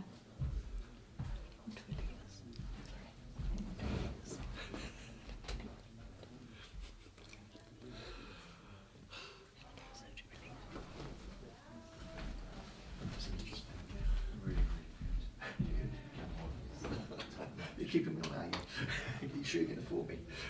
No. Definitely not. So, yeah. Samir giving this a lot of thought. So he's looking at whether he can roll it across to yellow, which is a nice thought, because if he can roll it behind 9, then he can do a stopper approach, sending yellow down to 10. But again, it's all very risky. So I think his best bet is probably to get black out the jaws of the hoop, make 9, and then set up another leave. I'm not sure. I think black might just be in the jaws, meaning that he can't roll it over. Yeah, well, he looked at it though. So, Right. yeah, certainly to me, when we had the close-up a minute ago, that didn't look easy. So he just wants to get black out the hoop here. What happened there? Ooh. Black is now out of the hoop a little bit, but But possibly only still in a position where it just. doesn't rush anywhere near fallback. Only just. So, yeah, that didn't go particularly well. No. And it won't rush to fallback. So I think what we'll see here is Another he'll rush yellow over to this corner. He'll probably leave yellow somewhere on this shadow that is the camera. And he'll take black over to corner 3 again. So it'd be the same leave we had a minute ago, which you didn't see. But this time, instead of being for hoop 3, he's for hoop 10. Oh, the light's really bad on this camera, isn't it? Yeah, you can't see blue at all. No. I had an awful feeling he'd stuck then. 'Cause I Yeah. couldn't see it. So, watch us at home. If you're watching this at home on a pad where you can, with your fingers, zoom in and out, it's probably easier for you to see what you're doing. Rolling blue. Yeah, that was earlier when we were saying about. So Wixie earlier was asking why Stephen left blue on the boundary. If you remember when he went to 10, and an option was he could have rolled blue behind the hoop rather than play the split. We were saying was tricky. It's an option. Yeah. It worked as it was, but yeah, it's certainly an option. You've still got to get the weight right to get that rush on the ball to 10. So the takeoff was probably the least risky shot. So I think that's 5-4 now.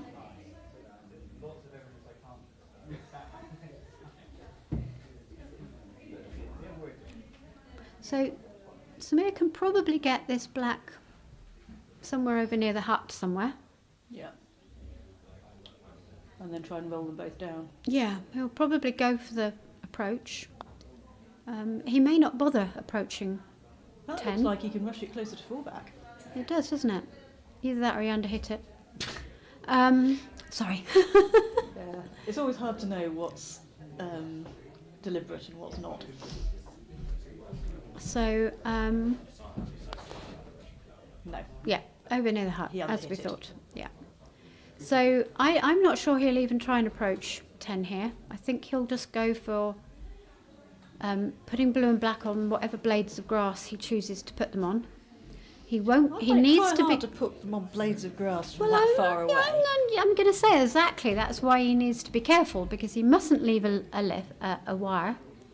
So he mustn't leave blue and black so that yellow can't see at least one of them.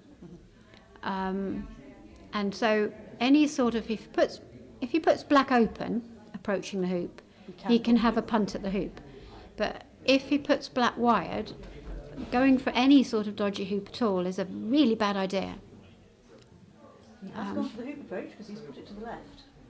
Okay, That, I think, is far too long to be worth far risking, too long, but the hoop. black and Because yellow looks open. Missing that hoop and ending up on the wire is game over. Yeah. No, he's put the clip on. So he'll be looking for. What he probably ought to do here is far off the lawn. Well, no, I don't know how far black's in. Very difficult for us to see on the camera here. He mustn't leave a double. And he wants to leave a shot where if Tom shoots, it's game over. But Tom will be thinking, only 3 hoops and he might 2-ball those. So there's a lot of pressure on Tom now to actually take a shot. He could choose to wait.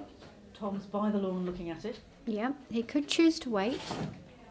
He has No, decided he's not shooting. I think he's going into corner 3. no, I think he's shooting. He's shooting.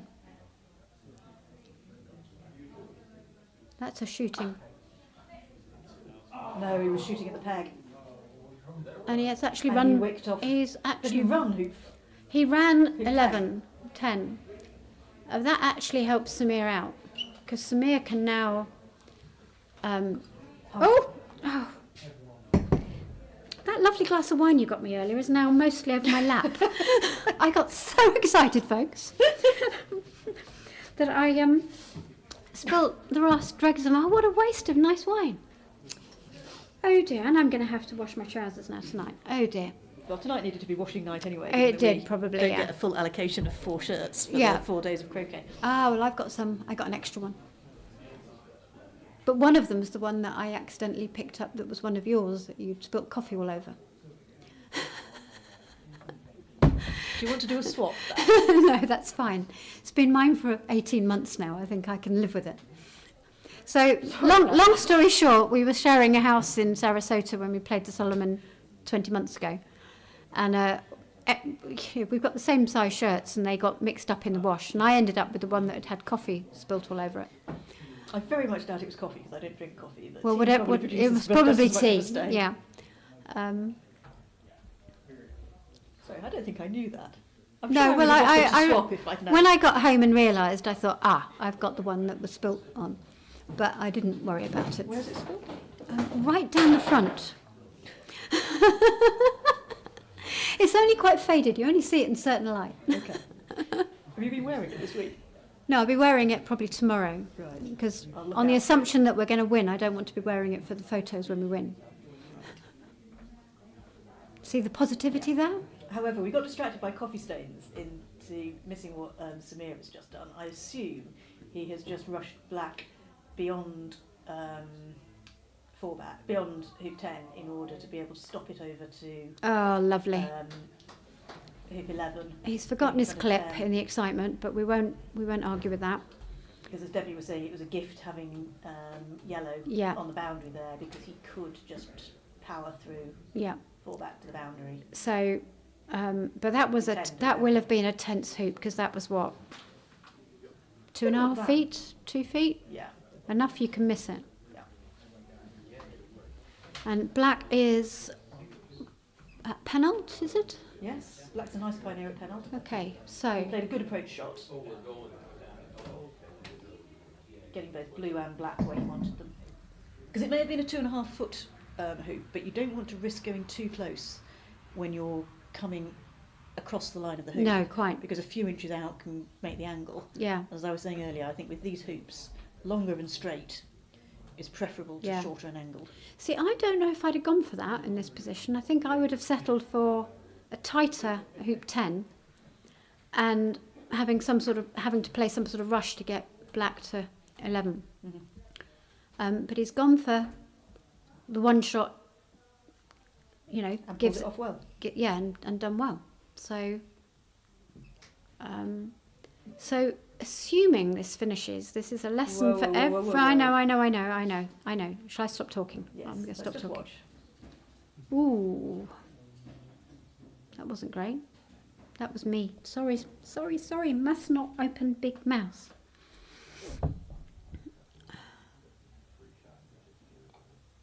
Yeah, because he hasn't got a forward rush. He wasn't ever going to have a forward rush, but No. this is not ideal. How I can't see I've from got a where I am. man, obscuring my view of yellow, so I can't tell how good a pioneer yellow is. Yellow is 2.5 to 3 yards dead in front of 12. There you go. It's on the screen now. Ah, so it is, yeah. So again, you do want to rush on that closer to hoop 12. And he's taking black up with him because he doesn't want to have to come back for black. Yeah. And that's a beautiful shot. Yeah, needing to get a backwards rush when you're not guaranteed to be making hoop 12 under control. Not ideal. No. So now he just needs to make hoop 12. He'd have liked yellow nearer. It's nearer than it was, let's be grateful. Again, I've got the man in the way now. So he's got Looks a like a good approach. 1 foot hoop, dead straight. Almost dead straight. Lovely. So I'm going to risk now saying what Gabs didn't let me say a second ago. I'll let you say it now. This is why I said Tom was wrong to peg his ball out, because what we've seen here is Samir play 2 3-ball breaks Three. Three ball. Okay, but and Tom's the only shots Tom's been left have been 25, 35 yards. Yeah. That shot at the peg he had was very nearly the longest shot at the peg he could have because it was nearly in corner one. Yeah, So you're shooting along diagonal. and it was close, Yeah. but yeah. So this has been a good hour or two for England. Great Britain. Sorry, done it again. Great Britain. Did Tom take any shots other than that one at the peg? No, don't think he did. So he wasn't even given anything. No, not that he was safe to shoot Shoot, at. yeah. Yeah, Samir's played it well. yeah. Well, no, the balls are moved. Obviously not sticking together. All right. So, I for one, It may not be close, but I think I'd be lying down Yeah. to line this up because you do not want to miss. so the commentary are probably going to leave you any second now because we probably want to be outside and clap any second, since it's our teammate doing a really good job for us. So, And I think you can work out what's going on from here. You don't need us.